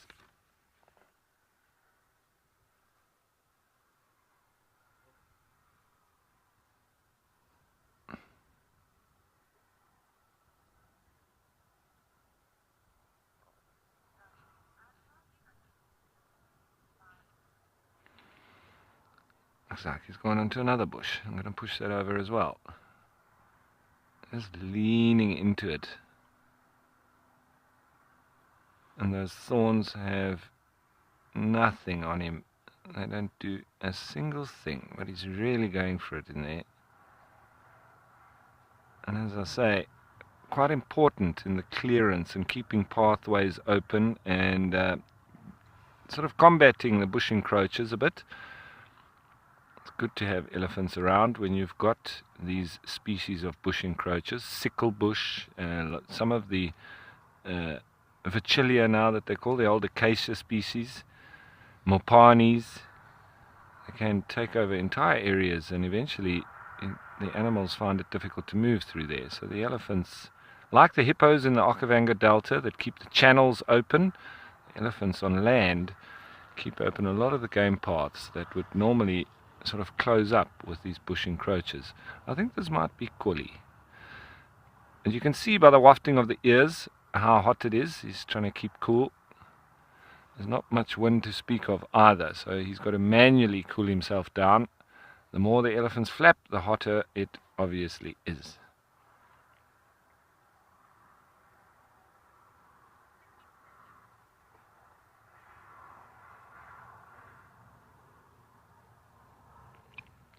We saw him from up on the hill, and we thought, yeah, okay, there's an elephant, let's go and hang out with him.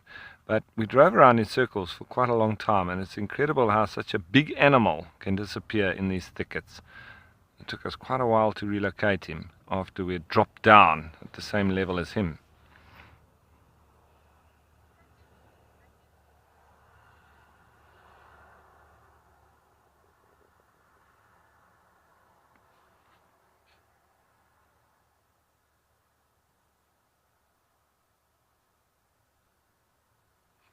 And they're pushing another one there.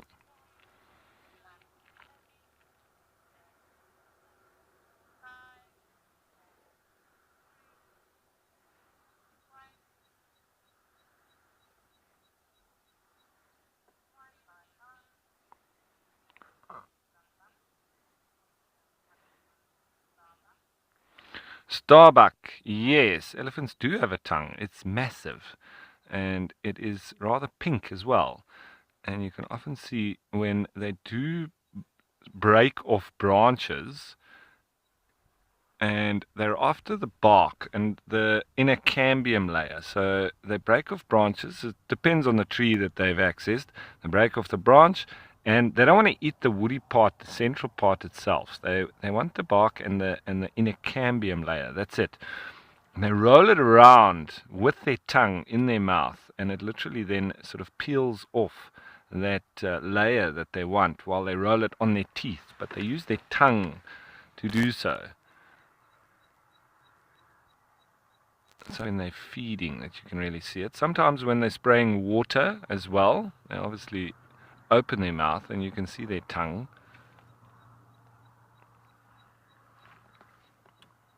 But it's huge. And it's not black like a giraffe. It's rather pink.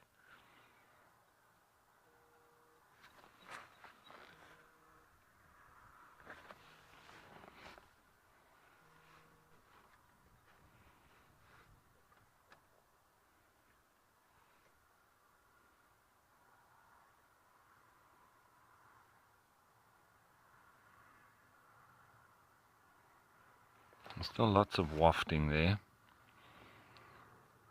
Looks like he's heading up towards the fence line.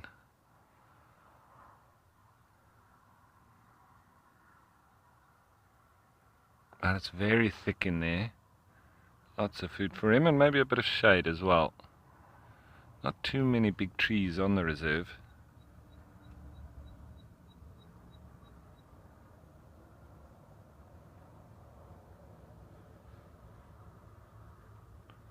Always interesting watching the big bulls wander around as well. They're not sort of as mobile as the breeding herds are. They spend a lot more time just ambling about, feeding and enjoying themselves. Whereas the breeding herds seem to sort of go from one place to another with a big focus on what they need to get done, drink water, go to feed, get shade, etc. Where the bulls sort of a little bit more random. So Natalie, with the sheer size and strength of an elephant, they're able to just bash their way through the bush. The trees just sort of fall by the wayside and they trample it, they push it over, they walk through it. It doesn't do a thing to them. They don't worry about it at all. It doesn't matter how big those thorns are. Their skin is over an inch thick. They don't even feel it. I think he's accessed whatever he wanted there in that thicket, and now he may be heading for a bit of shade. It's getting really hot. Maybe some water? Who knows?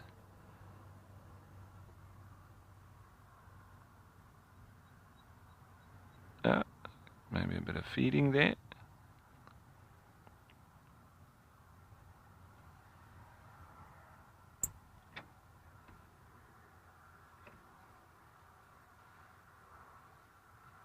Looks like he's going to head down into the Bushman's River line. They can amble around quite a lot, and then suddenly you sort of see them walk with purpose. Seems like that's what he's doing now. A little bit more purpose than he had.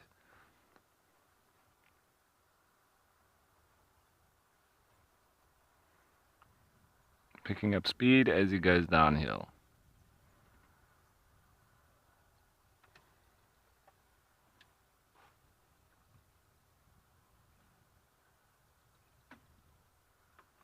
And there you can see the heat waves as well. It's probably lower to mid 30s, I would say, at least 32 degrees or so, maybe 35.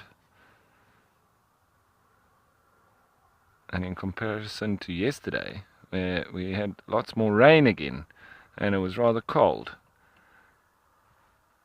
the weather has been changing on a daily basis. We have hot, then we have rain, then we have hot again, and it seems like the hot is going to continue on for the next couple of days. But it does bring that sort of thunderstorms in the afternoon, which does cool things down a lot.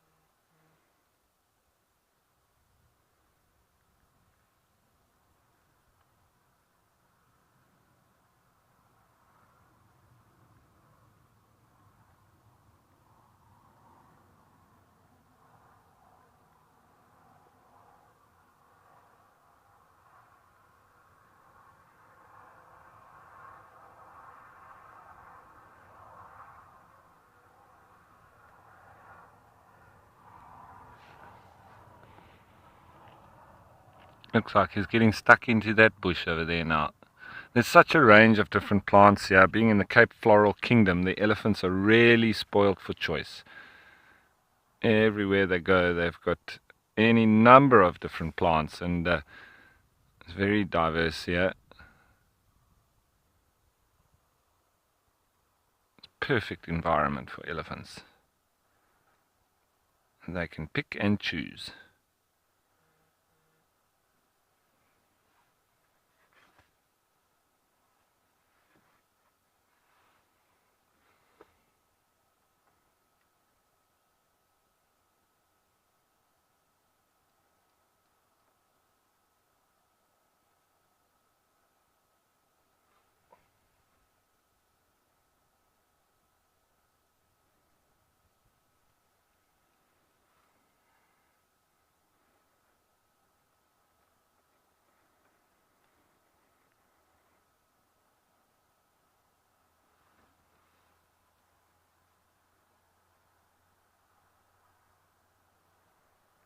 Looks like he's got stuck in one spot there. I think he may have found something he likes.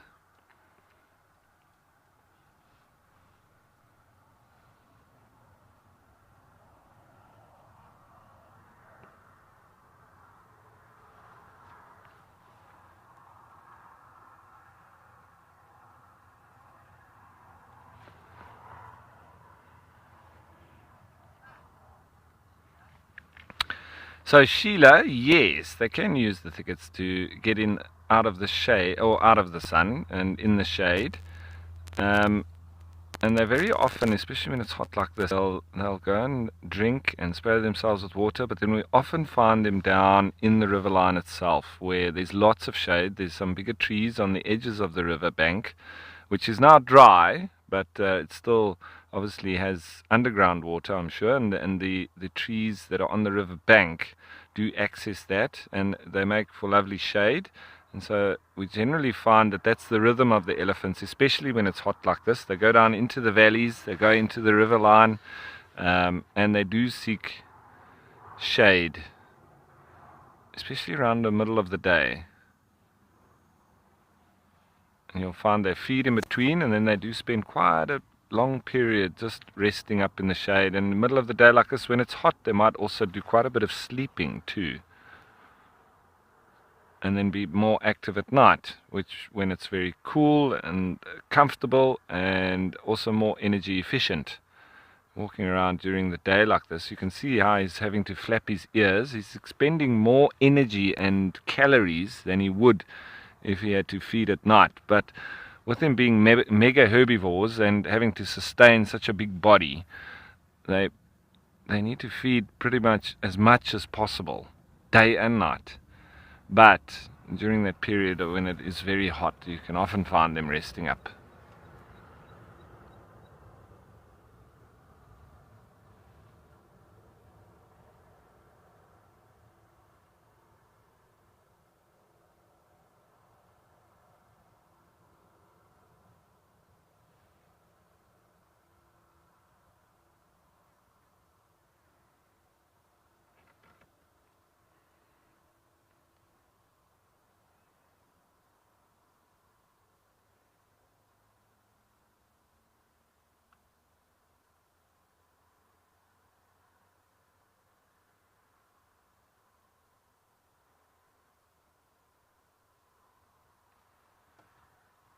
So when it is hot like this as well, you won't see them doing too much. They walk around slowly.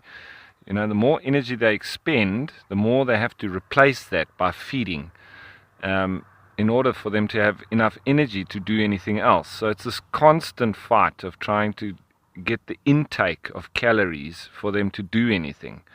And with their digestion being very poor, they pass basically everything almost straight through their bodies. So they need to replace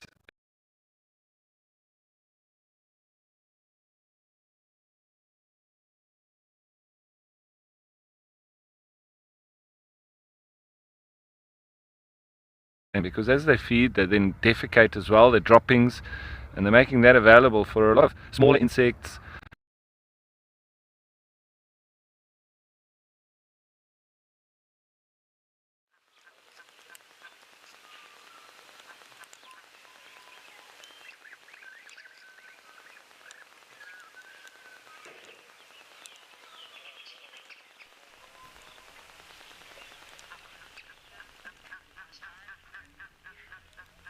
So sadly, we did just lose Amakala there quickly, and we will be back with him shortly. We jump back over to Okakuyo, and there really isn't that much going on at the moment.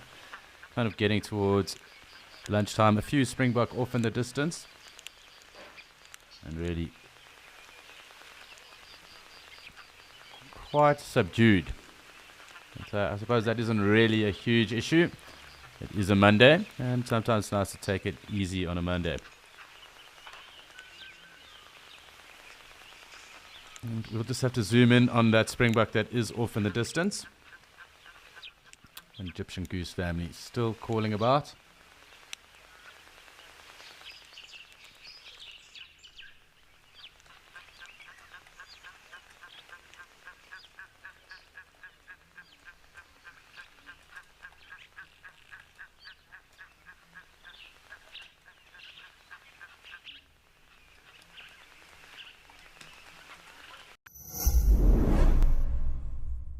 Thank you for joining us and have a fantastic You miss all.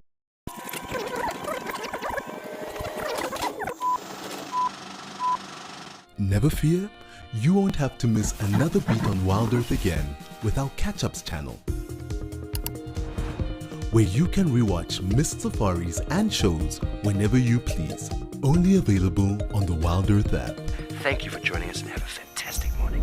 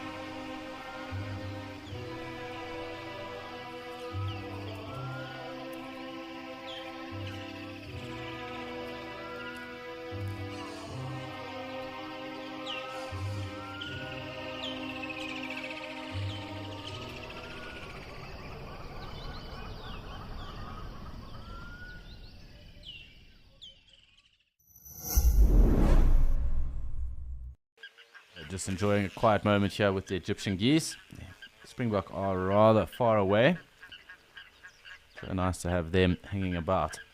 Of course, as I just did say, a couple of those goslings just taking the opportunity to kind of rest up and really quite camouflaged behind the concrete at the moment.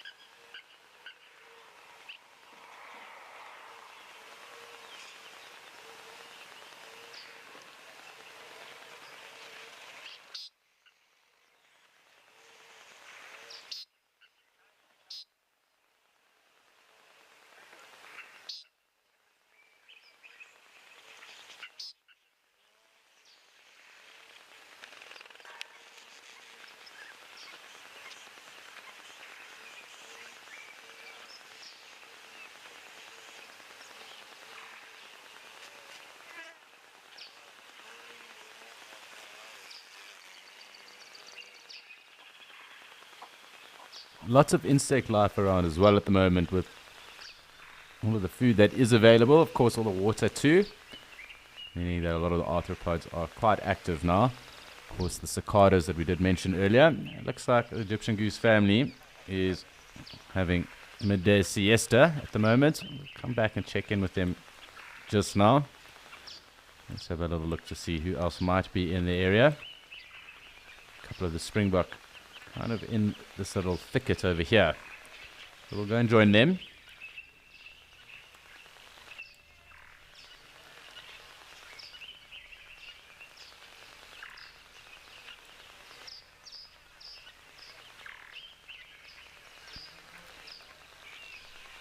Another pleasant moment here with the springbok.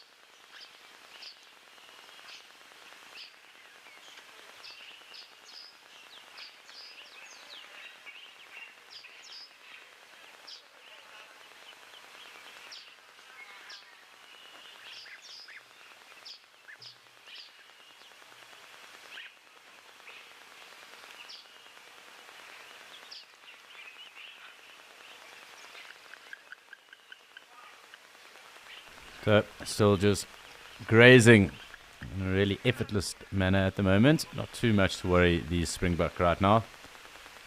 I suppose other than getting those calories in and making sure they kind of bulk up for winter. Of course the leaner time. So getting themselves into a really good condition right now with all this abundance of food.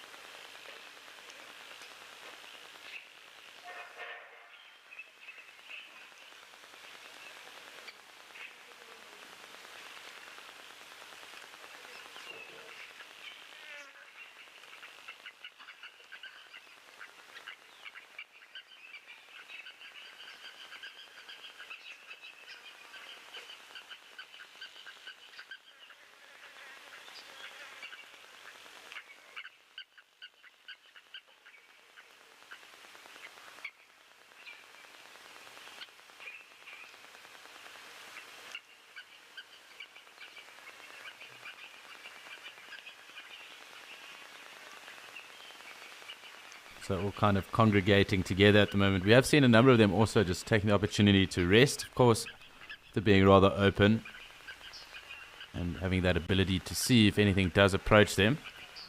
It is rather easy then to keep an eye on activities around any of the thickets that do surround the area.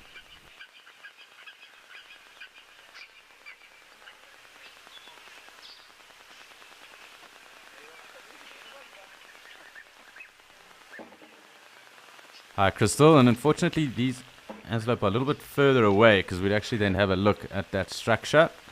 But effectively, they kind of have binocular eyes, so their eyes are kind of facing to some degree quite forward, not really on the side of their heads. Not like an elephant, for example, that their eyes are really on the sides of their heads.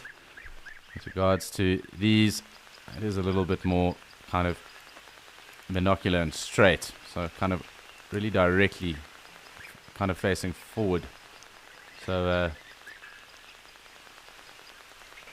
kind of in between that that obviously of the binocular that we have, so primates and the rest. Just trying to see if there might be an antelope that is a bit closer.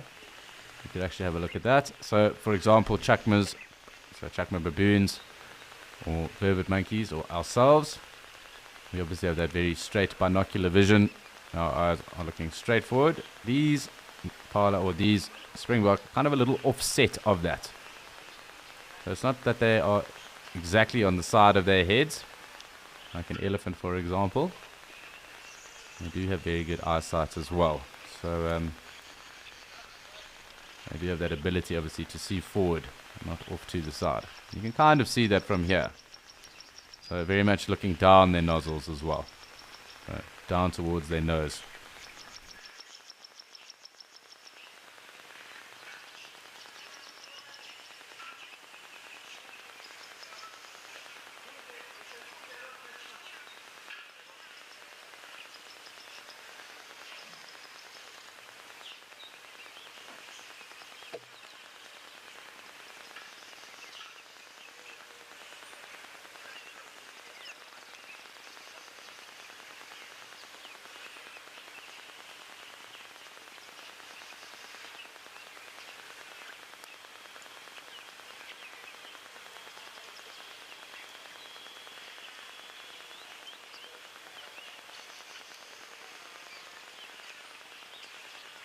There was a little bit of a glimpse of exactly what I was talking about there. So not having their eyes really pointed right on the sides of their heads, just a little bit offset of straight down, and they do have pretty good eyesight.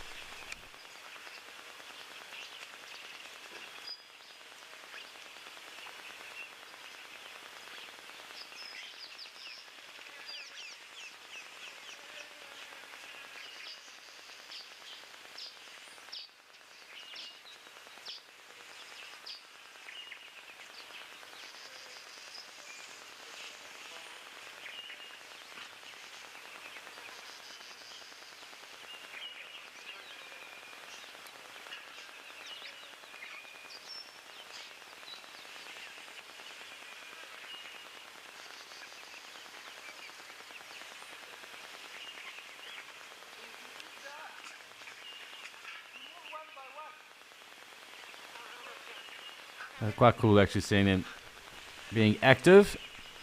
As I was saying earlier, they are very arid adept and they don't necessarily need fresh water every day or even in fact in their lives. They can also go obviously months or weeks without it.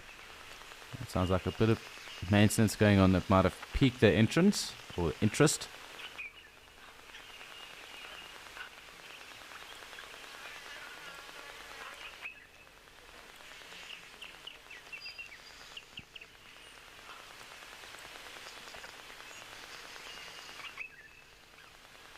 But yeah, just keeping an eye on what is going on with the springbuck, where their attentions are at. I think possibly back to grazing.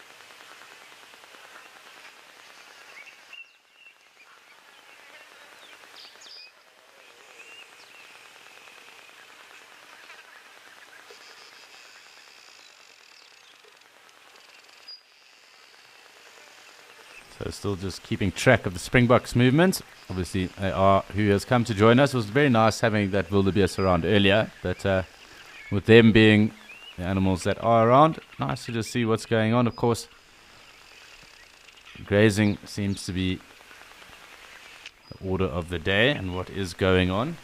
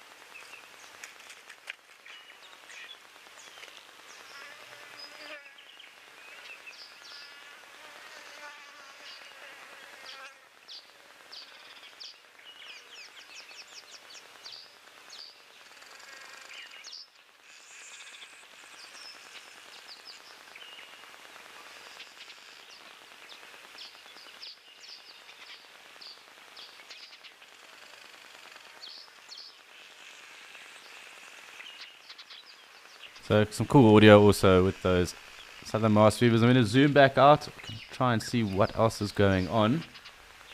It might be around.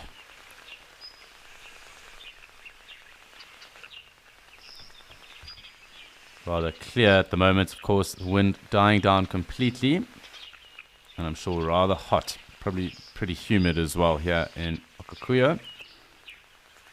The Egyptian geese having moved right across to the side, so kind of almost like doing laps around an athletics track. That's kind of what they're up to. I haven't really seen any of the grebes either.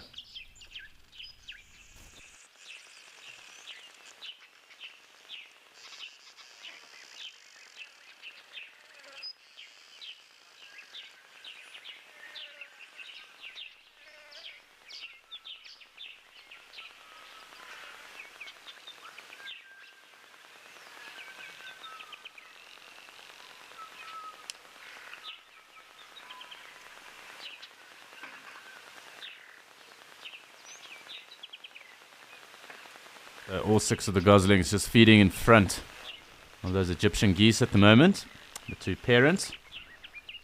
And quite cool, actually, quite awesome watching them as they forage around.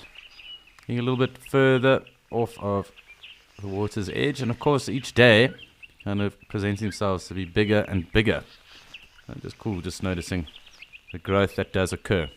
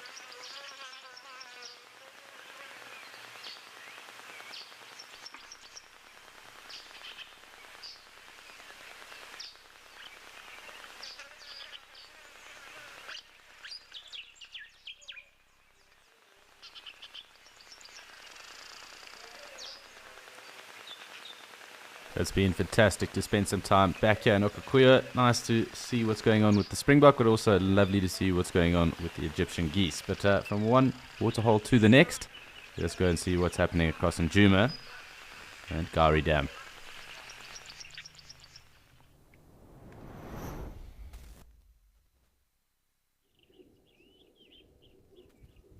And quite clearly, back with our hippo, and he has decided to get a little bit more energetic, moving about like this. So we'll kind of keep a tab on him. A couple of terrapins and that have attempted to climb up on his back, but with him kind of moving around like this, that didn't really last for them. Get a little bit closer in on the hippo. I did say we're not too sure if this is Dewey or not. But great that the hippo is around, and of course great to see being a bit mobile. Of course, lots of scars on their back. Here we go, rolling over. Terrapin on his side, getting told the bus is full. And right back on as well. So quite cool watching this.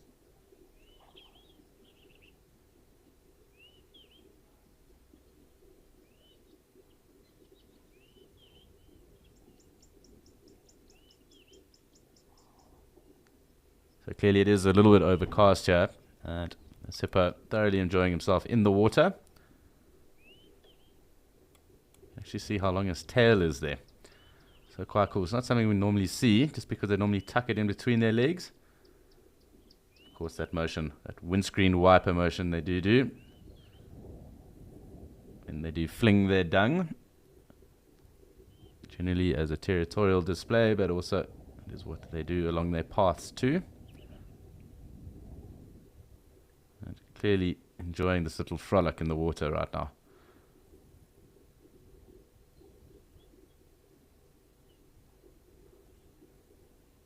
Really quite cool.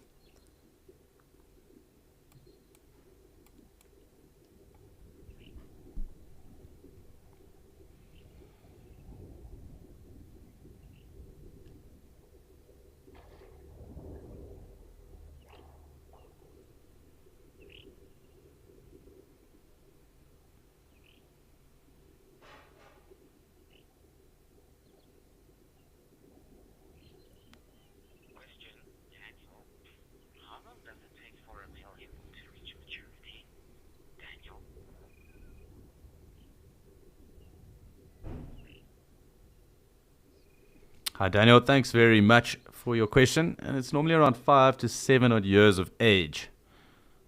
That's generally when they're around sexual maturity. So when they'll start to be able to reproductively be mature, or reproductively mature at least.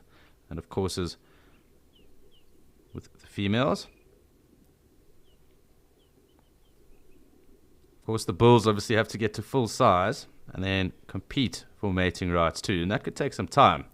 Also just depending on, the strength of relative rivals and other bulls in the area. So that could also dictate as to, how long it might take for a male to perhaps take over or, gain dominance or mating rights. And when they do fight, they can fight for up to a week. And it really is something to behold. Loud bellows, it kind of sounds like lions hunting buffalo the whole time, and it really doesn't stop. Of course, they do scar each other rather badly as well when that happens. Of course, they can also fight to the death as well if that is the case. Two very evenly matched bulls. You can see this bull also a lot of scratches on his back too. Really quite cool watching. He flicks over, moves about. I think perhaps getting a little irritated with the terrapins here and there. Of course, that pink underside as well. Even-toed ungulates.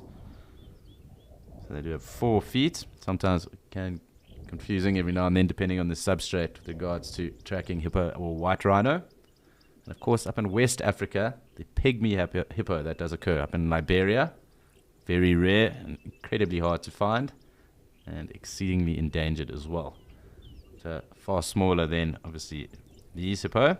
Bulls getting up to around 1,500 kg, so 1.5 tons. The females a little bit smaller, or the cows around 1.3 odd tons. But very fast, of course. River horses is the other name. They do run along the surface, or not the surface, but really they'll run along the bottom of the dams or rivers where they are found. We do get them. And as I said, look how long that tail is. Not something we see every day either. Reminds me of that saying, who flung dung? Of course, because that is what they do. They do fling their dung around. But, they aren't generally known to show too many territorial signs once they are on land. Of course, one of the unwritten rules in the bush, though, is you never get in the way of the water and a hippo. So hippo and the water, if it's that, is its only escape route. But if they are seen grazing and away from water, not really known to be that territorial. But it is something that you do avoid, walking up and down hippo paths and making sure that there aren't any hippos that might be obstructed by yourself on the way back down to the water, because that is highly dangerous. And probably the last thing you would notice would be a very round and fast, heavy thing coming towards you with those massive tusks. We did just see him kind of presenting those right now. Of course, getting out, so quite cool. I'm hoping he does get out, because they obviously do sweat, and when they do sweat, that sweat that is produced and comes out through those glands is clear. But when it is exposed to the sun and to oxygen and air, it does then go red, and it's known as blood sweat. It kind of does act then as a sunscreen for the hippos. It does protect their rather delicate skins, helps them kind of adding like a pigment kind of cover to them, and assists then with any of that. Of course, this guy having a little graze, and really it's not all too often that we get to see this, so rather fantastic. And you can just see the size of this bull. Really, really magnificent.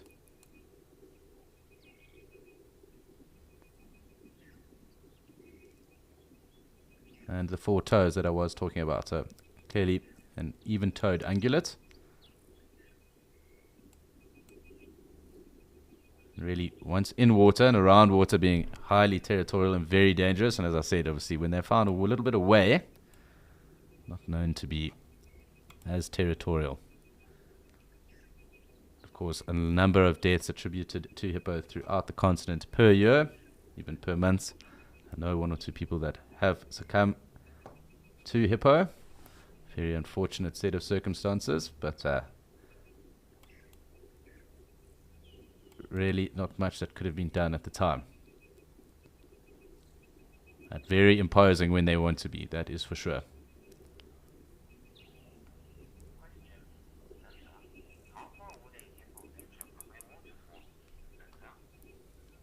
Hi, Linda. And really the distance that they venture, it really does depend on the time of the year. So of course right now, with there being lots of rain and lots of vegetation and grass that has come up, they wouldn't need to travel as far. But in times of drought and in areas where it does get rather dry, they do have to move quite extensively, and obviously in the drier months, well, it could be up to a couple of kilometers at times. It does depend on the area, like I said. So hippos, for example, in say South Luangwa, move extensively from the South Luangwa River in times of the dry season, and that as well. Also known then to not only just graze, they will take the sausage tree leaves, so the Cagelia tree leaves as well. There's very pretty mauve leaves, or not leaves, flowers. Even chew on the odd sausage pod as well. And it does depend on the area, like I said. So, you know, for instance, here in the Sabi Sands, off of the Sabi River, for example, they wouldn't have to move as far. It might only be a couple of 100 meters even at that they would then have to move off of that.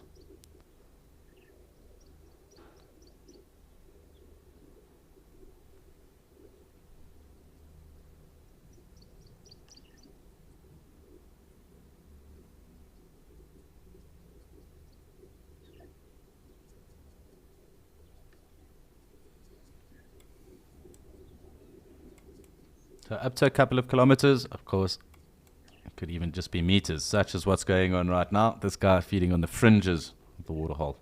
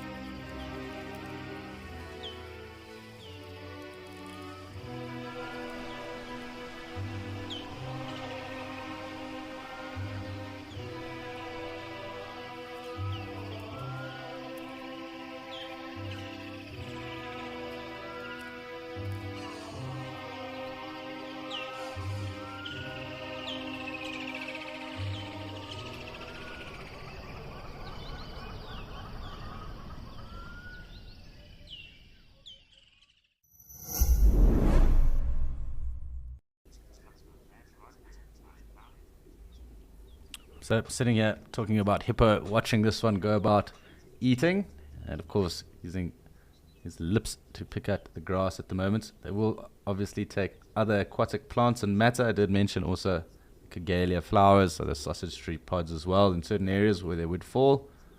Of course, even on the way out, if there was a marula that was, say, fruiting or flowering, I'm sure that would also be ingested.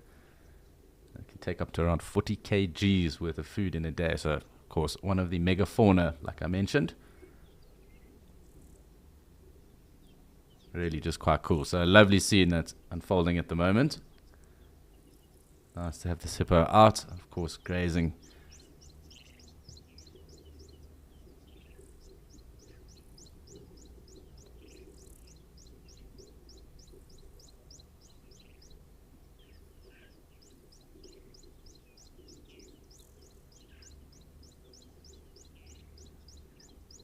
With the sun coming out, we might actually notice him starting to get a little bit more pinky red in color as he will secrete that blood sweat that I talked about. And there's two substances really that do come out then.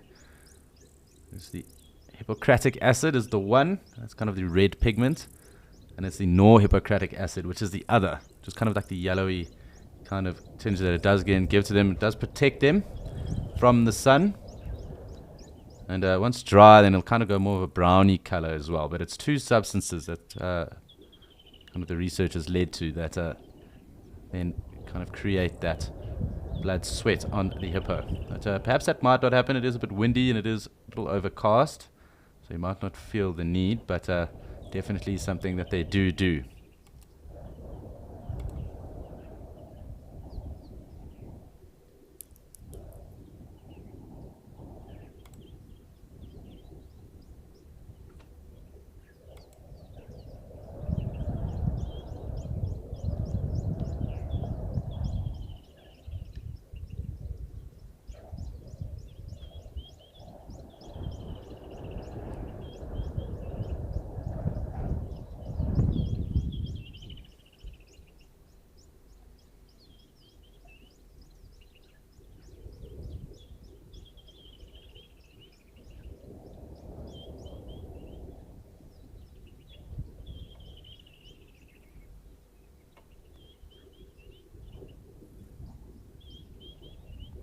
So really just enjoying a quiet moment with our hippo bull. Lovely to see him out of the water. He was kind of frolicking about and rolling around as well. He's got a bit of mud on his back.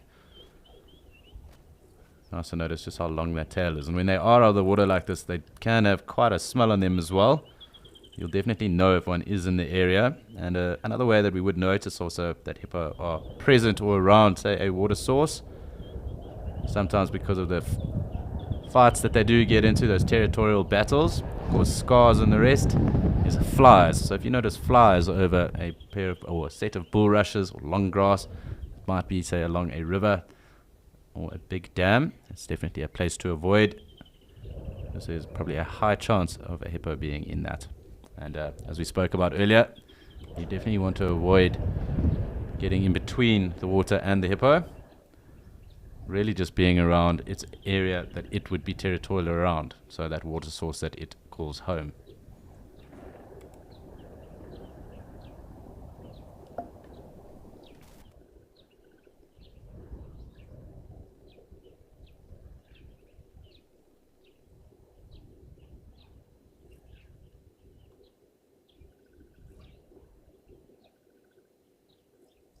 Hi Christopher, thanks for your question. And they have relatively long lives, roughly around 40 to about 50 odd years of age. Of course, captivity, that can be, well, it looks like it is a little bit less sometimes, around 25 to 30 years.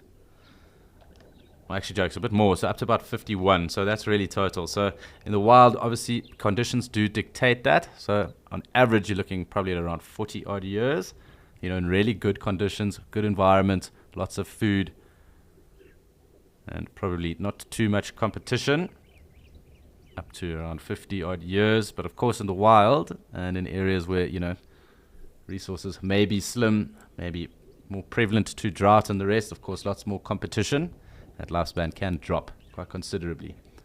So it can be around 25 years to 30 odd years then. But it really does depend on the area. But I think safest call would probably be to say around 40 odd years in general. Of course, withholding other circumstances and variables.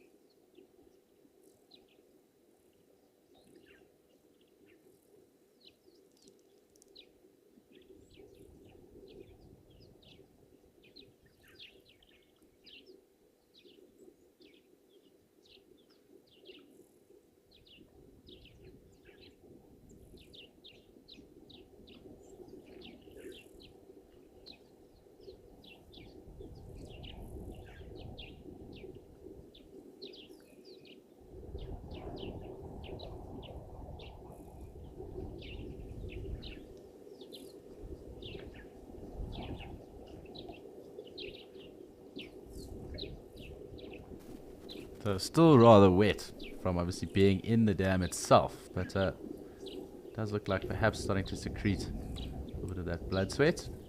Notice more on the pinky parts, so of course those areas that aren't really directly in the sunlight. We'll just have to wait and see, it might take some time. But definitely been in one or two scrapes, that's for sure. Just be able to notice his back.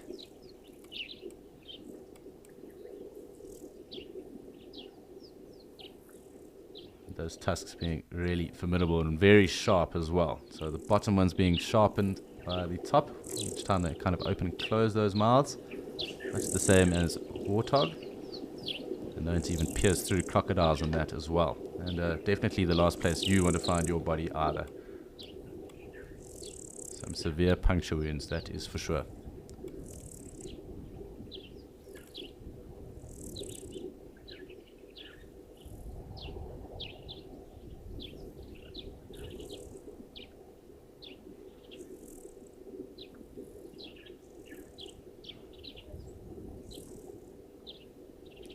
Feasting away at the moment, so really no worries for our hippo bull.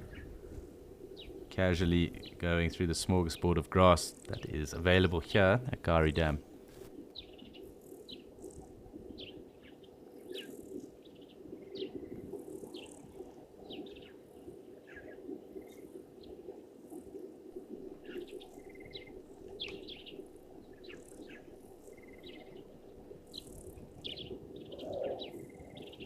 Hi, Iron Mike, and I'm sure he's been in one or two battles. I'm not too sure how epic they are. I mean, it's tough to tell. I mean, he's obviously got through them in one piece, but clearly quite scraped, as you can see there. And it's really not uncommon to see hippo bulls, and territorial ones at least, with even worse scars. Of course, sometimes open, and the oxpeckers then enjoying going for those. But very thick skins, as I said. Around 6 centimeters in thickness.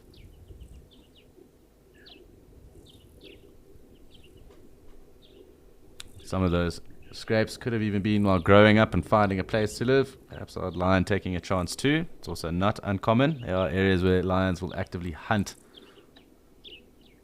smaller hippo. Of course, opportunistic as well.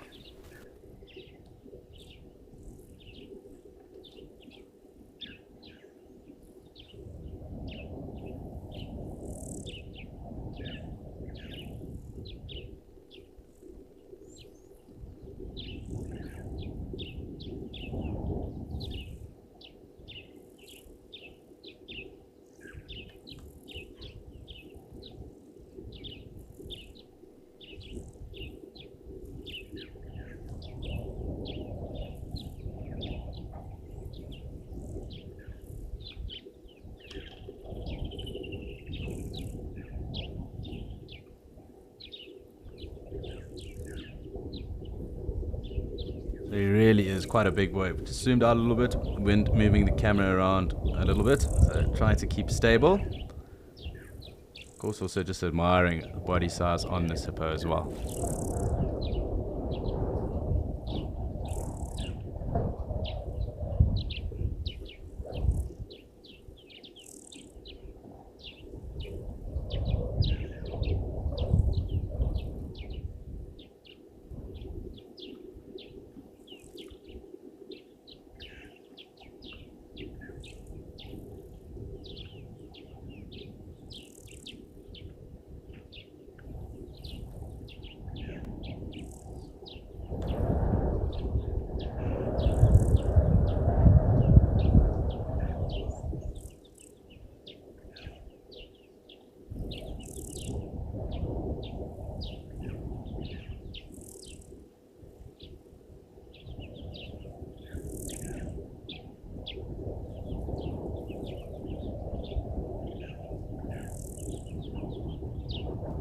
Hi Solid, thank you for your question. And there are a number of perennial rivers, so those that flow all year round, and we'll focus on those. I think we'll start from the south.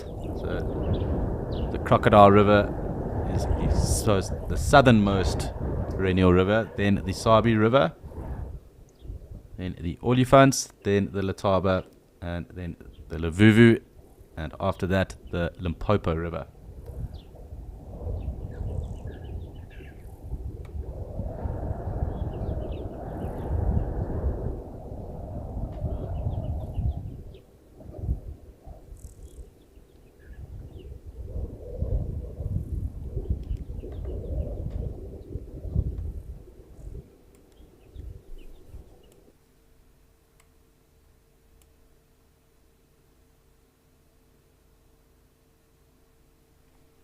Really so special being able to sit here with the hippo.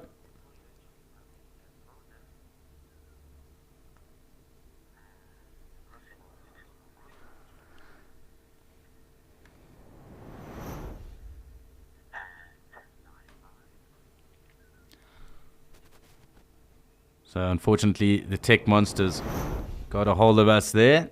And when we can, we'll try to get back to our hippo. Very cool sitting with him. Awesome behavior going on. Nice to have one out in the open and feeding.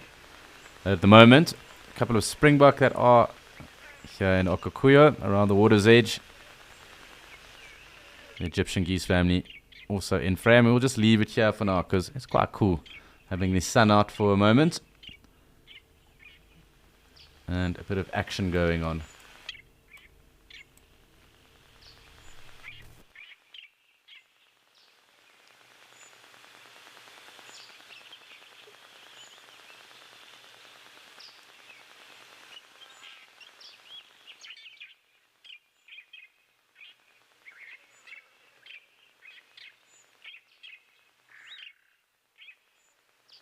So just taking a moment just to sit back, relax, enjoy a little moment here with the springbok and Egyptian geese.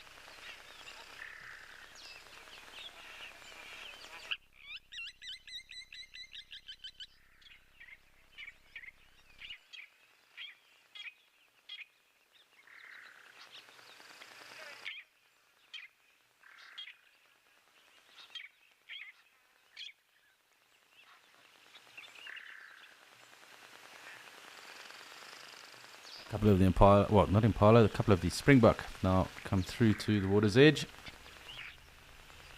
We'll get a closer look at them to see what's going on. So clearly getting quite hot and thirsts needing to be quenched.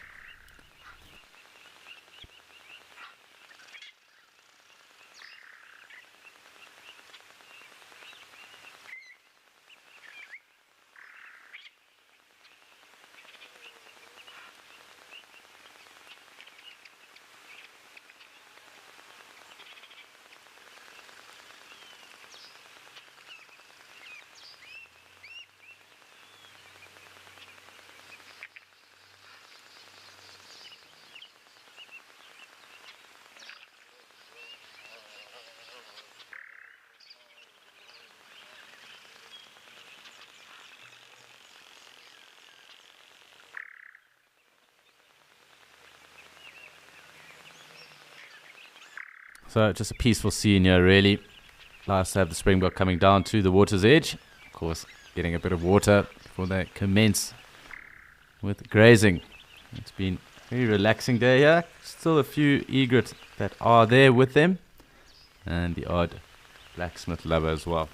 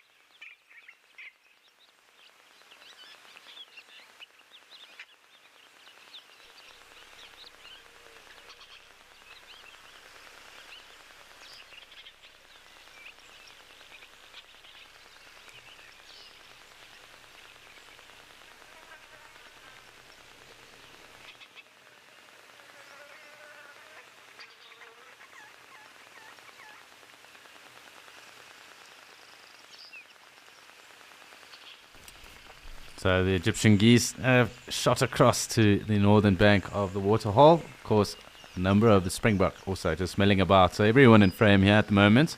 One or two egrets. The odd blacksmith lapwing as well. We're just going to sit here and enjoy. So everyone else seems to be kind of winding down into their afternoon.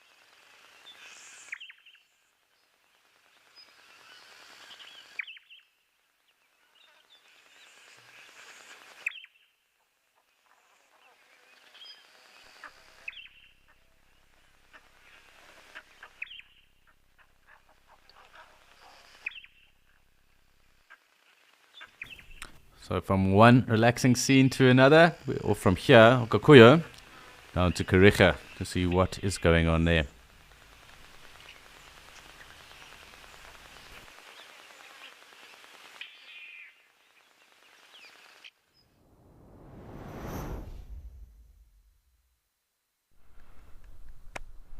Yeah, so relaxing scene here as well. Thanks, Alex. Our giraffe are still taking it easy. You can see we've got one or two of them lying down. Most of them have actually now stood up and kind of starting to slowly move around and do their thing. You can see these three at the back are still goofing around. Youngsters will be youngsters.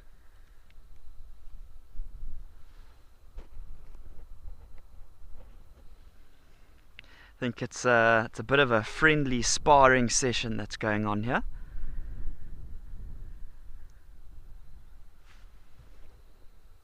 It looks like all three of them are males as well. But if you think about how giraffe males would usually spar, you know, they'd kind of stand opposite to each other, brace their legs, and then kind of swoop their legs, their head down low, their neck down low, like we saw that one doing there. But I feel like with three of them here, it's more of a case of argy-bargy, if anything else. It's like a rhythmic dance that's going on there.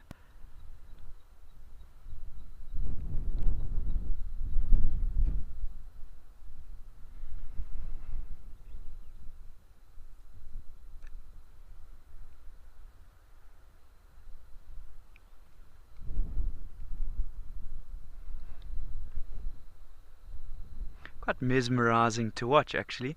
You know, the body contact you can see is quite ginger. It's not gingerly contact. It's nothing too substantial. Remember, if this was going to be a serious fight, I mean, you would hear the thud even from here. That male at the back there definitely looks like he's the biggest.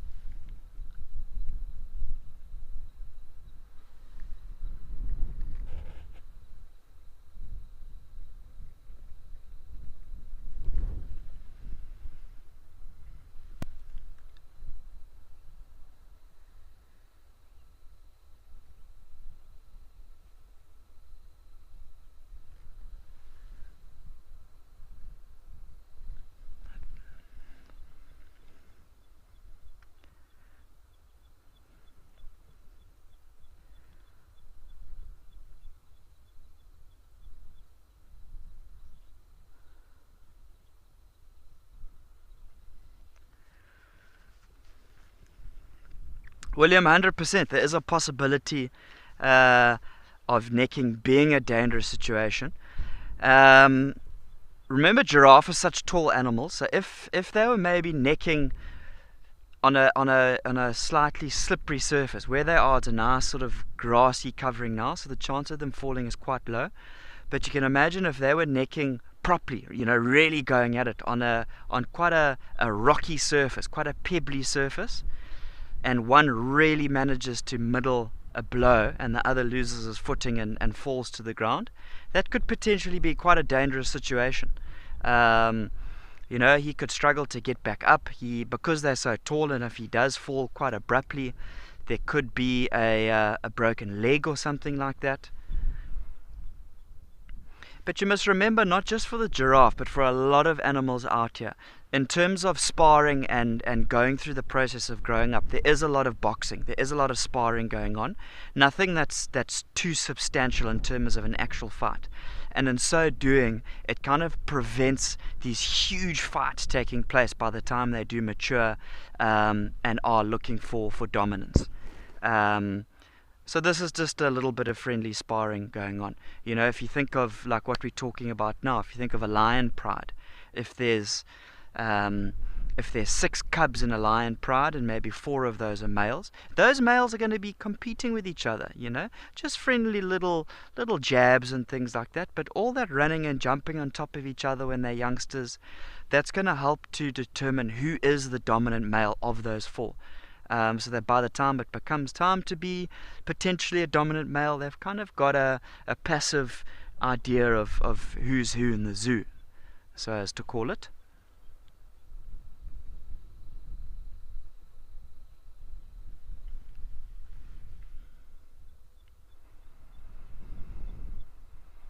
But you can see they're kind of just going through these little bouts of having this friendly sparring and kind of stopping, looking around, and then one will swoop his head down low and have a bit of an impact, and that'll instigate the other 2 to start again. And just purely judging by height, you can see that these ones have still got quite a way to go. They've still got to grow and develop quite a bit.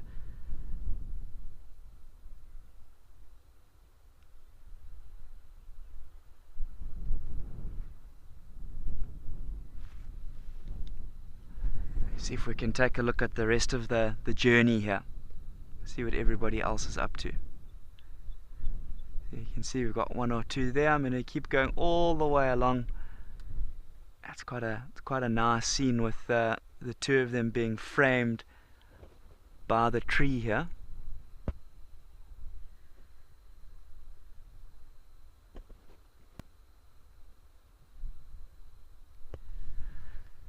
So that's the boerbean tree that we were talking about earlier. And everybody was jostling for position, looking for some shade under this tree maybe sort of 20 minutes ago or so. But the majority of some of the other ones are quite happy to just be standing in the sun now. But you can see it's not easy for an animal as tall as a giraffe to be completely covered in the shade. So I feel like that one has done so well there. Doing a little bit of active feeding while it's got some shade, while it's cooling off there, which is always nice. Killing two birds with one stone. Such a nice perspective, looking at these giraffe, almost kind of dwarfed by this tree. You know, this boerbean must be at least sort of 60, 80 years old or so.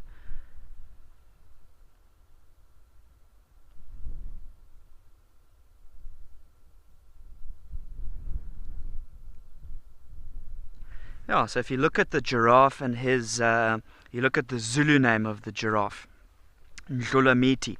It's kind of counterproductive now to what we've actually got in the frame. So remember, Ndlulamiti essentially means taller than the trees.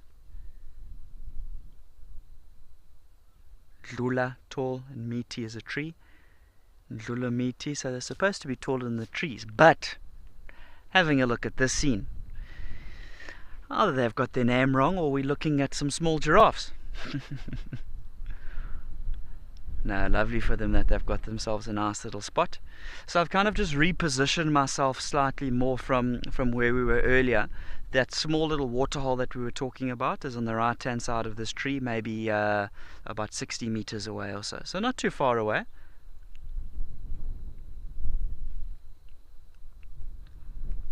There is still that breeze as well that's moving across from left to right in the frame, helping to keep everybody cool.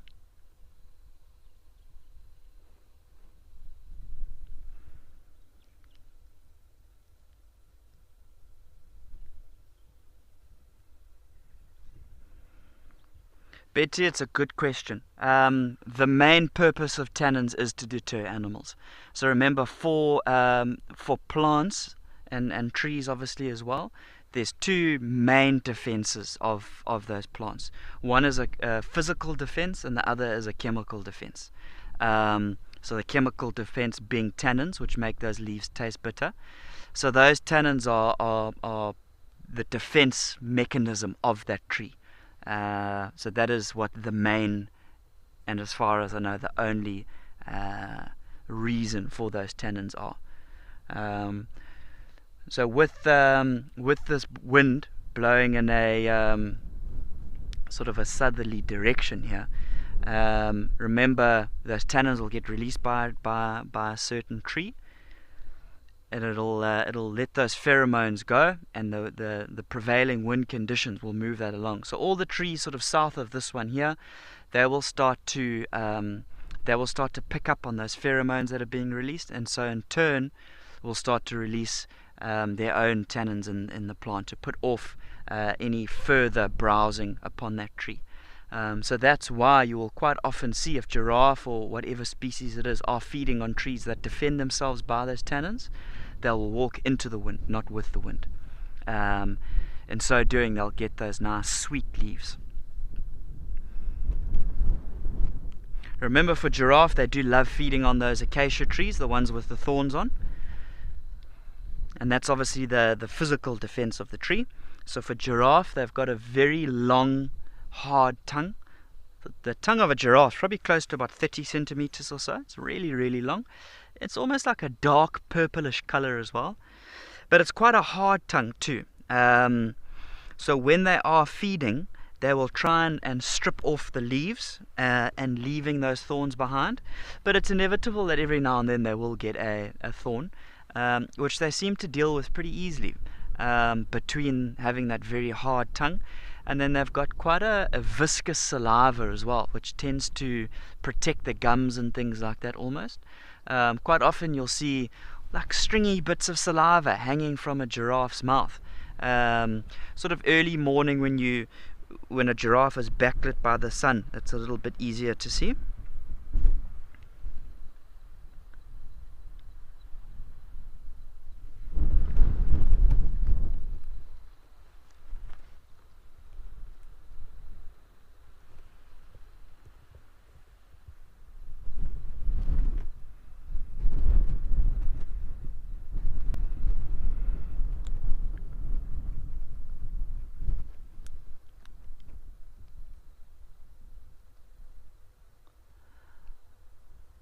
So just thinking about it a bit further, I believe that tannins as well are also responsible for a bit of colour in some of the leaves and things like that. So I mean the main the purpose is the protection of the tree, but it also, you know, if it's providing a little splash of colour, nothing wrong with that.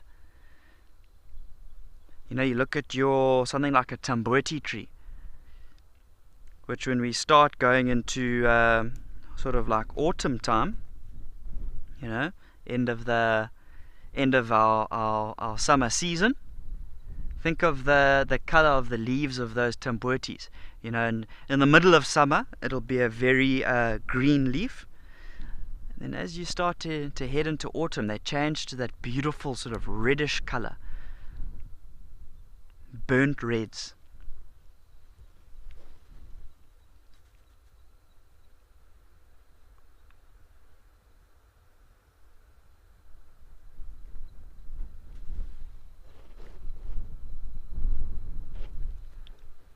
And we've got our 3 musketeers at the back here, all facing the same direction.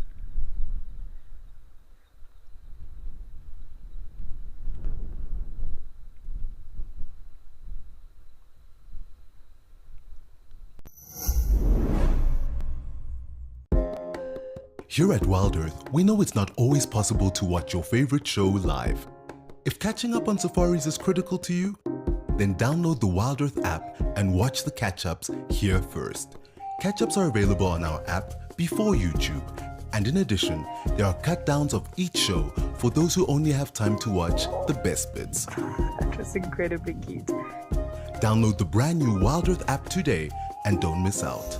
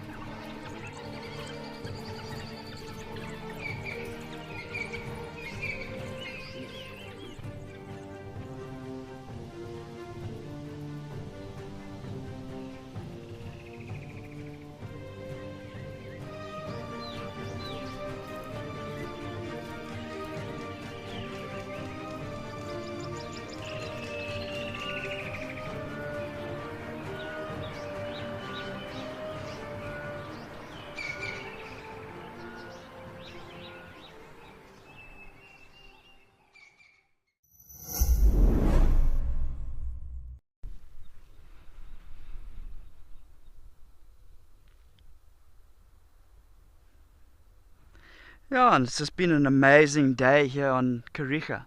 An amazing escape to nature. Just to slow down and really watch the happenings of all the animals here. And we've really strategized our day. We've just oscillated between sort of Scotia Dam and a few of the other little mud wallows and water holes and things.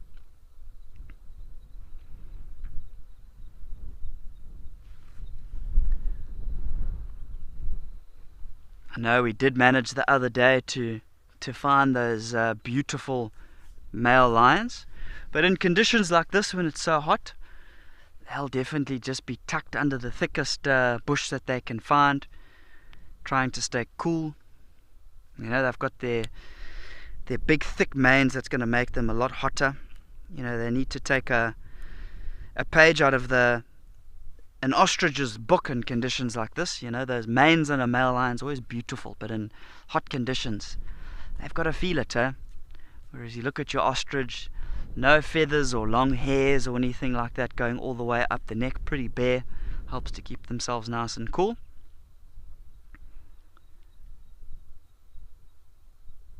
I guess that's where those lionesses are a little bit lucky in a situation like that. That one resting his head on the other one's shoulder. Got a little bystander on the left hand side here.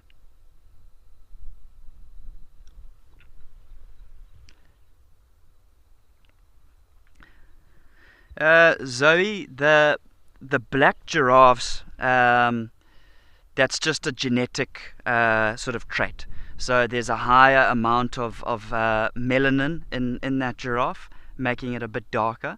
So as a general rule of thumb, your males, as they age, they will become darker, whereas females won't. They generally stay that more caramel color, but the males will become darker. So there is no separate species of a black giraffe, of a melanistic giraffe. You can get sort of genetic abnormalities, you know, chromosomal abnormalities and things like that, to maybe produce a very rare melanistic or black giraffe, but I've never seen it or heard of it or even read about it. It's been recorded in things like leopard. You know, there's that black leopard in Kenya that's been gaining quite a bit of sort of publicity and attraction. Laikipia, that sort of area. There is that black leopard in India, in just trying to think now, I think it's Kabini it's in. Yeah, and there's been certain instances of sort of black impalas and things like that. I've yet to read about a black giraffe, but not to say that it's impossible. But there's definitely no species of black giraffe.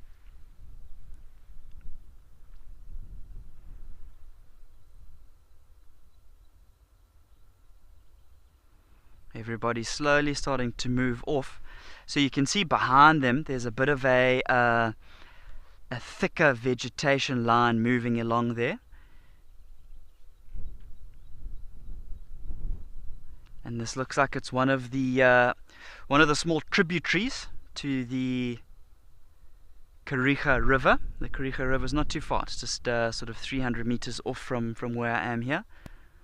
And obviously with the water being closer to the surface, it's providing really good conditions for plants to grow there. So it looks like a lot of our giraffes are starting to head off in that direction to do a bit of feeding. There should be quite a bit of the acacia species of tree that we were talking about. You know, quite a few sweet thorn and things like that in the area that they'd look to feed on. Remember, the sweet thorn does have that beautiful yellow flower as well, which is really stunning.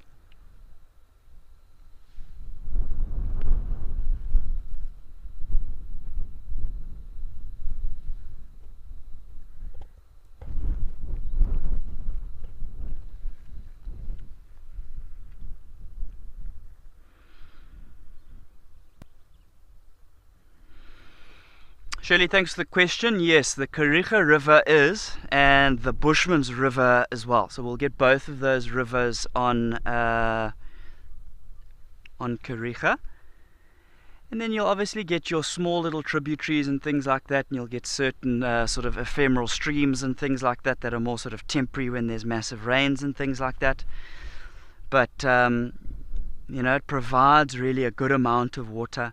So obviously where we are here on Kariega, we're relatively close to the ocean. It's going to keep going all the way towards the ocean and empty out. Oh, there's another giraffe just popped up in the foreground. It's going to empty out in the ocean. And I actually did do a little bit of a drive along there the other day, just checking it out, seeing if there was any nice areas and things that we could potentially film. And I had a fleeting glimpse of a African finfoot, which is one of our rarer bird species that we can look for. It's really cool. It's probably only my 4th or 5th finfoot that I've seen before. I've been scouting the area at night time looking for Cape Eagle Owl as well. I've never seen a Cape Eagle Owl. That would be a lifer for me. I've never seen one before. I've seen Spotted Eagle Owl, which is quite similar looking to the Cape Eagle Owl. Hey, these guys don't want to miss out on the party. They're also doing a little bit of necking now.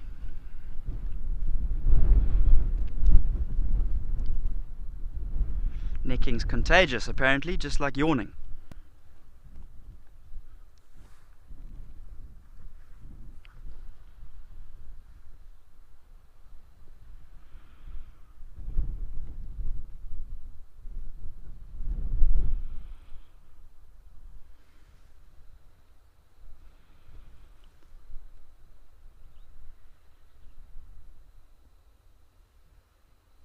What a beautiful scene here. Yeah, so I've still got a few owl species that I wouldn't mind finding. Pell's fishing owl is probably right up at the top of my owl wish list, followed closely by the Cape Eagle Owl. So in terms of finding Pell's fishing owl here, this is not really the place down in the Eastern Cape to look for it. Think of your very slow flowing rivers with very large trees and things like that. Think Okavango Delta in Botswana. That's probably going to be the best area. But your Cape Eagle Owl, this is a good area to be looking for as well.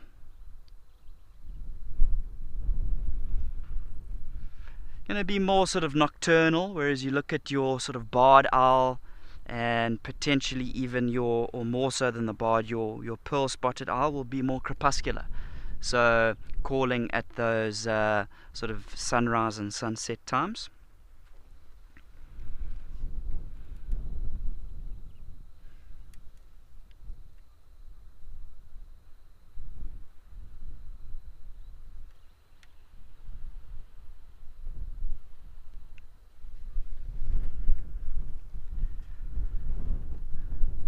Oh, but maybe at some point in time we'll see if I can't go and drive down along the Bushmans River, which is quite far to the west of where I am.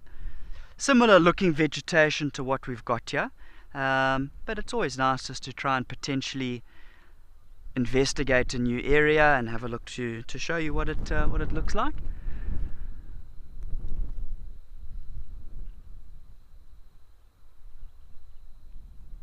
These giraffe have definitely stolen the show here for the moment. No real reason to be moving around and driving up and down when they're producing the goods.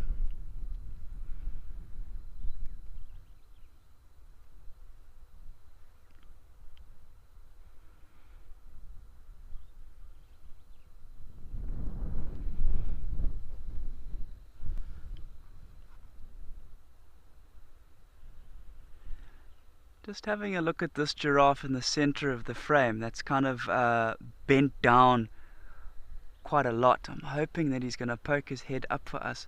That sort of shrub just in front of him there, I thought he was feeding on that shrub, and you could definitely see a very definite browse line on that shrub from where he's been feeding. But you can see how it's nice and green there. There's going to be so many nutrients in those leaves that are growing there that is definitely a really good position for a lot of these giraffe to head down and feed for the afternoon. So I've zoomed in quite far now. I'm sure you can probably even see some of the sort of the heat haze that we've got. But it's been a lovely little escape to nature from all of our locations. I hope everybody's learned a little bit of something. And definitely stick around with us as we head into our sunset safari. You never know what's around the corner.